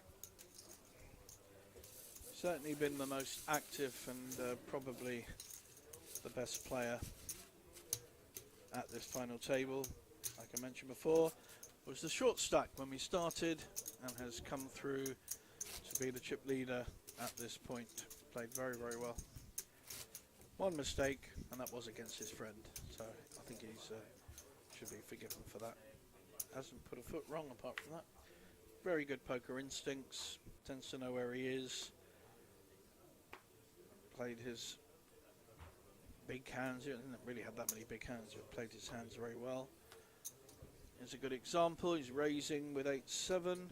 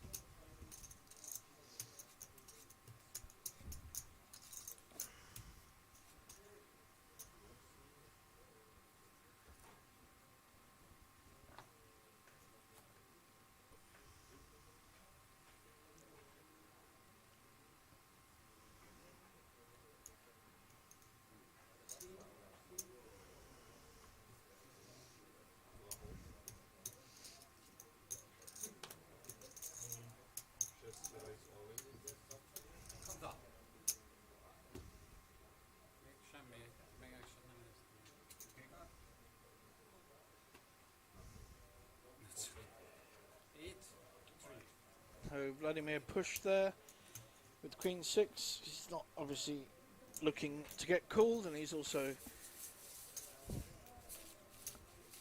making the most of his position there. He knows he has to make moves to increase his stack, so he's going to do it without hands and hope that he gets hands, and if he does it too many times gets called when he has a hand. So you have to sometimes take these risks when you're short stacked to put the maximum pressure on the larger stacks so that they fold.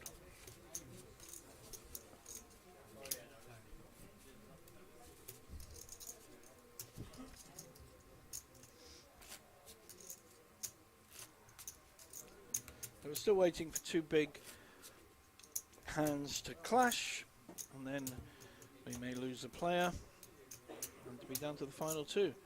But we are down to 3 here at the Banco Casino in snowy Bratislava.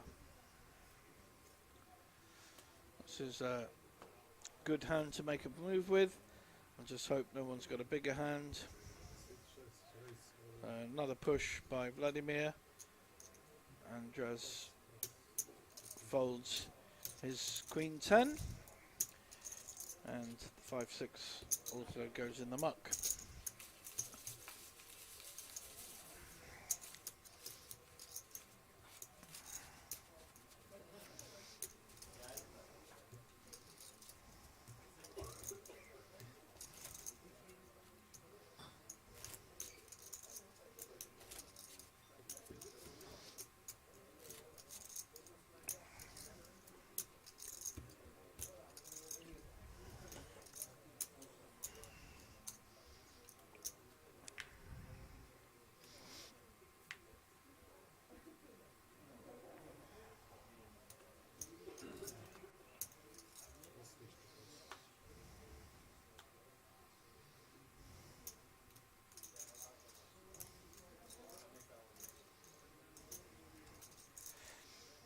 Andras not getting much in the way of cards at the moment.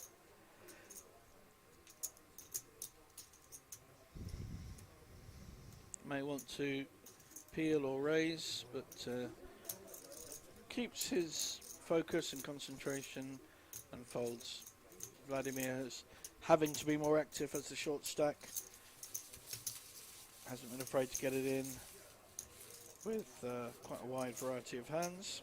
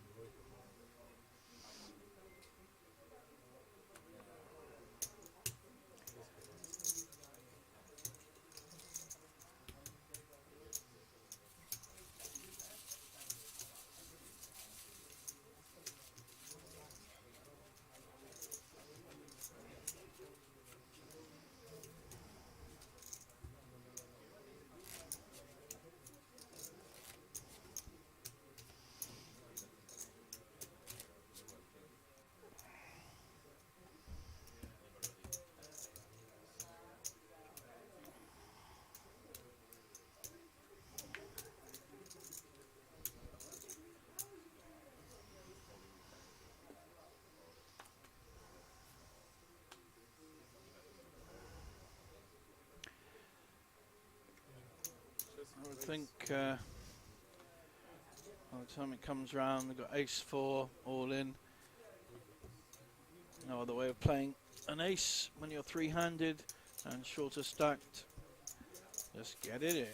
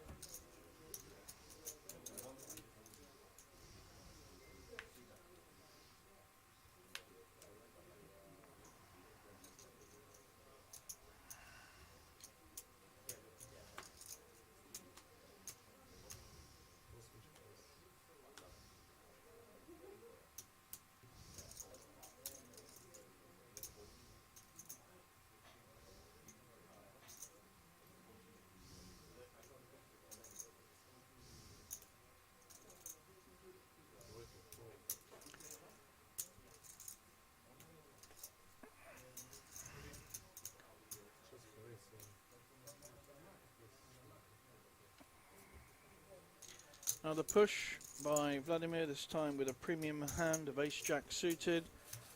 A lot of his pushes, like I said earlier, are gonna get through.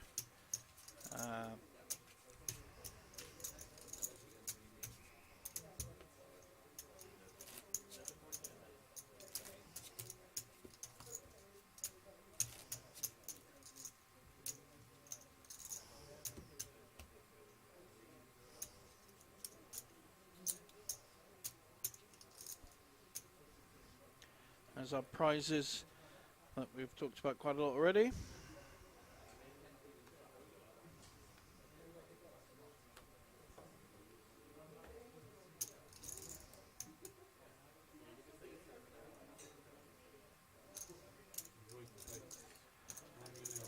Very playable hand.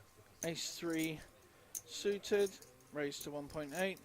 However, we have a mid-ace. At the moment, he's been shoving with these. Let's see how he plays this one.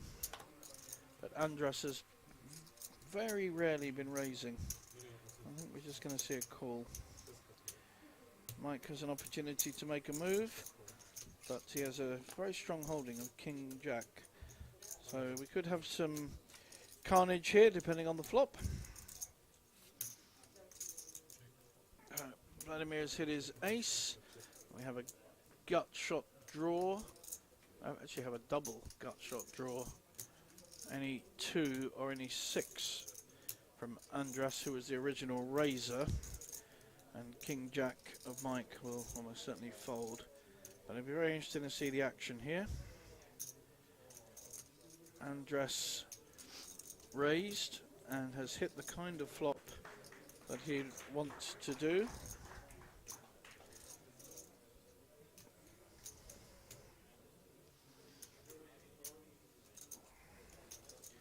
He's been mainly playing small ball poker.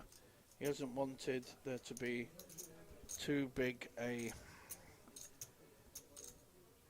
pot, so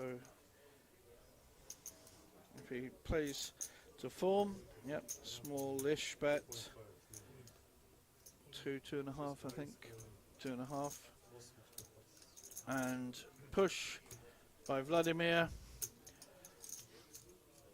Very hard for Andras to call this. He's got himself in a world of pain.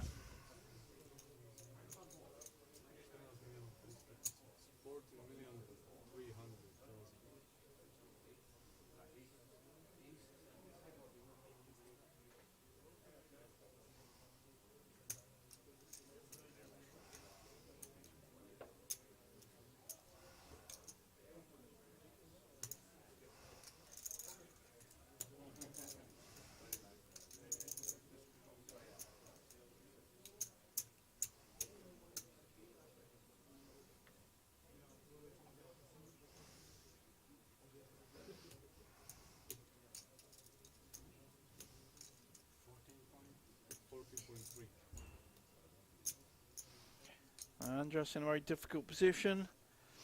12 million to call for his double gutter, as we call it, double gut shot. And probably takes the difficult but sensible option to fold. Once Vladimir's hit his ace, he's not going anywhere.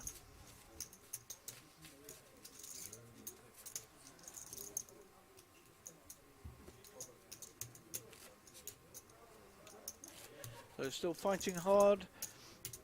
He was on 15 big blinds at the last level, and I think he would have increased a lot from there. We'll see soon how many chips each player has got.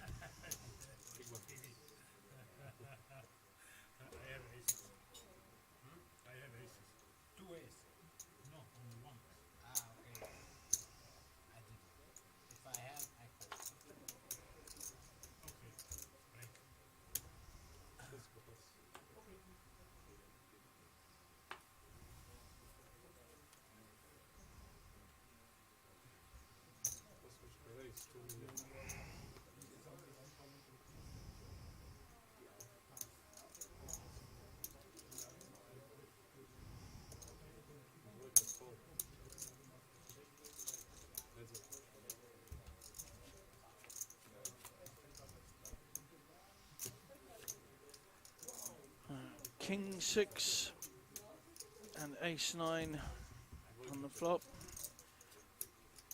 Andras is going to feel a little bit persecuted at the moment. He's not running that well, not getting big hands, but he has hit his king.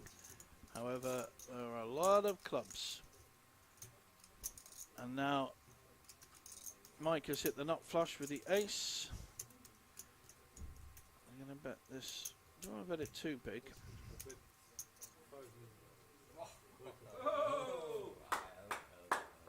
And an immediate fold. Very good fold by Andra. Looks like they are about to come into a break. That went very well. That whole session went very well for Mike.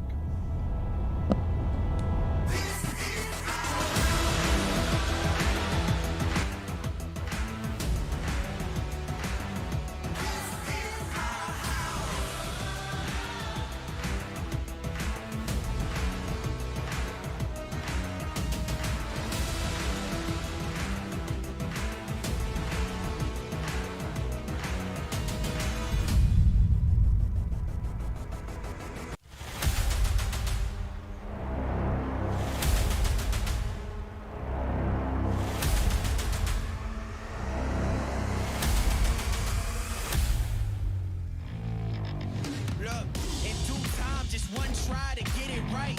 Bright lights hit your eyes, it's showtime. Let's go, make sure they know who you is when you walking through the door. Train to go, all you know, that's for sure. Ay, ay, ay, say it's just a game, but we don't play. Super serious, had to shake the room, now they delirious. Next one's up is us, that's the answer if you curious. Know that we here for.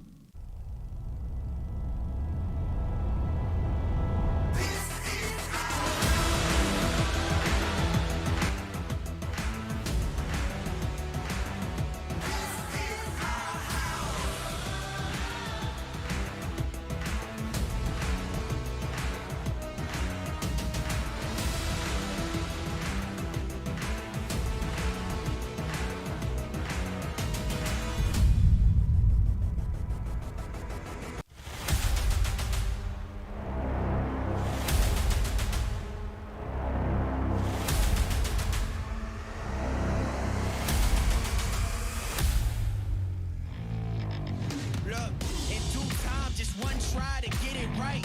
Bright lights hit your eyes, it's showtime. Let's go, make sure they know who you is when you walking through the door. Train to go, all you know, that's for sure. Ay, ay, ay. Say it's just a game, but we don't play.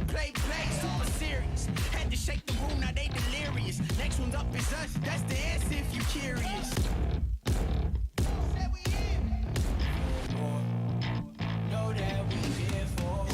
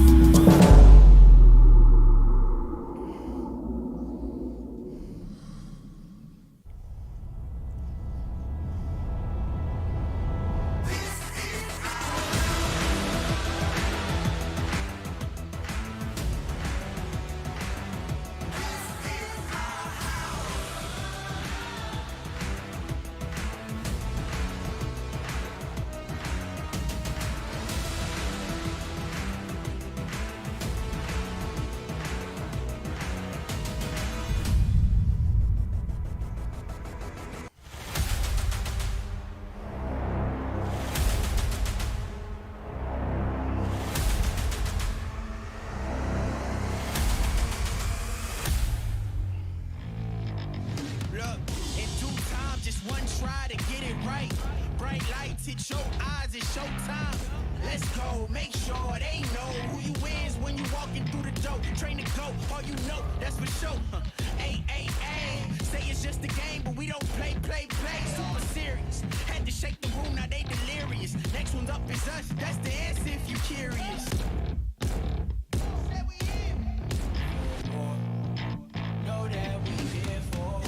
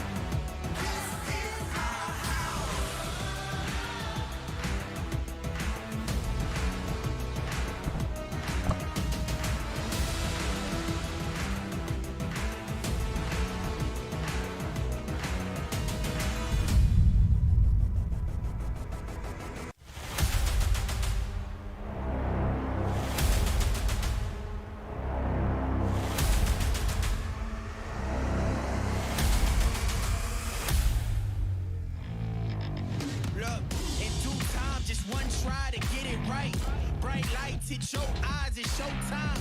Let's go, make sure they know who you is when you walking through the door. Train to go, all you know, that's for sure. Ay, ay, ay. Say it's just a game, but we don't play. Super serious. Had to shake the room, now they delirious. Next one's up is us, that's the answer if you curious. Said we in. Know that we here for.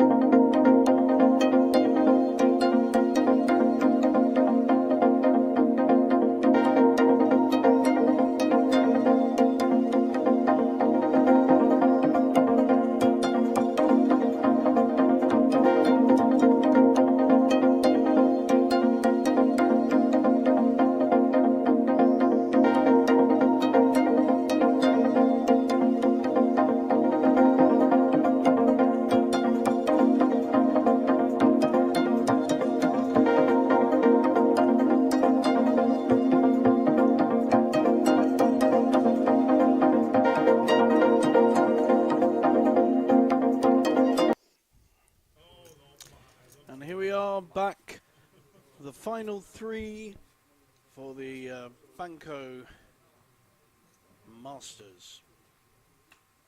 We can see the chip stacks of the three players. Here's a nice raising hand. Mike has ace-10 suited on the button. Going to take a good hand to call.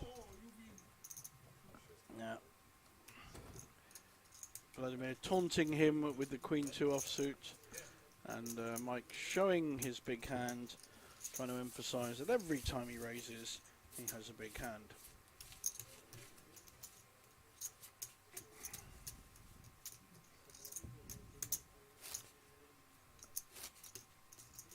So I understand that a deal has been discussed between the three players remaining in the break, and under ICM, which is a standard international way of working out how much players get according to how many chips they have. I can tell you that we have an agreed deal. I'll just wait to this hands. We're going to raise with ace-3 on the button. Andras raises.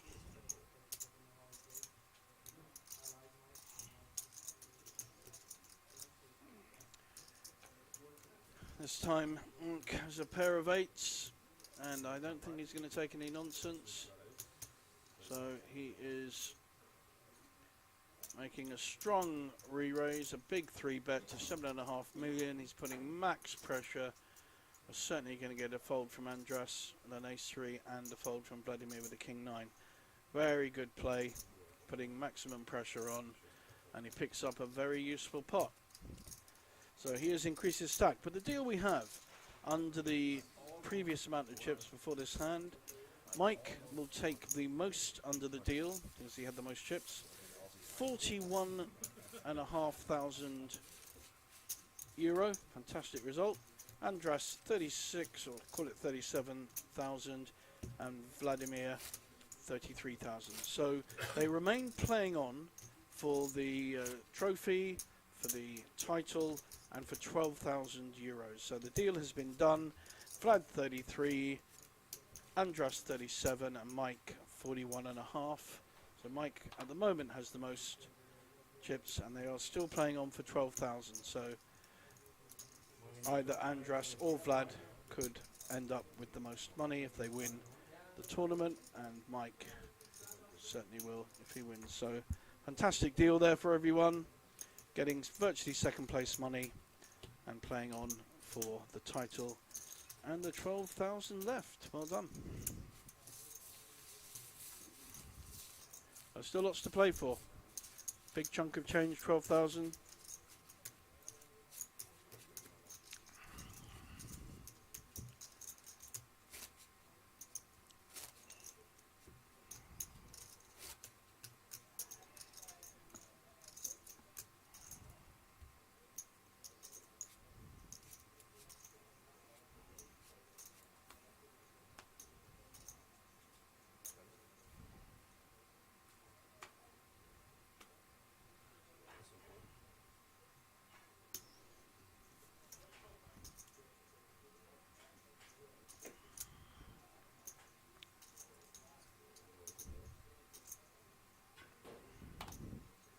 Andras calling with a queen-6, and Vladimir checking behind with a jack-4.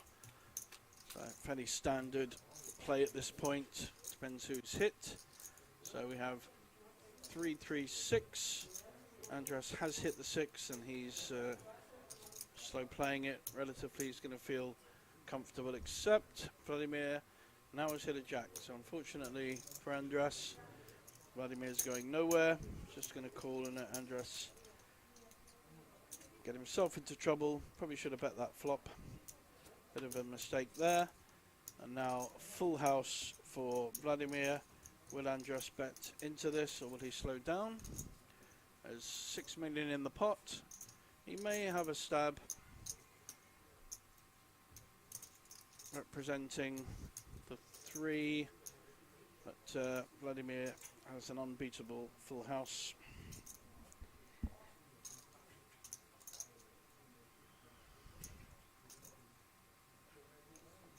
Andras making a very strong attempt to take this pot down, but he has run into a full house and he got himself into trouble there by not betting the flop. If he bets the flop, I think Vladimir folds his Jack 4.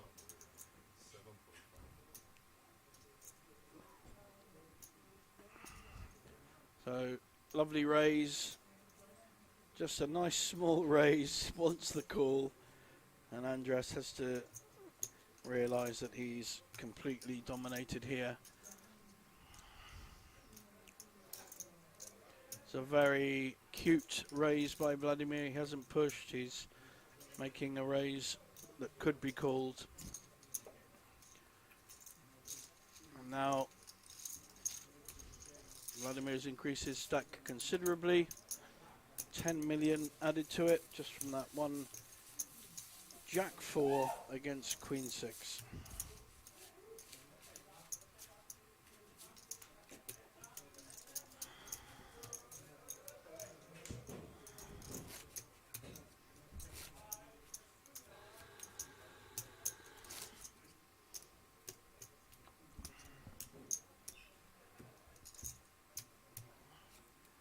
After a very strong start on this final table, Andras is starting to lose headway.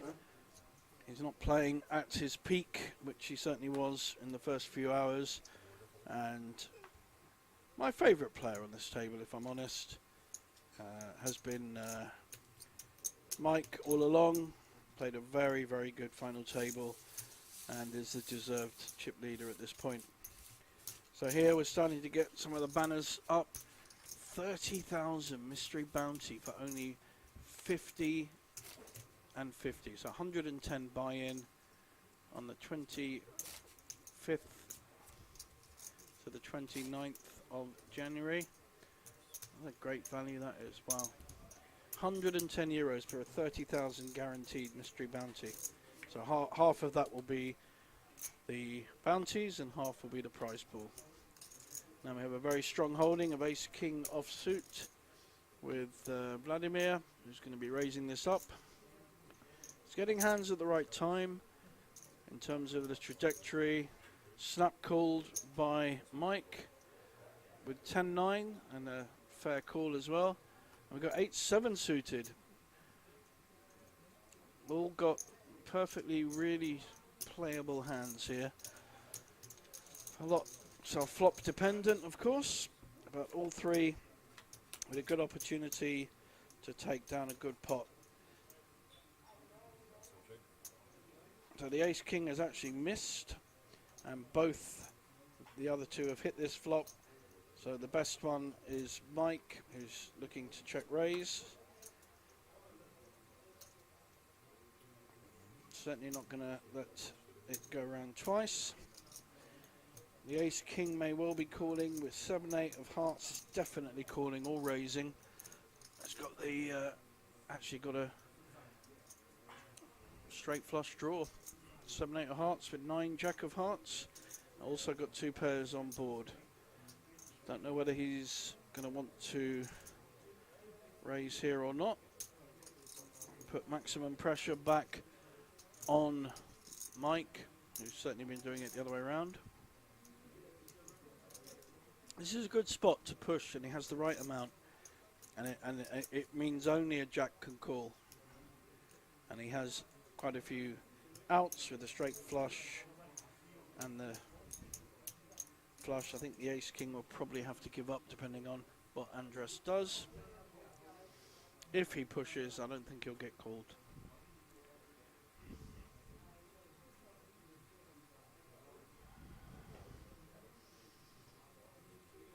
Wow, sorry, but that was a major opportunity to win this tournament by pushing.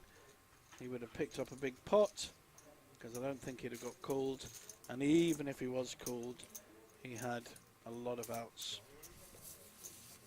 I think that shows the mindset that Andras is in. He's playing too conservatively, to be honest. If you get that, if you play 8-7 suited and you on the flop or the turn have a straight flush draw, very conservative play to fold. So Mike's aggression again paying off there. Put his money in at the right time. He's got another premium hand, three-handed, king queen suited. It's a nice raise, 2.5.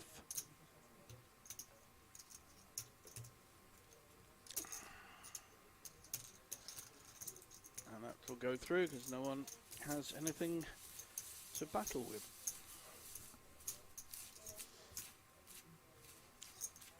So all three players guaranteed money. Andre is now the shortest stack, having been the chip leader for most of this final table. He's missed some opportunities and gone into his shell a bit from a very solid start.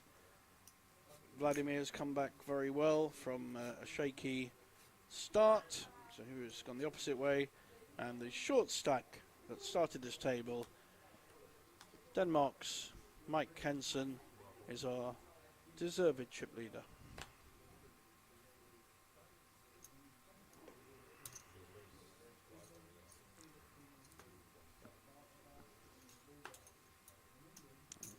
Sure, he will be playing a Jack-9 suited. It'll be interesting to see if he raises with it or not. Takes the more conservative option of just calling. I think that's the right play. So 2 to the flop.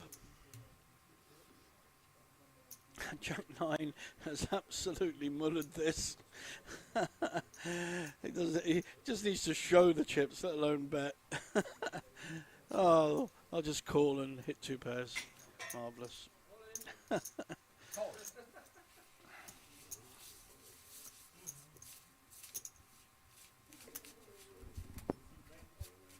Oh, got some action happening, technical tech supports here. And I think that was one of Mike's Danish supporters. There's a few in the room, a few cheers going up now and again. I think there'd be more people watching a final like this. Hopefully there are on the stream. Big hand for Vladimir again. He's getting hands at the right time, Vladimir. Queen's here, doesn't want to flag up that he's too strong, so usual raise would be fine. And Mike has to fold. He's hoping Andres has a hand, but he does not. Waste of queens. It's almost like a bad beat when you have a premium hand and no one calls you when you're down to 2 or 3 players.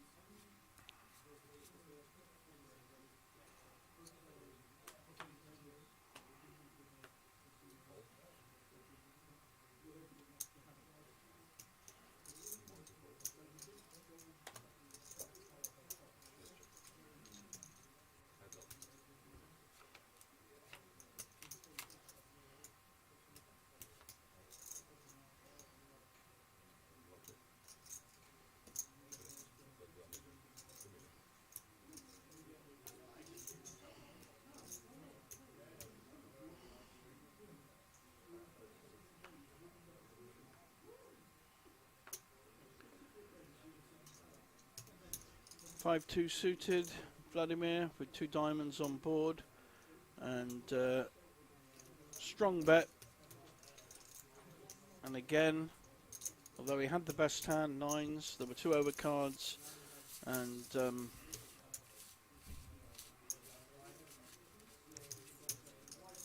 Andras is running a little bit scared at the moment. He's not in a great place to go through and win this tournament. His folding hands he shouldn't be folding, and not making the best decisions. It gets very hard sometimes. You feel quite pressured if you lose a couple of big... Oh, you can see the anger coming through. He's flicked a card onto the floor in frustration. Totally understand it. But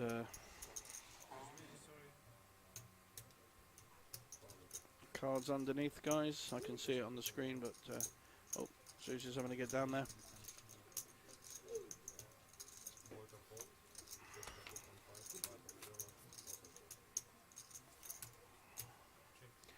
That's a good flop for Vladimir. He's hit bottom pair and a straight draw. But he's playing it very conservatively. Small bet gets through.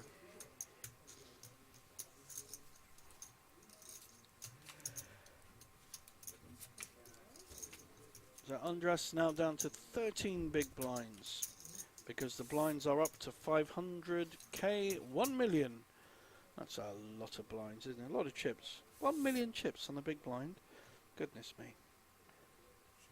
Remember we started this tournament when the blinds were 100, 200. Now there are 500,000, a million. Long time 3 days ago in poker life. Mike looking very relaxed there, leaning back, head in his hands. I believe he's leaving quite early in the morning, actually, about 8 o'clock in the morning, so I guess he'll be up all night celebrating and then jump into a taxi about 5 a.m, which is often the way of a poker player that is running around between cities and countries.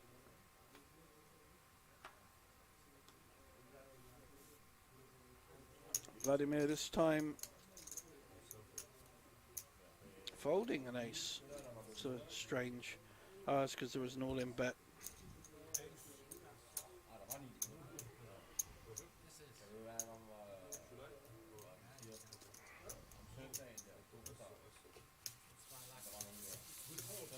You always fold my aces.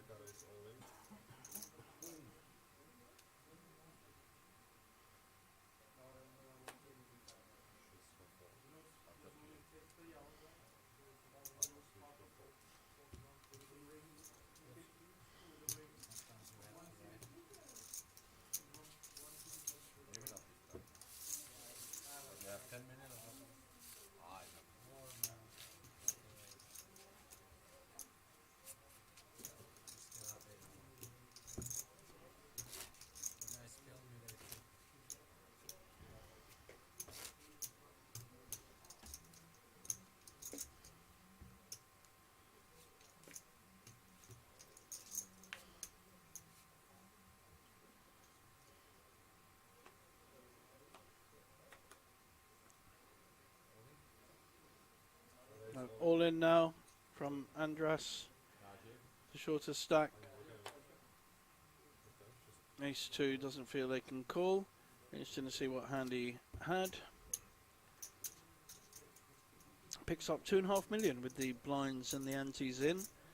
So significant improvement. I think he's going to be,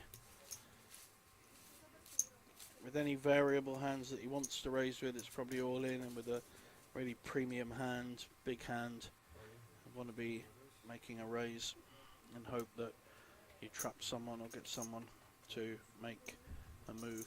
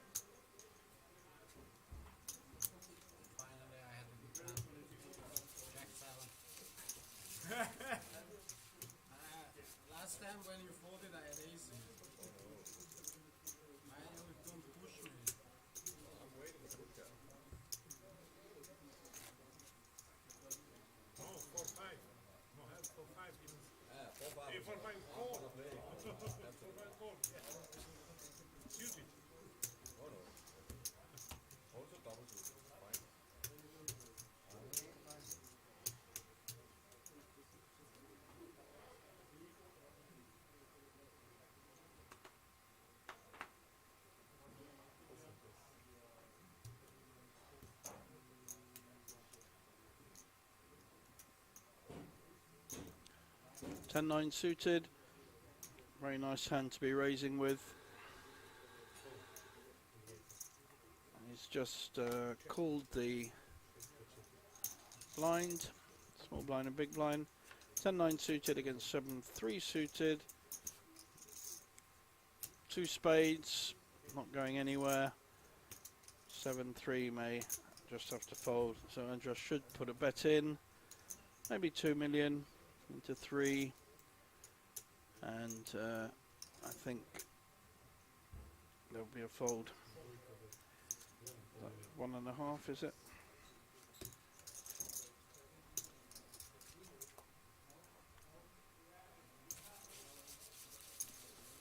I think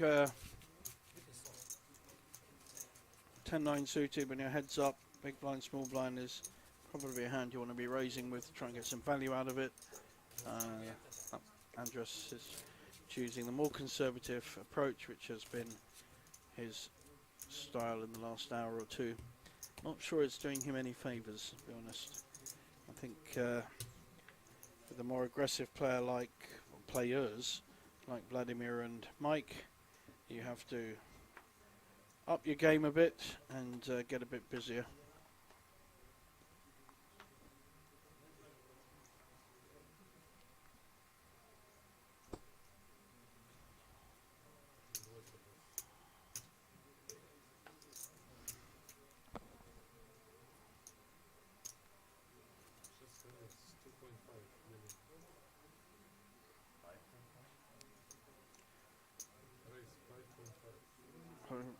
Raised to 2.5 million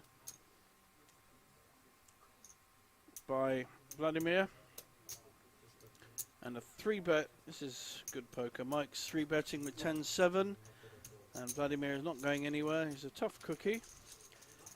Done very well to come back, having taken a lot of hits earlier in the beginning of the final table, and they've both hit this flop.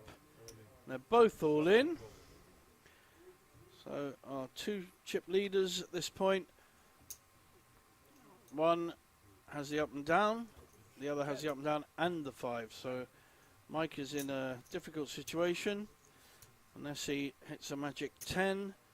Of course, a lot of split pot possibilities, but they both hit a 3 or an 8 for the shared straight.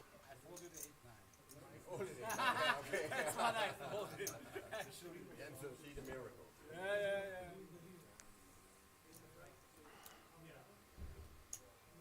And Mike only has 25% equity because they both got the same up and down draw, but Vladimir has already hit his 5.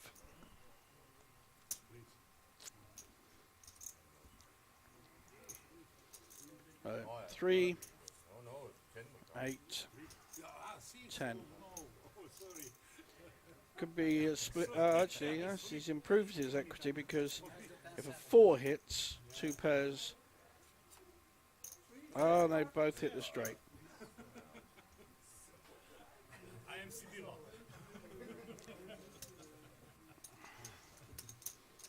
I think secretly both be happy with showing that pot because it would have crippled or knocked out one of them. Kind of always felt that was going to be a split pot somehow.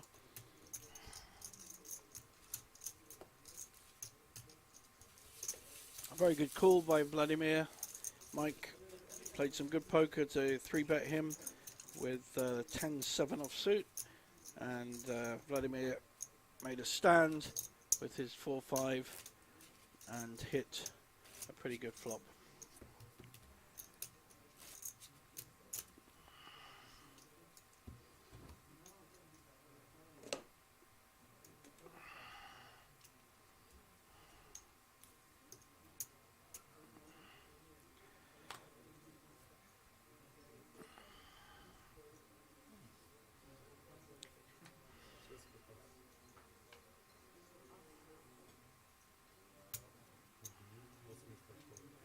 Sounds like a trap.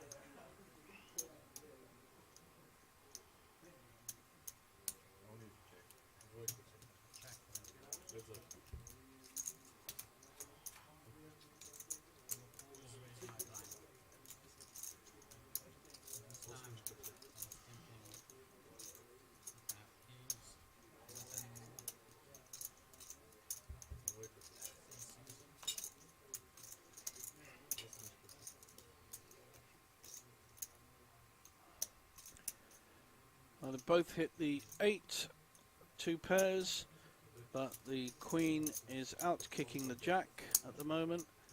However, there's no way that Mike's going to be folding. Andre could pick up a little pot here. He's still kicking with the queen. I don't think there'll be a lot of chips going in this. May get checked around, or 2.5, 3 million at the most.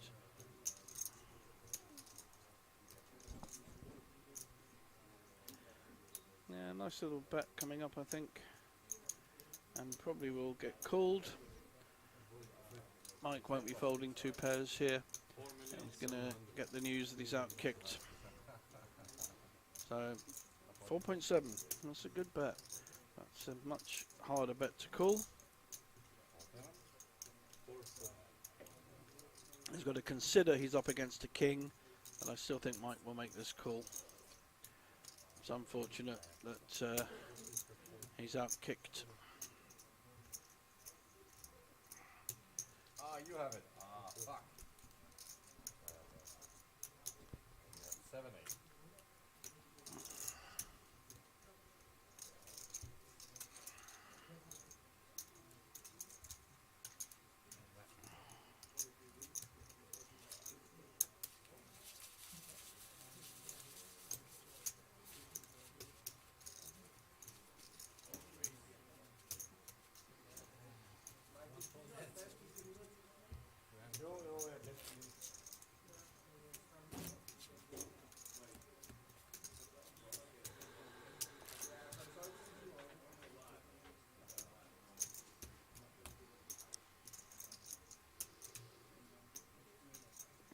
So a bit of a comeback from Andras. He's now moved up in the 2nd place, and Vladimir has dropped down to 3rd. So these pots just takes 1 or 2 bets and you get quite a sizable pot, 10 million or so. I'm just starting to get some hands now. Don't know whether he'll raise or shove with this. Very vulnerable hand. If he raises and gets called by any 2 cards, and it is vulnerable, but I think he's just going to make a raise. Yeah. 2.5. It's a nice hand to call with. 7-4 suited, you know where you are. If you hit, you're winning. Simple. Otherwise you can just fold it to a raiser who's likely to have 2 big cards. Neither's hit much. I think Andras will follow through on his raise.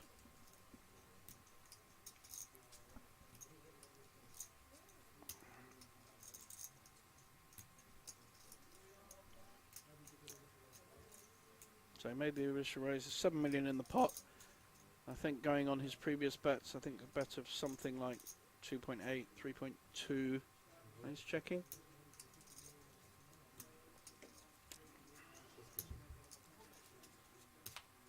He really should be betting with his ace there. I know he may get into trouble, but he was the original aggressor. On the other hand, he's likely to be ahead with his ace, so it's not necessarily much an advantage in betting, but he's decided to bet now, an immediate fold. Good stuff.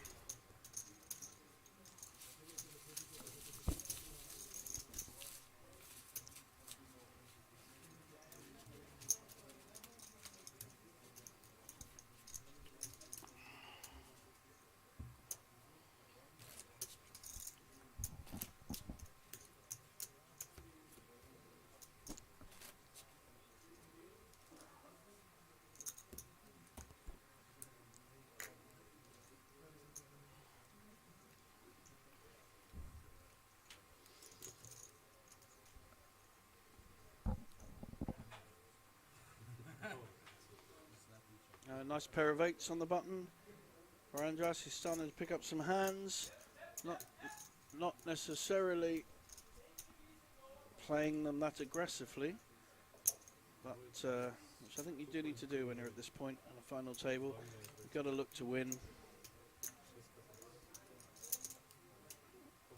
Small raise is called by 10-7.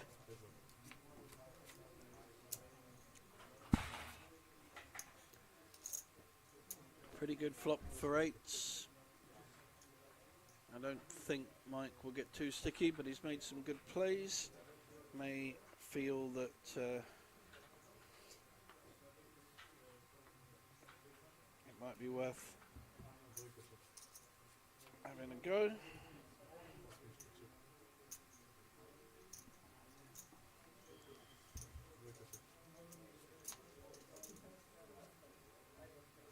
So now 2 pairs. Andrew's played this very conservatively. I don't know whether he's waiting for Mike to make a play. I'm sure we'll see a value bet coming up and an immediate fold by Mike.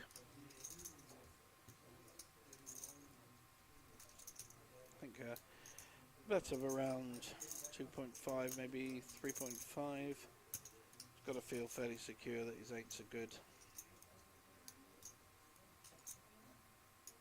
I think this is more indicative of his mindset at the moment, whether he checks it down or bets.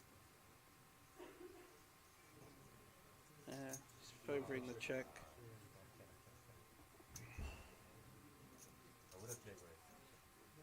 That's why I didn't want to bet, because maybe I should have just bet over. Yeah, I think you should. I was thinking. He's answering his own question.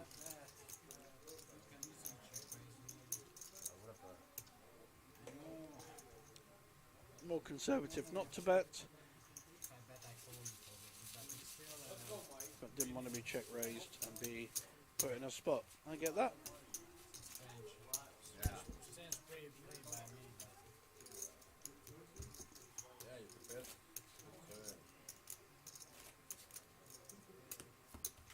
But I also want some bluff to bet on the normally I bet this on the flop. Yeah, but you're afraid of queen. Really want to get check raise. I have a good showdown. I don't know. He'd be raising here with King Queen from Vladimir. Raised to 3 million. Oh, could walk into a heap of trouble. No, King Queen against the Ace Queen. He's been in this situation 3 times today. He was very sticky early on.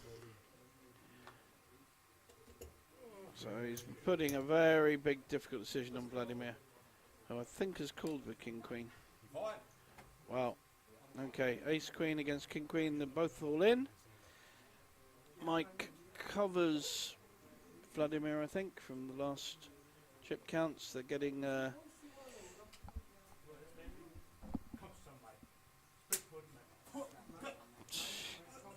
hello. It's a bit rude. Do that later when he wins.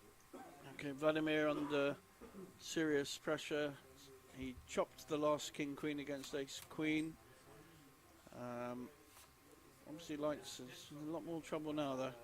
Very can't see him. Yeah, I think it is get your coat time. Very, very hard to win from here. I had with a 10. 4-4. Or King King is pretty well it. He has a 1% chance of winning. And that's it.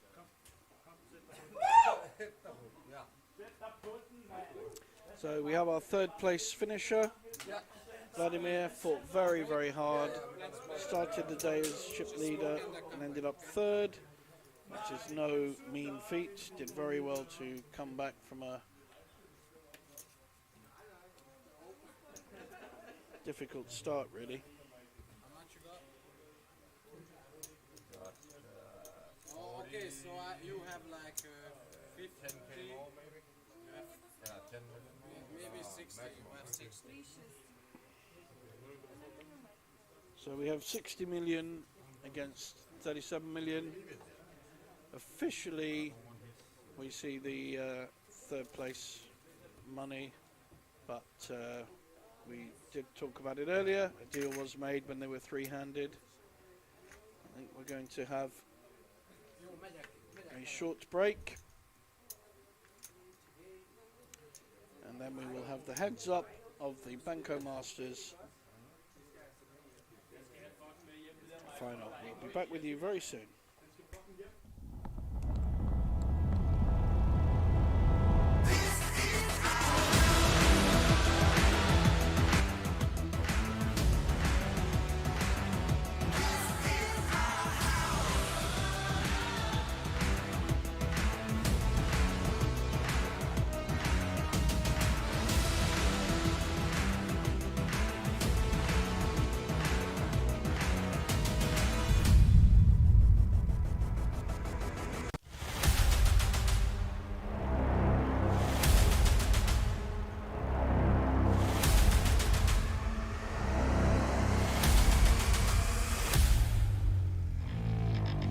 Look, in due time, just one try to get it right.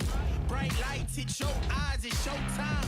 Let's go, make sure they know who you is when you walking through the door. Train to go, all you know, that's for sure. Ay, ay, ay, say it's just a game, but we don't play. Super serious, had to shake the room, now they delirious. Next one's up is us, that's the answer if you curious. Say we in. Know that we here for.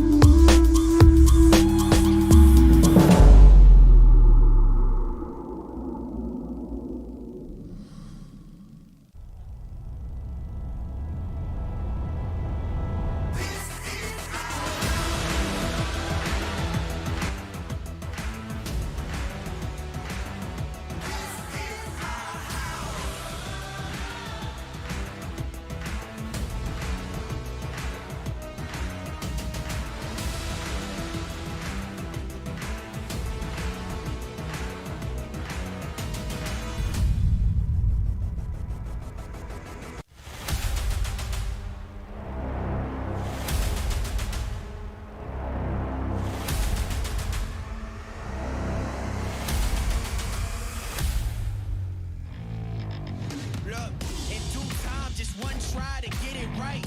Bright lights hit your eyes, it's showtime. Let's go, make sure they know who you is when you walking through the door. Train to go, all you know, that's for sure. Hey, hey, hey, say it's just a game, but we don't play. Super serious, had to shake the room, now they delirious. Next one's up is us, that's the answer if you curious. Know that we here for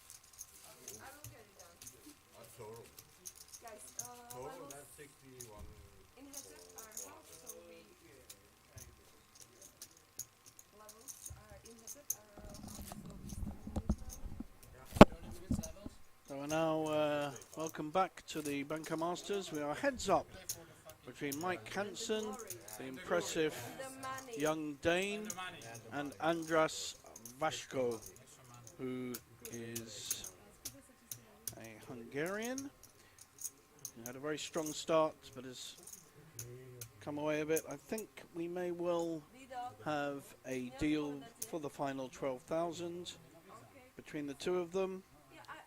My understanding is that Mike will take 7,000 and Andras will take 5,000, which is actually very generous of Mike with his current chip position. Has nearly double. So we're going to have this will be quite a long battle, really. I think they're playing this for the trophy and the honour of winning the Banco Masters Championship here in Bratislava. I don't think we'll see Andras getting out of order too much. Mike is the more creative, more aggressive player. They'll be looking to trap. Heads up's always interesting in that there's quite a few schools of thought as to how you play.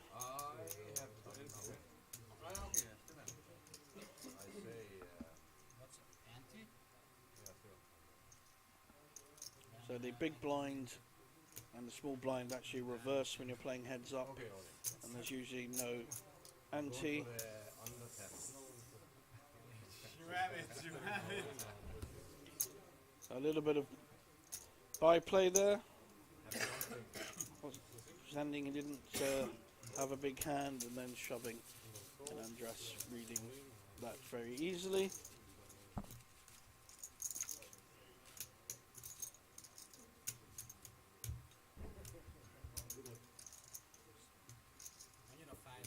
Change of dealer. There's the trophy behind the dealer.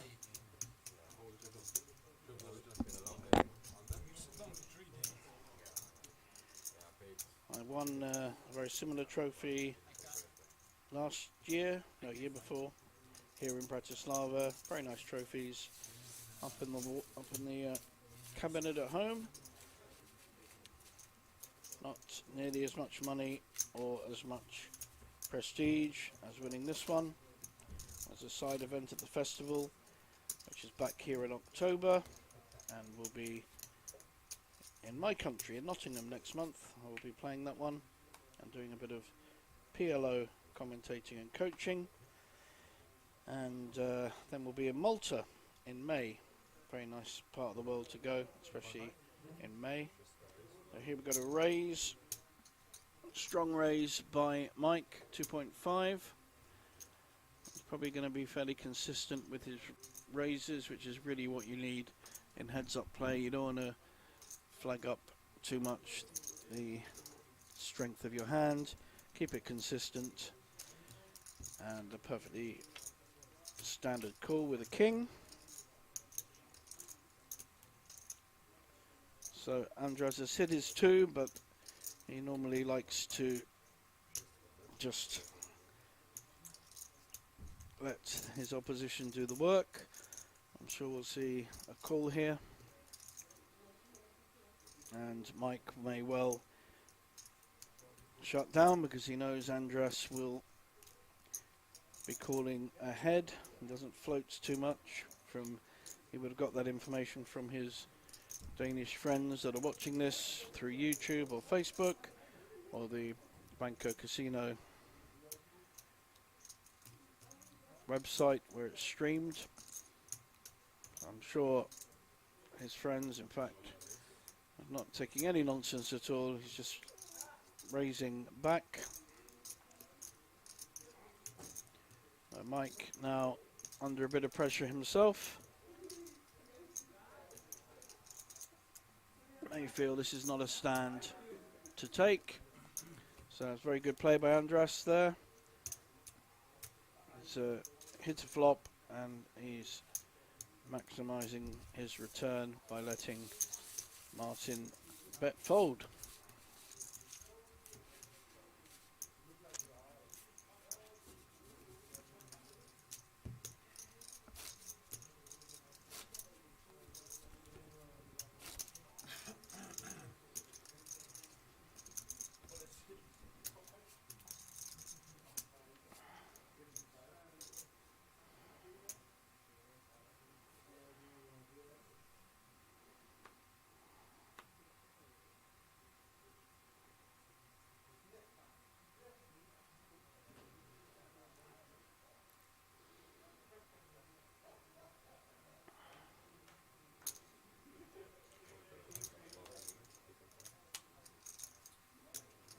Andres mixing it up, raising there with a Jack 5, so he's going to be raising with a very much wide range of hands here.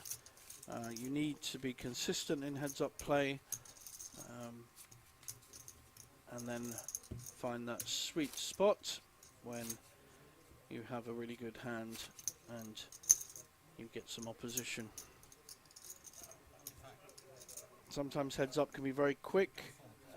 Got a feeling this one will go on a bit. They both seem to enjoy each other's company and the way they play, and neither wants to give an inch.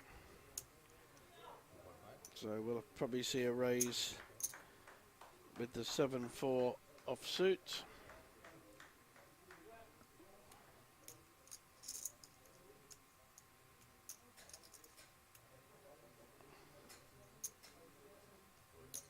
And a standard call with King 5.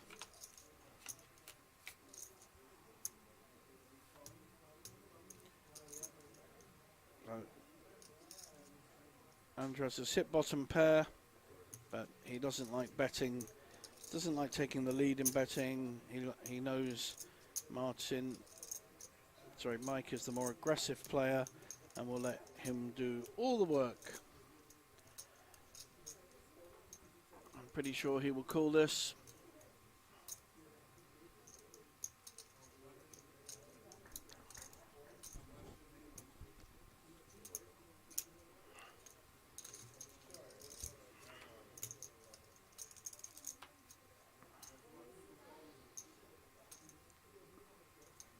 So Mike is drawing to a 7 unless he makes a very strong bet, which is exactly what he's doing. Very strong bet. He's repping the Jack or the 10, and that aggressive play, very good play, got through. It looked like he was going to kind of show one of the cards and decided against it. Very nice play.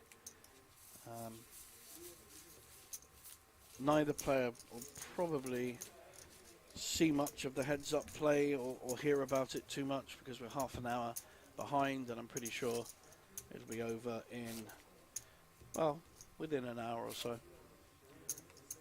Thank you for staying up with us. It's now 1:40 AM in Bratislava, Central Europe, and a lot of you have been following this from Denmark and from Hungary. A lot of online support on the various channels that this is streamed out to. So Andre raising on the button.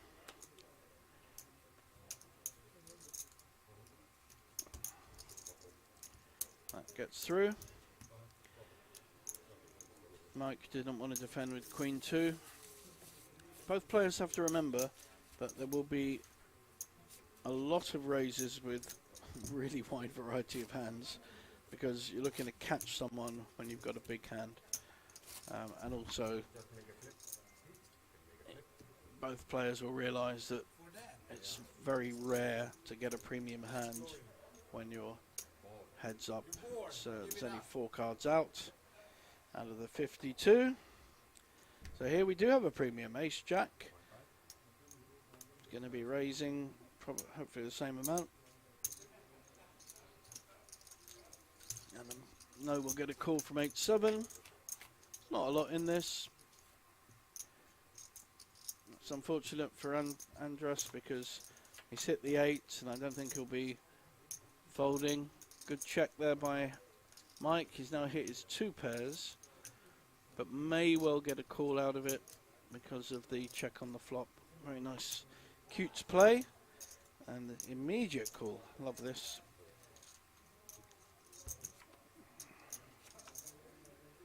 And he's filled up with Ace and Jack. But that Jack is probably, Andres will see that as a fairly safe card because he's underrepresented his 8. But Mike is completely dominating this particular hand. Interested to see how much he bets. Quite a strong bet. I think he's hoping that Andres has an ace. He's hoping that he gets a call from what looks like quite a bluff type bet, the amount. Andres has to work this one through.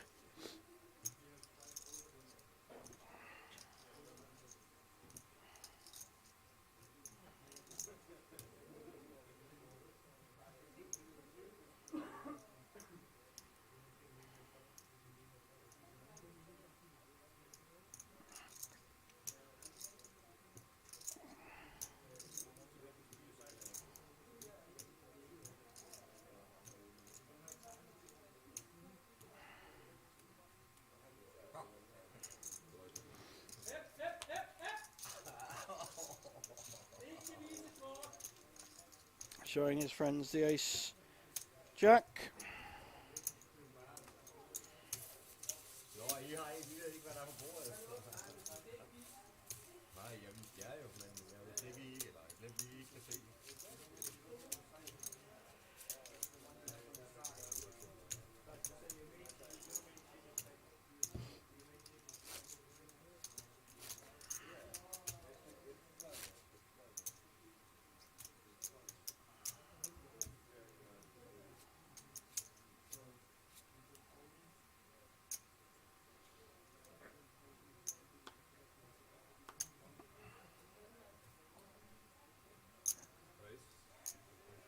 Raise on the button with king 8 off suit, and 6-4 is connected.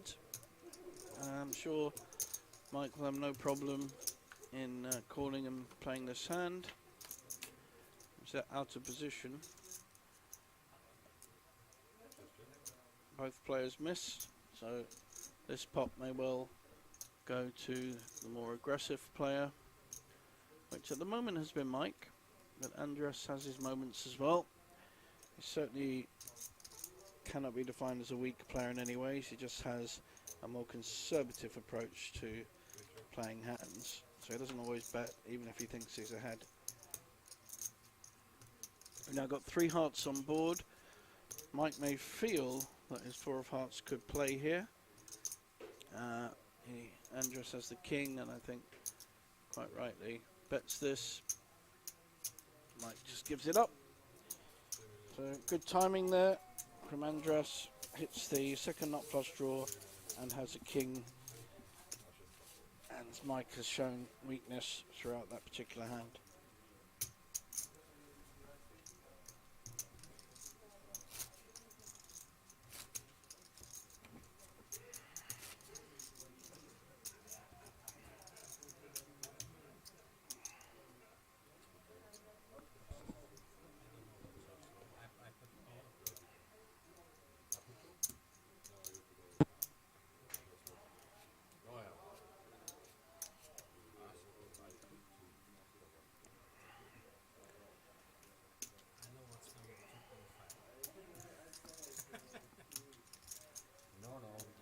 Mike will be raising with this kind of hand, 6-2 offsuit.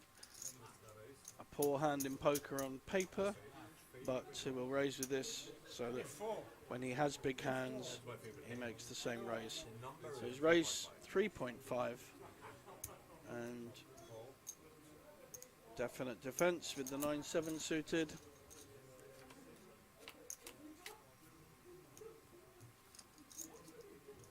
So he's hit 2 diamonds.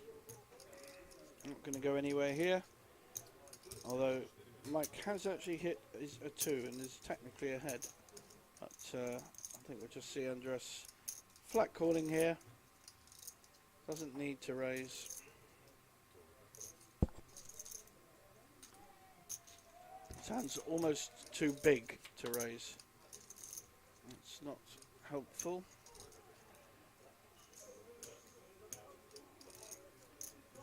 Does give him a gut shot though.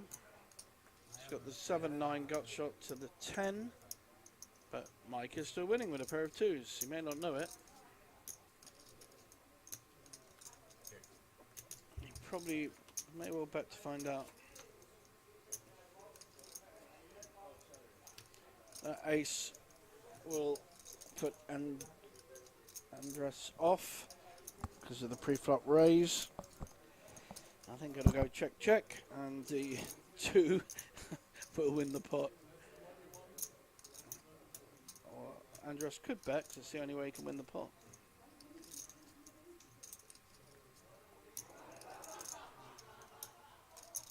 His 9 is very unlikely to play as a high card. So one way of winning this pot is to bet it.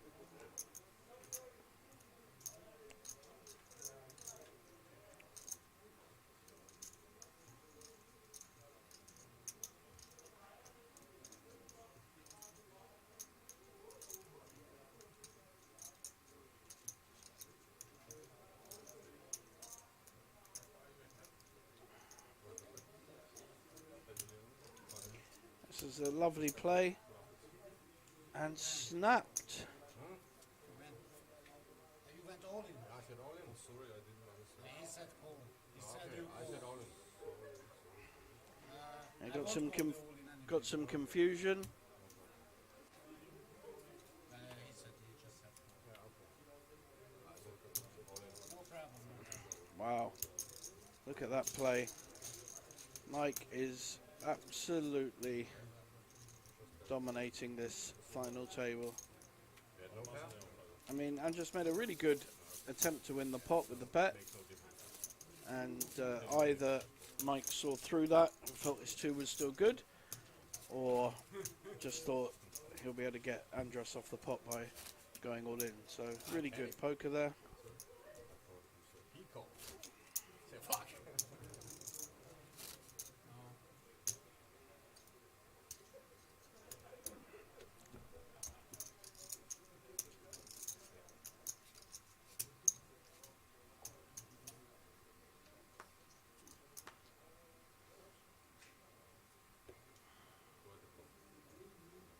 And just trying a different tactic now, just flat calling with a Jack 10.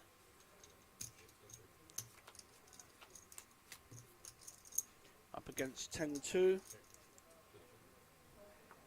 Neither player is hit.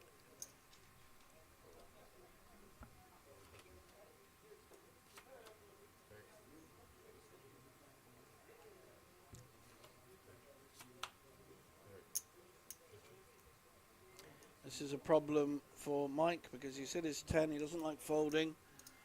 I don't think we'll see a raise, but I'm pretty sure we'll see a bet and a call. The Jack isn't a big enough kicker to be raising with, but we'll definitely see a call. So I said fold. When he checked.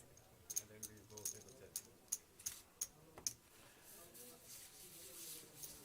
So Mike has increased his chip stack from when we started heads up, and Andros has gone down, obviously. There's only 2 players left. So we can actually see there's 97 million chips in play, and one player is more than double the other player. But it can take one hand for a double up, and the situations could be much more equal. On the other hand, Mike could knock out Andros and win the tournament. You don't want the trophy? I want to You want. I want to That's why we're playing. Notice you said play a field, but then it's not the real winner. The No, winner. no, but I think I will win. Ah, okay. Flip master. I was running so good on the tournament. I had very good hands, yeah. I didn't even have to do much. But sometimes I had to fold some big hands. But here on the final table, It's been quite easy, eh? It's been quite easy. here, it was a good table, but I didn't have good hands, especially when we were like three-handed. Sucks. But the way from the final table start, I didn't have many good hands here.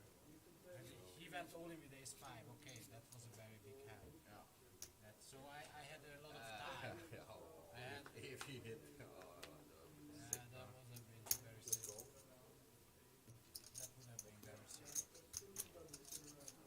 yeah, that was important. There hasn't been too much raising in the heads up, been more calling on the button. Why he Good flop for the Jack 8. Jack 8 is now filled up with the straight, and he's slow playing it, reducing the bet from Andres. Pretty sure we'll see a raise here. So I don't know why he does it. He knows I'm not stupid. Why No, he kept talking about hand. You were lucky against him earlier. but in the that's tournament. stupid hand. Yeah, but that was. But you know how that thinking. happened? I lead. He checks in the big blind. It was a very small hand. Nothing happened in that hand, and he said he didn't get his combo draw coming down. It was a stupid hand. That was his It was reasoning. ego. It was ego play. But yeah, but when you play for that much money, Yeah, it was stupid. He had a good stack. he had a good stack. He had 30 beats, and they're the good players. I guess. Andras with a much more playable ace-3 suited. Again, just keeping consistent. Flat calling on the button. And Mike not raising with his queen-7. Although Mike has hit his queen. Slow playing it. He's got full house of queen-7 now. Just hoping Andras hits something. We'll see a small bet.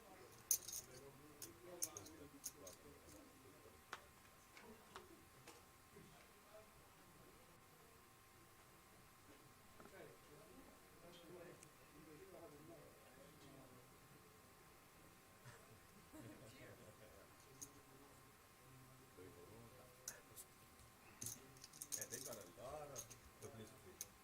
Corona today. Mike unfortunate there that Andras hadn't caught any of that. So he had a full house and was very disguised in how he played it. And that's one way of winning a heads up, in the hope that your opposition hits something when you have a premium holding with the flop and the rest of the board. Don't do that.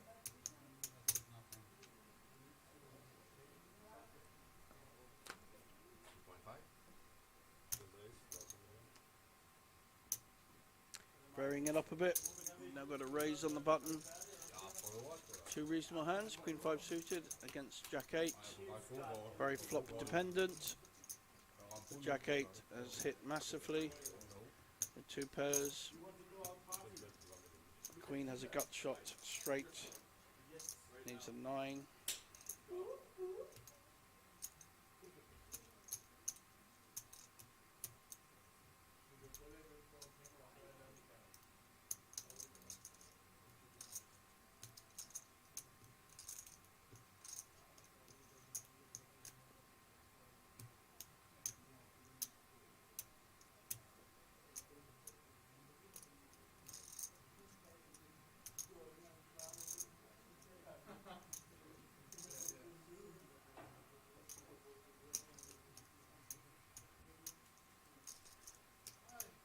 So Mike has paid a small bet. Third the pot, 2 million into 6 million. And Andras, pretty sure he knows he's ahead, just trying to work out how to play this. He's hoping that Mike has actually hit this flop. We know he hasn't really, but he's going for his gut shot.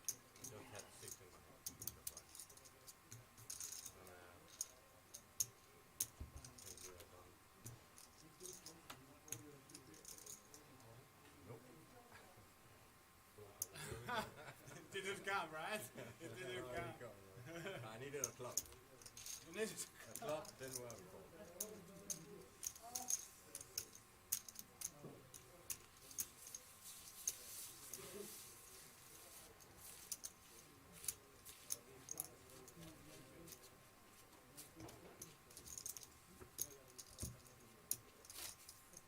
By the way, they cannot give two trophies, right? That's the problem. Two? We done. Got it in three.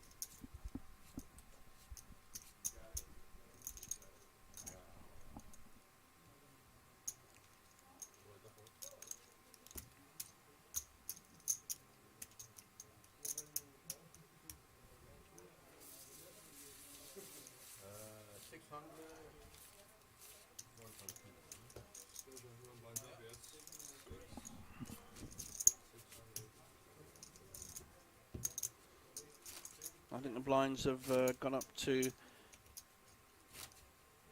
6.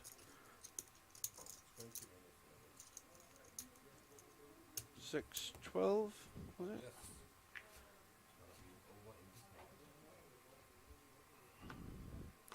Yeah, 600k, 1.2 million.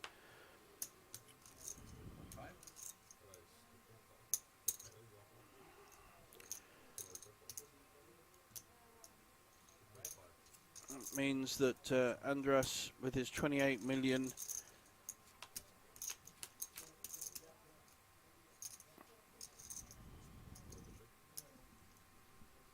has got about 16 big blinds, so still healthy enough.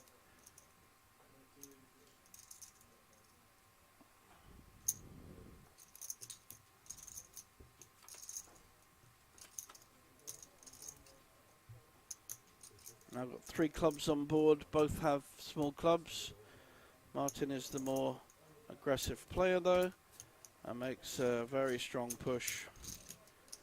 Shows his supporters how fearless he is, and he's giving Andras a bit of a beating up, and unless Andras finds a way of resisting or turning around his fortune, I think we're only going to have one winner, and that will be Mike Hansen from Denmark. Playing very, very well. Been the most aggressive and best player on this final table right from the off, and he was the short stack.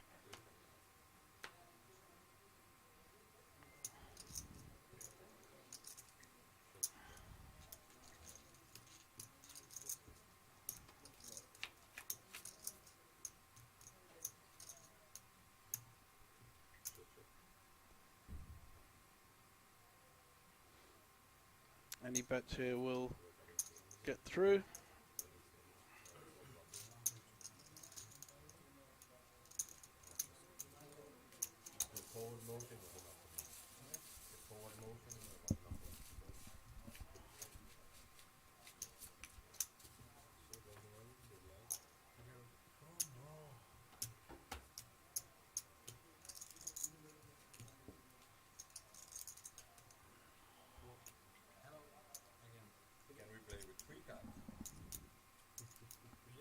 Then it would be more interesting.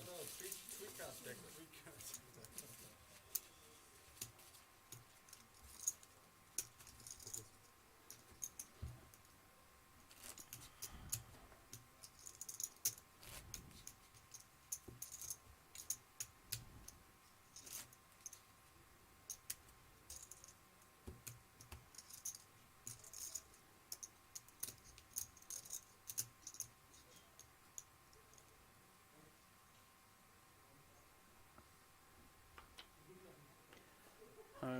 Mike has a proper raising hand, heads up, ace 7,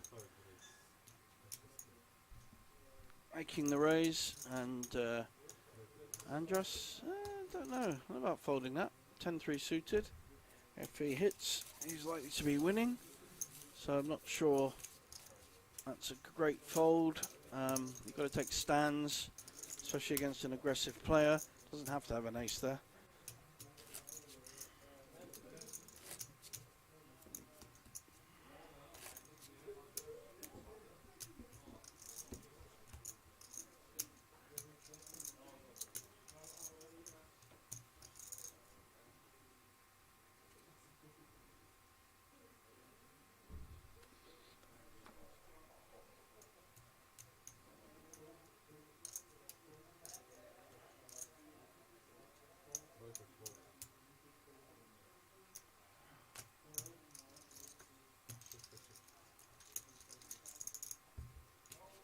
A flat call with the 8-4 and a check behind with a 5-3.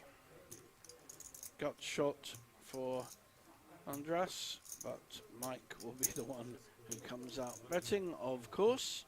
He also has a gut shot. Needs a 4. Mike needs a 5.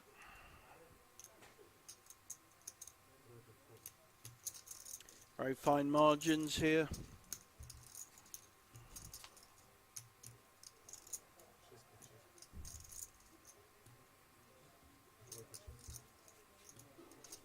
Both players checked.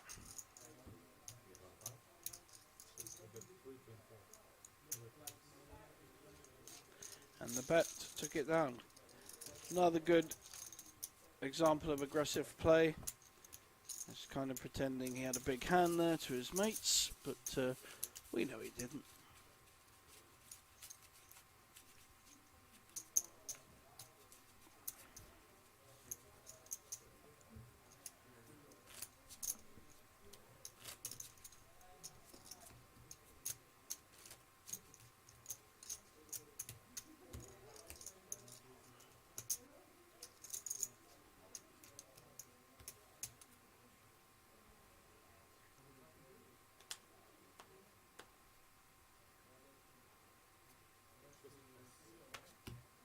Seven deuce. Seven deuce.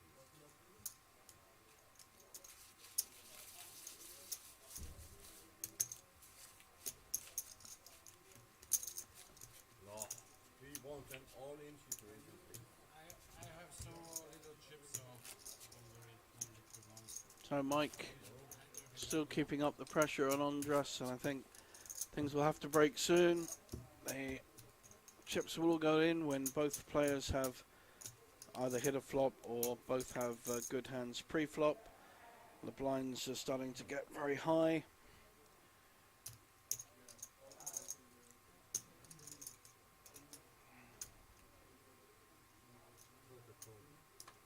Andras flat calling on the button, which he has done in the main.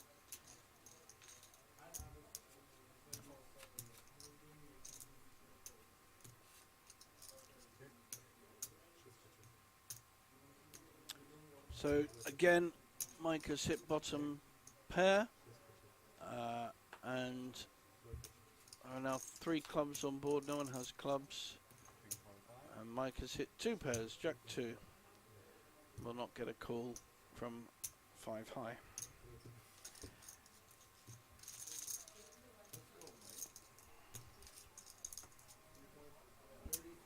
Yeah, 35. That's the way. 35.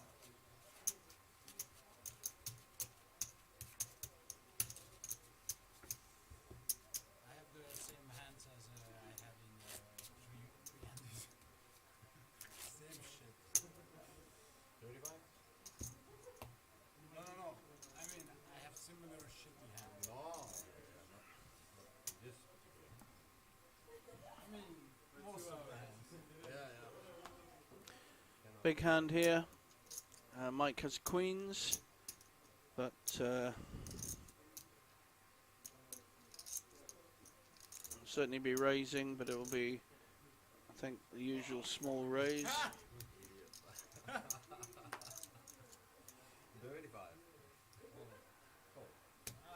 We are done. We done? This is. No. Heads up. Man.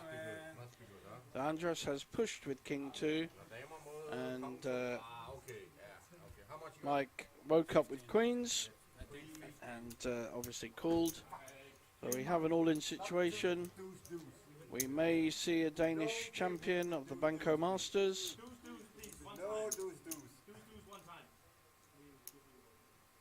The old famous one time has been called. I don't think Andras is feeling too confident about this one. Needs to spike a king, basically. Still has 26% equity. It's incredible sometimes, poker. 26% equity with king 2 against queens. Yes, man. Yes. Yeah, that's 4.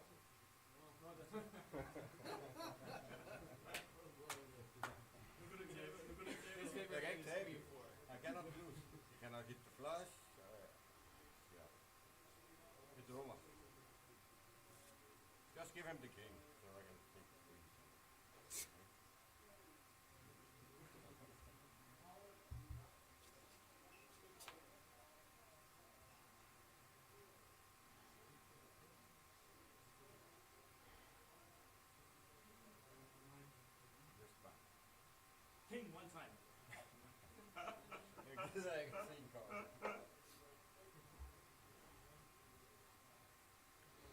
here we go.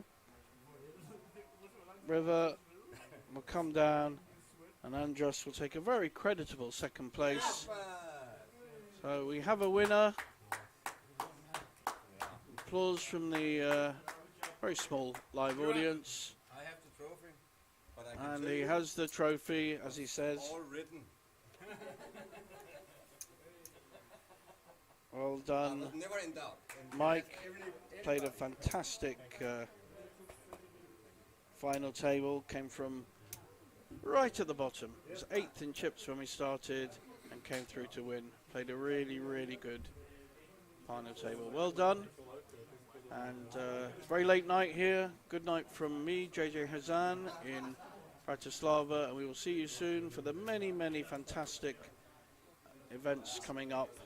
Have a look at bancocasino.sk and you'll see all the amazing high value tournaments in January through to May. Congratulations to our winner, Mike Hansen. Good night, everyone.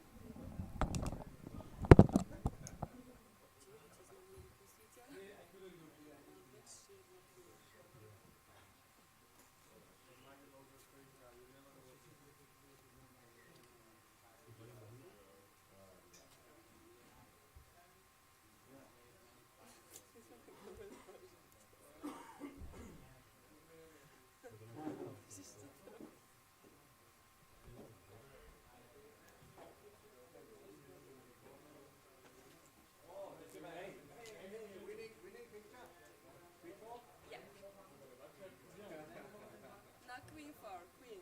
I want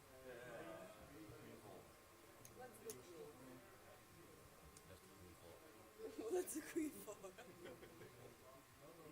know what's mine? Four eight. You know what was on the flop? 5, 6, 7. You glory the four.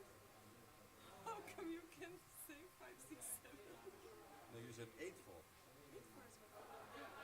Eight four is what? So 5, 6, 7 is good for them. They won't let me because it was not the truth. Give him the queen four.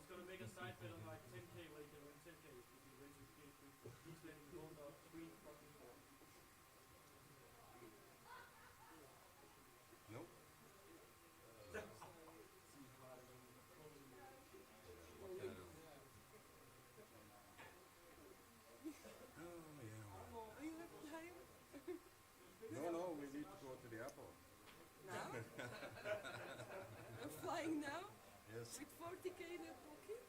50? You said only wire. Yeah, I mean. You know what I mean. Like, wire. Transfer.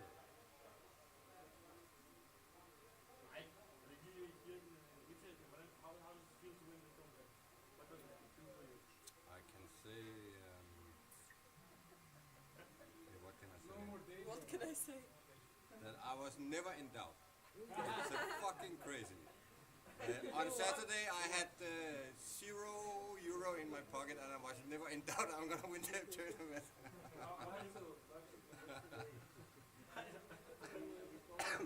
It was actually the €20 bonus from the casino that made it possible. It's not even a lie. Yes. I was broke when I got here. Good? Yeah. I love this story. Oh my god, we have It's to the share this story. It's the sickest story. I choose to blew €3,000 the night before we left. Yeah, no nothing.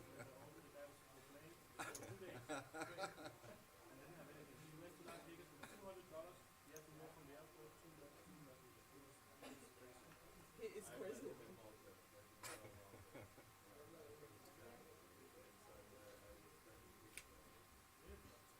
Okay, we are ready. I'm not ready. I don't like it. No, there's no queen four, huh?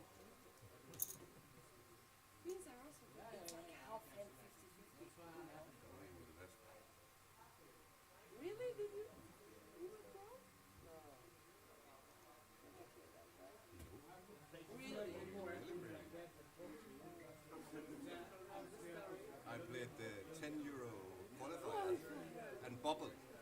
twice in a row.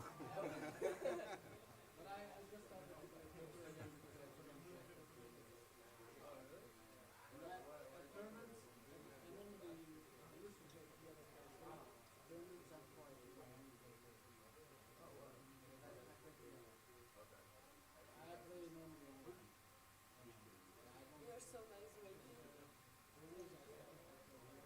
Yeah, no problem. I guess I can get Corona. Yes, you can. Where is get the Coronas? Danny? Danny, Elsa? Ja, vi skal have Corona med på billedet, selvfølgelig jo. Ja, ja, 100%. Ikke uden Corona.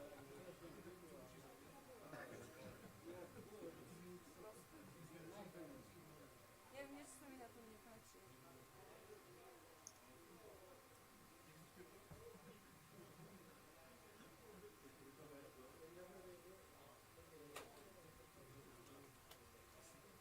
And you're allowed to loot.